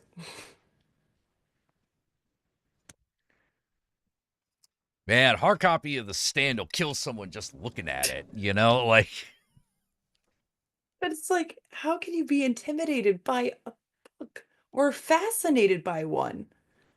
Read, for the love of yeah. God. I don't Yeah. care if you read my shit or if you're reading some fucking Twilight or whatever. Just fucking read. Yeah. You're going to see a Christ. lot less of that. You're going to see a lot less of Oh, that in the future, which is really too bad. yeah. Damn it. I realized there's another label I want to make with the label maker, Oh, and which it's is? the shame shelf. What's the shame shelf? I have all my mom's Harry Potter books and all my Neil Gaiman books lumped together, and that's going to be the shame shelf. I really like these books and I'm not willing to get rid of them, but shame. Shame. That's a Yeah. first edition copy of Good Omens. I am not throwing that shit away, but god damn it, Neil. I was so mad. I was I so mad, and I held out hope as long as reasonably possible. when I heard the voicemail, Oh, I didn't even hear the voicemail. you can look for it, but it's him apologizing and offering to pay a girl off. Oh. And that was like, I'm done forever. Oh. You got me for Sandman season 2, you fucker, and that's it. Oh. Why? Oh And it's no. like I read the whole article and I'm like, I believe these women absolutely, and he hasn't said anything, and it's just this whole situation is very yucky. And when I heard the voicemail, I'm like, Jesus fucking Christ. That's when it got real. Is it please tell me, oh, Is it as bad as the Mel Gibson one? No, it's more weepy and apologetic and pathetic, Oh, okay. which makes it even worse, in my Oh, opinion. It's just, and now it sits on the shame shelf. Shame shelf. yeah. Shame.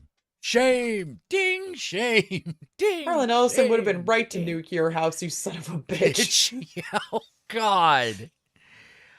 But Oh also, God. I have my son and he loves Coraline. Like, I can't tell him not to love his favorite book and his favorite movie. Yeah. Nothing fucked up ever came out about Alan Moore. Okay, here's the thing about Alan Moore.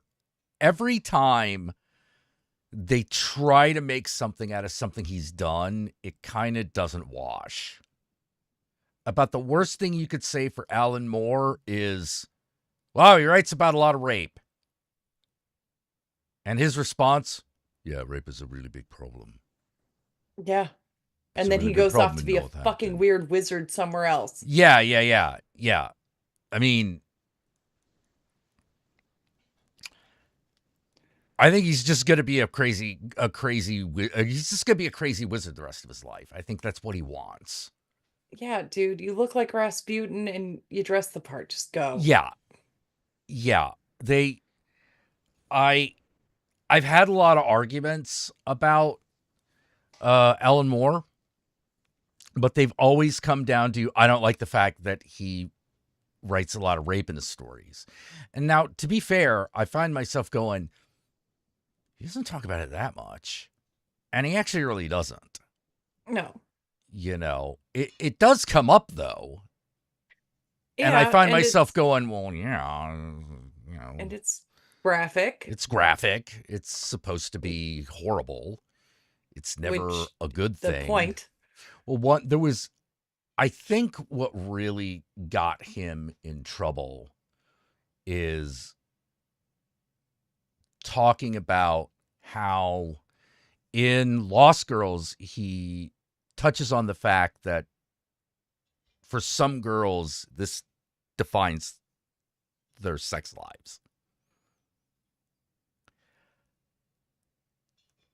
But I found myself going, but I don't think that's wrong. Yeah. I think that actually is something that happens. Not as much as he's making it out to be. Well, I didn't think so at the time either. And then I start to talk to a bunch of people, have a lot of honest conversations, and it's like, oh, because it's not the rape part. It's not the rape part, but it can still define your sexuality in a way. It still defines your Yeah. sexuality in a way. And I got that from talking to rape victims that were both women and men. But and I had my experiences, you know that, and it's Mhm. like, yeah, the rebuilding of trust and Yeah. well, what red flags do I need to look out for? What was oh, they're gonna fuck me over too. Okay, great. How do So I, and how do I adapt how to learn to rebuild come back from myself? that. Yeah. How do I rebuild Right. myself? And that includes sexually, which is the other thing that is like difficult for people to talk about, because a lot of them are just waiting for they're just bracing for judgment. How dare this traumatic event have this like lasting effect on who you are? No, it was traumatic. Yeah, no, it's traumatic. It's going to be there. And I'm actually of the opinion that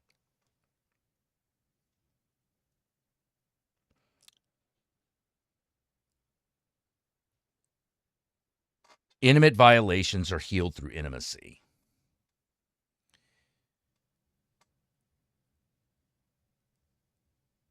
And it's terrifying. Well, and amazing to get over several like mentally and one physically abusive relationship than a guy that just cared. Mm-hmm. Someone that Yeah. checked up on me after a bad stream and me going, oh shit, that's actually someone that gives a fuck about me. That's what that looks like. Yeah. Um, but also like there's a weird any little thing can, you know, so many major things cause trauma, but there are some things that I still can't get over, which is fine. But even with my mom, I can't hear a loud bang in my house without checking if everyone's okay. Oh, I bet. It could be a car backfiring outside, and I still need to do the rounds inside the Oh, house. yeah, yeah. And that's a recent one. You know. 2 years. Yeah. And it's like, it's still, and I'm like, when is this going to go away? And it's like, maybe never. Yeah. You might get to the point where you're not having a heart attack. But you're still going to check on But everybody. you're still going to check on just everybody. in case. Yeah. Exactly. Exactly. Like I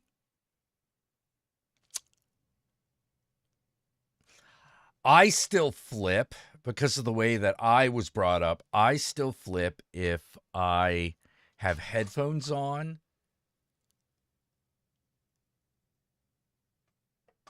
and a woman comes up behind me.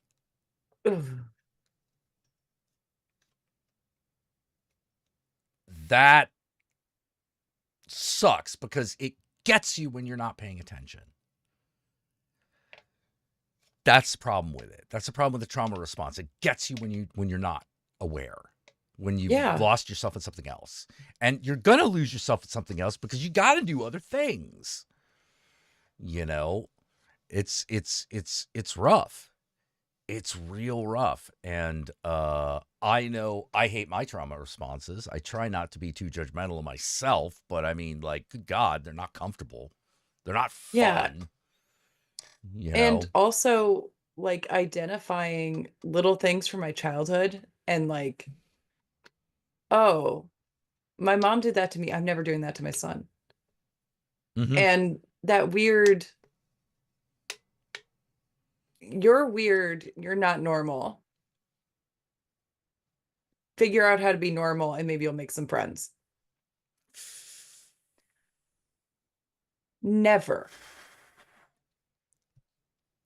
Never to him.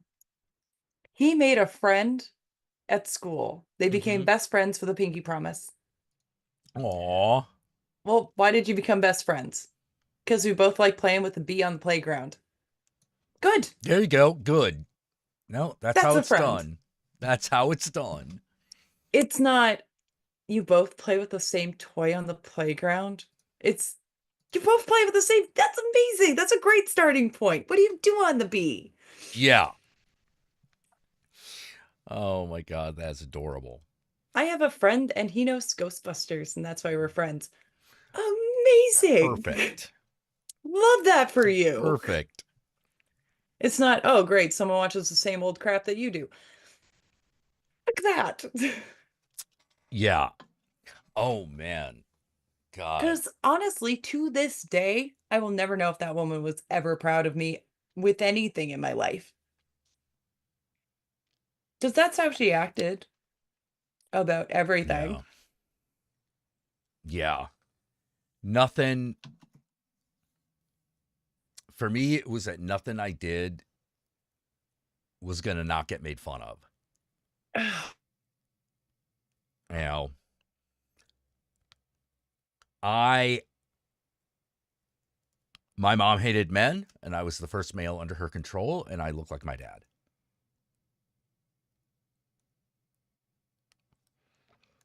Not good. Not good. And the thing that freaks me out, honestly freaks me out the most, is I remember the emotions. I don't remember clearly what was going on. You know, that's the thing that freaks me out. It's one of those like, no, we're not going to, no, we're not going to look at that. You can remember how it felt, but no, don't remember exactly what happened. which is frustrating. Yeah. It's frustrating, but it's like, ooh, this is how it goes unnoticed because you got to keep your brain has to protect you somehow, Yeah. you know. And it's also why when I see Riggs is like, turned 40, my mom decided to tell me she wished she never had me. Oh, wow, she waited that long? Damn. Excuse me, buddy. I'll be right back. Yeah. Oof. Yeah. Yeah. I heard that a lot. And now she wonders why I don't talk to her. Oh, yeah, there's a child. He is asleep on the bed.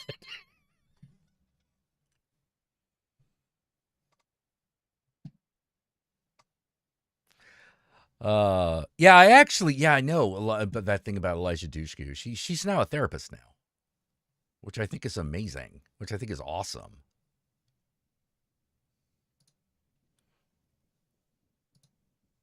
You know, to go from, I was a Hollywood star, fuck that. I'm going to be a therapist instead. Which is literally what happened. And I'm like, no, that's fucking badass. You found your real calling. Like, don't get me wrong. I stored images of you in the spank bank just like everybody else, but like, you know, like, no, it's better that you're a therapist. From the way I talk, I thought my mom was dead. You mean literally? She might be.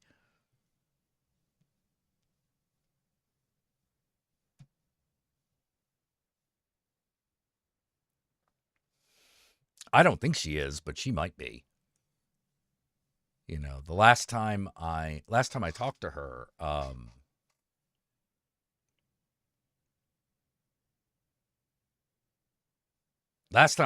she hung up on me. So,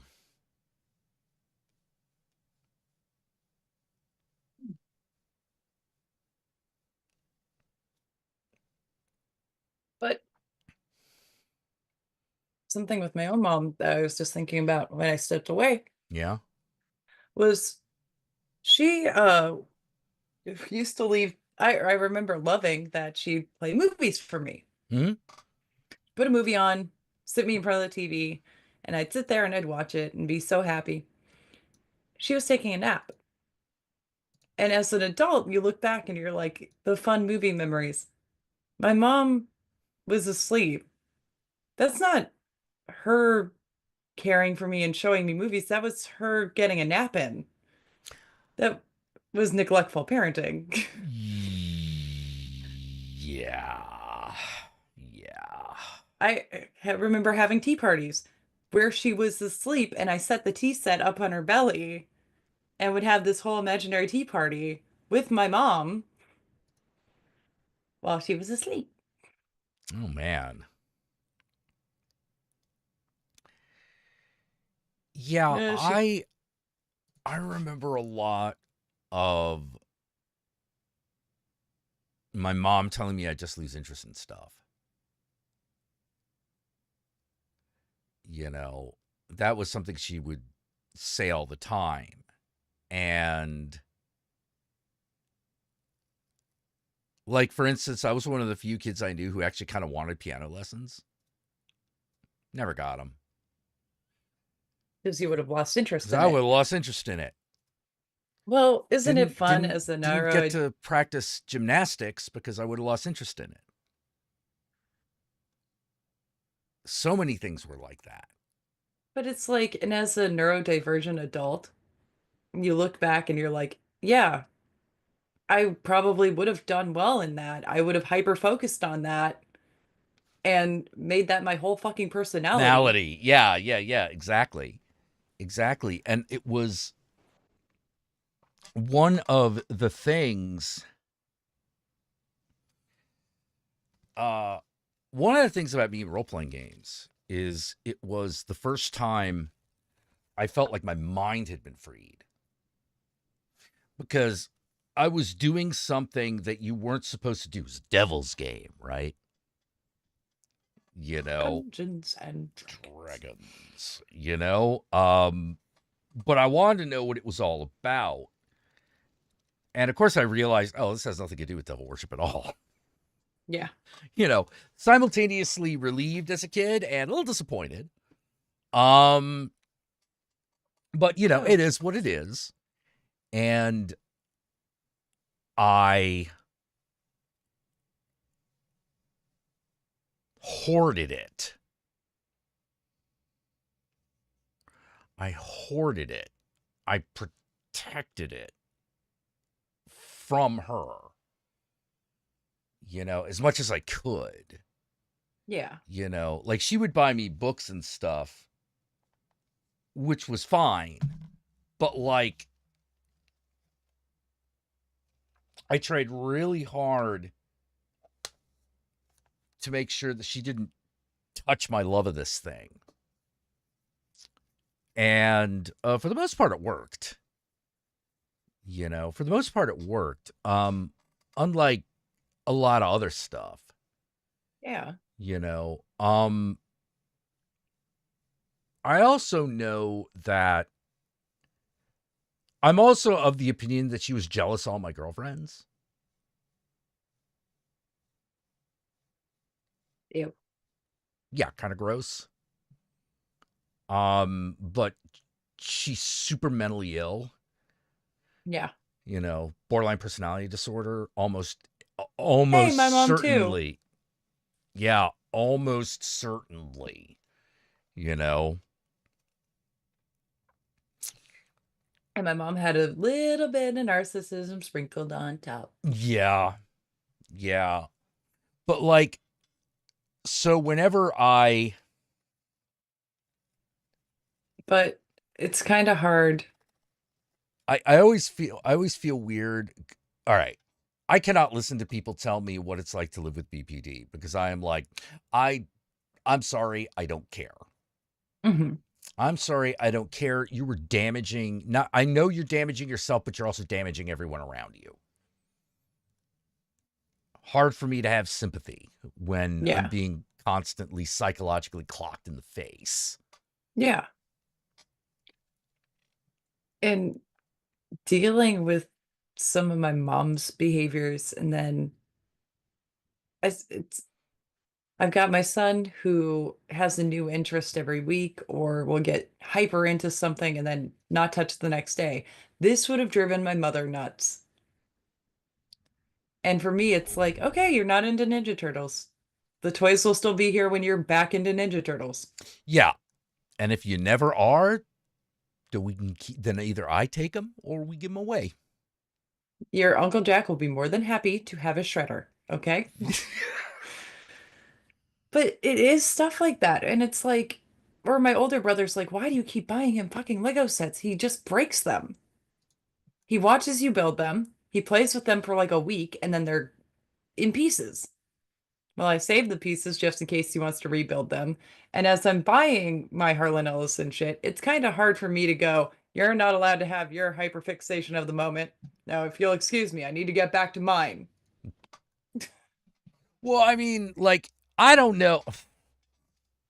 Here's where I'm going to argue with you, brother.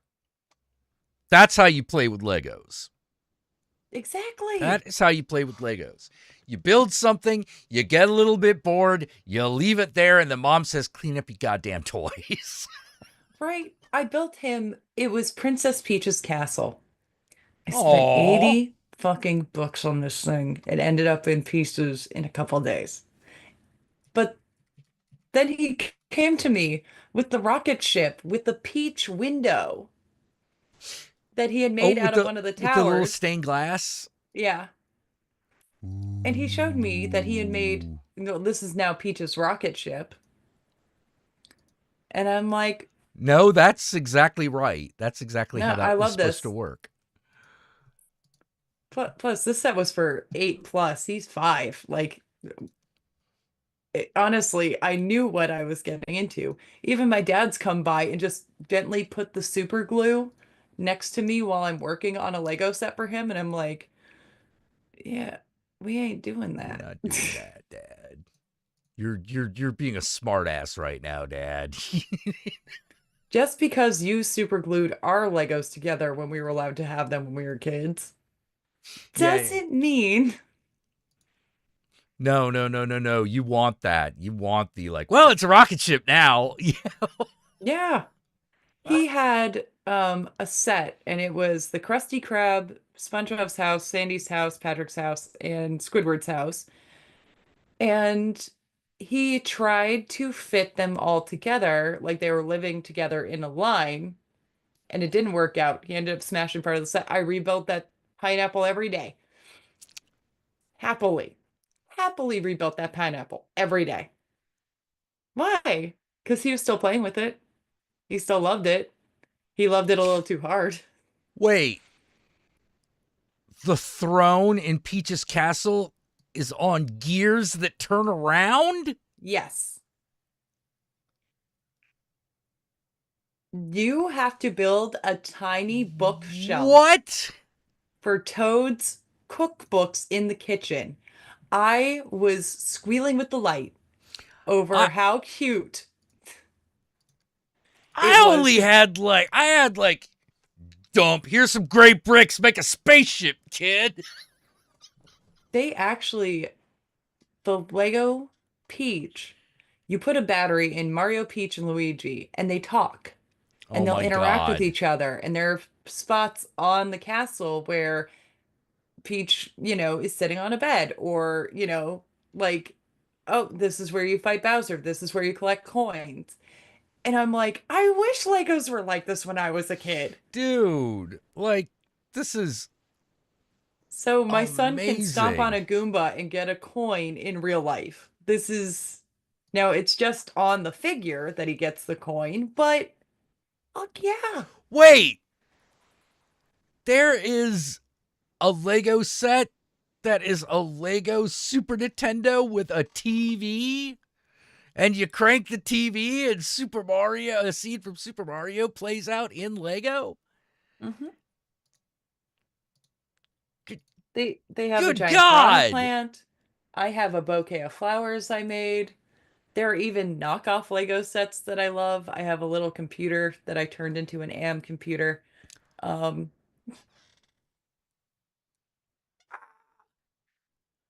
Oh well, my and it's like God. they're called retro builds. And like there was like a cassette tape, a boombox, a telephone, and then they had this old ass 80s thick brick computer, and I made this for the front of it Out of because I was like, Lego. out of little Lego bricks. I mean, Oh my. Wait, does it have a disk drive? right there. Oh my God. It would be better if you could put a disc in, I know. I was like, do they give you Lego disc to put in? but it's like how does some even their mouse is adorable. Like, Wait, the Mario blinks and yeah, with the makes battery and noises. everything. Yeah. Oh my God. This is This isn't Lego. This is Playmobil. But it's an Ecto 1. And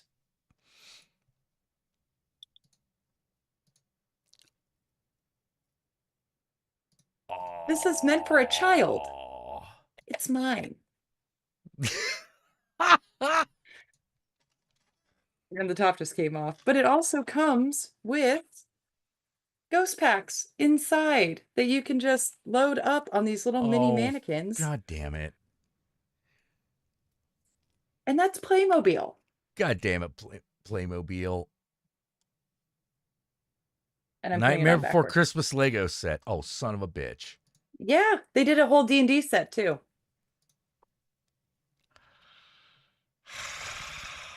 If you're interested in spending $500 to have a Lego version of an Eye of the Beholder, Good they made that. gravy. I'm just wow. I no. We've got Marvel sets, like Mario sets, Star Wars, Wow. D&D Lego. Let's see what that looks like. They Oh made my the god, fucking that looks Shire. awesome. This $350. Well, no shit. Damn. It's got a dragon and everything. Though me and my brother both were side-eyeing the Lego Sarlacc pit because we were getting Dune popcorn bucket vibes from that. Ooh. Like, that's not kosher. That's not. Oh, man. It's got a little house, little castle, little tavern. It's got a little gelatinous cube. It's got a displacer beast. And I Oh, missed God it, but they damn had it. a Lego typewriter for a while as part of their creates builds. Oh my god. Lego Beholder. I love the Lego Beholder. I've Lego seen that Beholder one up looks close. amazing. We have a Lego store not too far from us that we go to at the end of every month where he gets to pick out a special Lego box. And I just Oh love looking at everything. man, I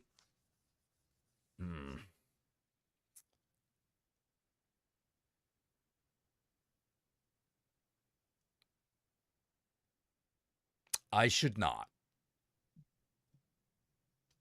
I should not. We're adults with money. I'm an adult that has money slotted for specific things. Yes, I'm trying to launch a book here. I know. Well, and me and my older brother get into this argument all the time, especially around Christmas. And it's been this way since we were 18 and we had jobs. Our mother and our father used to get pissed at us at 18 that you can't even come up with a Christmas list. No, because if we want something, we buy it our fucking selves. Because if we ask for you for it, we're stupid. Or the thing is stupid, or you want us to explain it. Oh dear. So we buy it ourselves. Oh dear. I don't have to explain this purchase. I like it. I got it. Yeah, the patent for Lego expired, so in order to keep afloat, they started making these copyrighted things. Well, it seems like they made the right decision. Yeah. I mean, these things look amazing, you know? The Like Sanderson Witch's Hut, they've made the entire, like, they made a Hocus Pocus Yeah. set. yes, Oh they my made a Hocus God. Pocus set. Oh my god. Neighbor Before Christmas, like the things we've licensed. You can do the Friends Apartment or like Central Perk, I think, I if don't you're want into to do that. I don't want to The do house that. from most recently is the house from Twilight. But it's like, Wait, yeah, fuck yeah. If that's your thing, do that. but what's so special about the house from Twilight? Because it's a vampire's house. Yeah, but the Cullen house is boring. But you get to do the spider monkey thing because they include a tree. Huh. Yeah. $219. Oh, and it comes with the Mustache Dad. Actually, it seems to that's come the with perk. most of the cast, so Yeah. and there's a werewolf too. Huh. Funny enough, this looks the most like the type of Lego set you would have gotten in the 80s. Which makes sense because it's a bunch of blocks. It's a house that's made out of a bunch of blocks. Because they don't live in like a castle or something cool like that. Yeah, no. You know. But the castle ones are very cool. They have Hogwarts. Lego Castle. Come on, Lego Castle. Oh my god. Lego Himeji Castle. They have Boo's Castle as well from Mario. Oh my god. Oh man.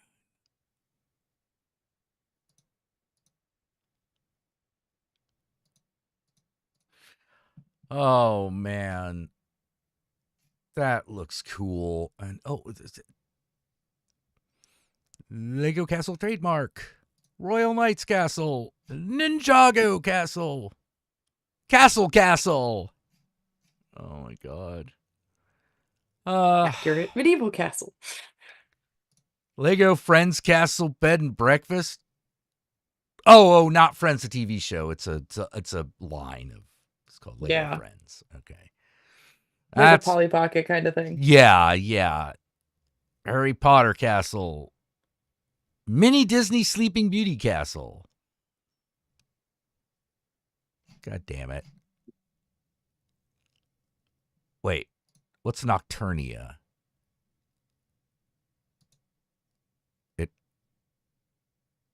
This looks awesome. Ow. I don't know what this is. It looks awesome. All right, you know what? Okay. We've been going on for 4.5 hours. Oh, I Maybe. was just dreaming. What were you dreaming about?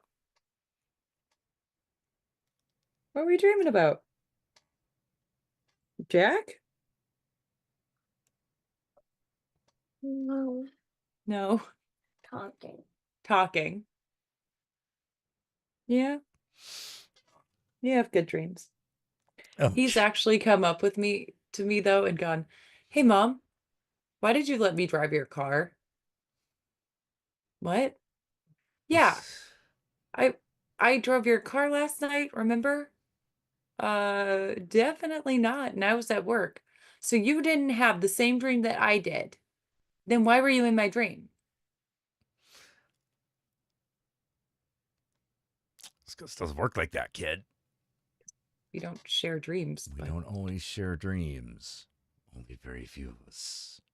but you're my mom. Why would you let me drive a car in my dream? I don't know. It's your dream, dude. Like, Well, what if do you you wanted think? You know? if you wanted Dream Mom to stop you, maybe you should have thought Dream Mom should stop me from driving your car. I don't Oh my god. Wait. Lego Lord of the Rings with an Yes. Eye of Sauron? Yes.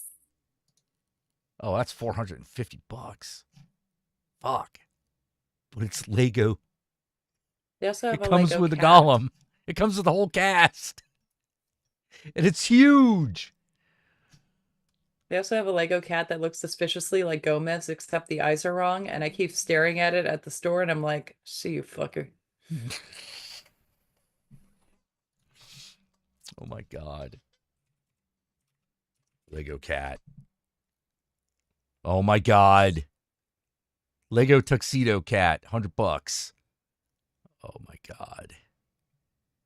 I see you there, you little shit. No. Wait.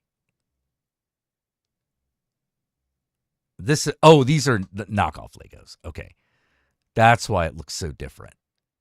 There are knockoff Lego sets. They are very nice. I know. I've built a couple. Oh my I god. I say I've built a couple. I've got Heck, no shit. Everything's falling. I've got a Lego Mystery Shack, fake Lego Mystery Shack right here from Gravity Falls. What? Yeah, and it comes with a Bill Cipher. That's on Amazon. That's an unofficial. Mystery Shack Lego. Gravity Falls Mystery Shack. Lego Ideas. Then, No, there is an official one. oh my God, there is an official one, but this is my unofficial one. Because it And it costs you comes- less than an arm and a leg. Yeah, it does. I think this one was like $50. Lego Ideas. Hold on. Mystery Shack, eBay.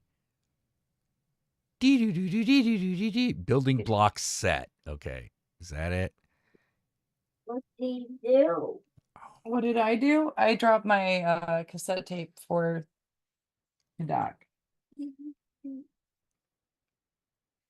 Oh my god. Gravity House Building Set Mystery Shack. Ah, here we go. This is it.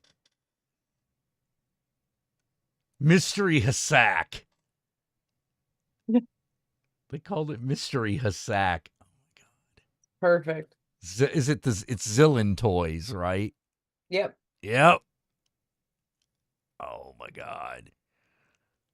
Worth it to have a mini mystery shack. I promised my brother I would build it for him, and I have just not gotten started on it. Honestly, I miss the days where I had a broken It arm. comes with waddles. It does. Oh my god. Holy crap. All right. This can go on all night. So I think I better we should probably end. Also, little critter is so tuckered out. He's been asleep for a little while, but he's now cuddling up to his mom, so he says cuddling into me further. Oh. Todd McFarlane owns a brand of building block, but they used a lot of flat plates as Todd hates Lego nipples. Okay. Good for you, Todd. Good for you, Todd. I say that with the same disdain as Edward Furlong says Todd in Terminator 2. Not mine. McFarlane. Oh, I see it. Here we go. McFarlane Toys construction set. Well, this doesn't look as good. What? The only buttons I can't see. I am your friend. I'm your friend to the end. Hi ho, ha ha ha. I can see Who says I'm your friend to the end? you. And Say Chucky. Oh man. you're not Chucky. I'm not Chucky. No, Mama. No, I'm Mama. Aw. Aw. Well, I should probably let you go. Okay. But it was great talking to you. I enjoyed every minute of it. It was great talking. Yeah. I love talking to you. Yeah. And to all you out there, I'm glad you joined us. It was a good night. I'm glad you all were Great to here. catch up. Yeah, great catching up. Great catching up. And until next time, obviously, Tom's Disco Inferno. And remember, Satan and I love you all very much. Hail Satan. Good night. Yeah, you'll figure it out, honey. I only know. Yeah, it's the first finger. Yeah. Baby's first horns. Yeah.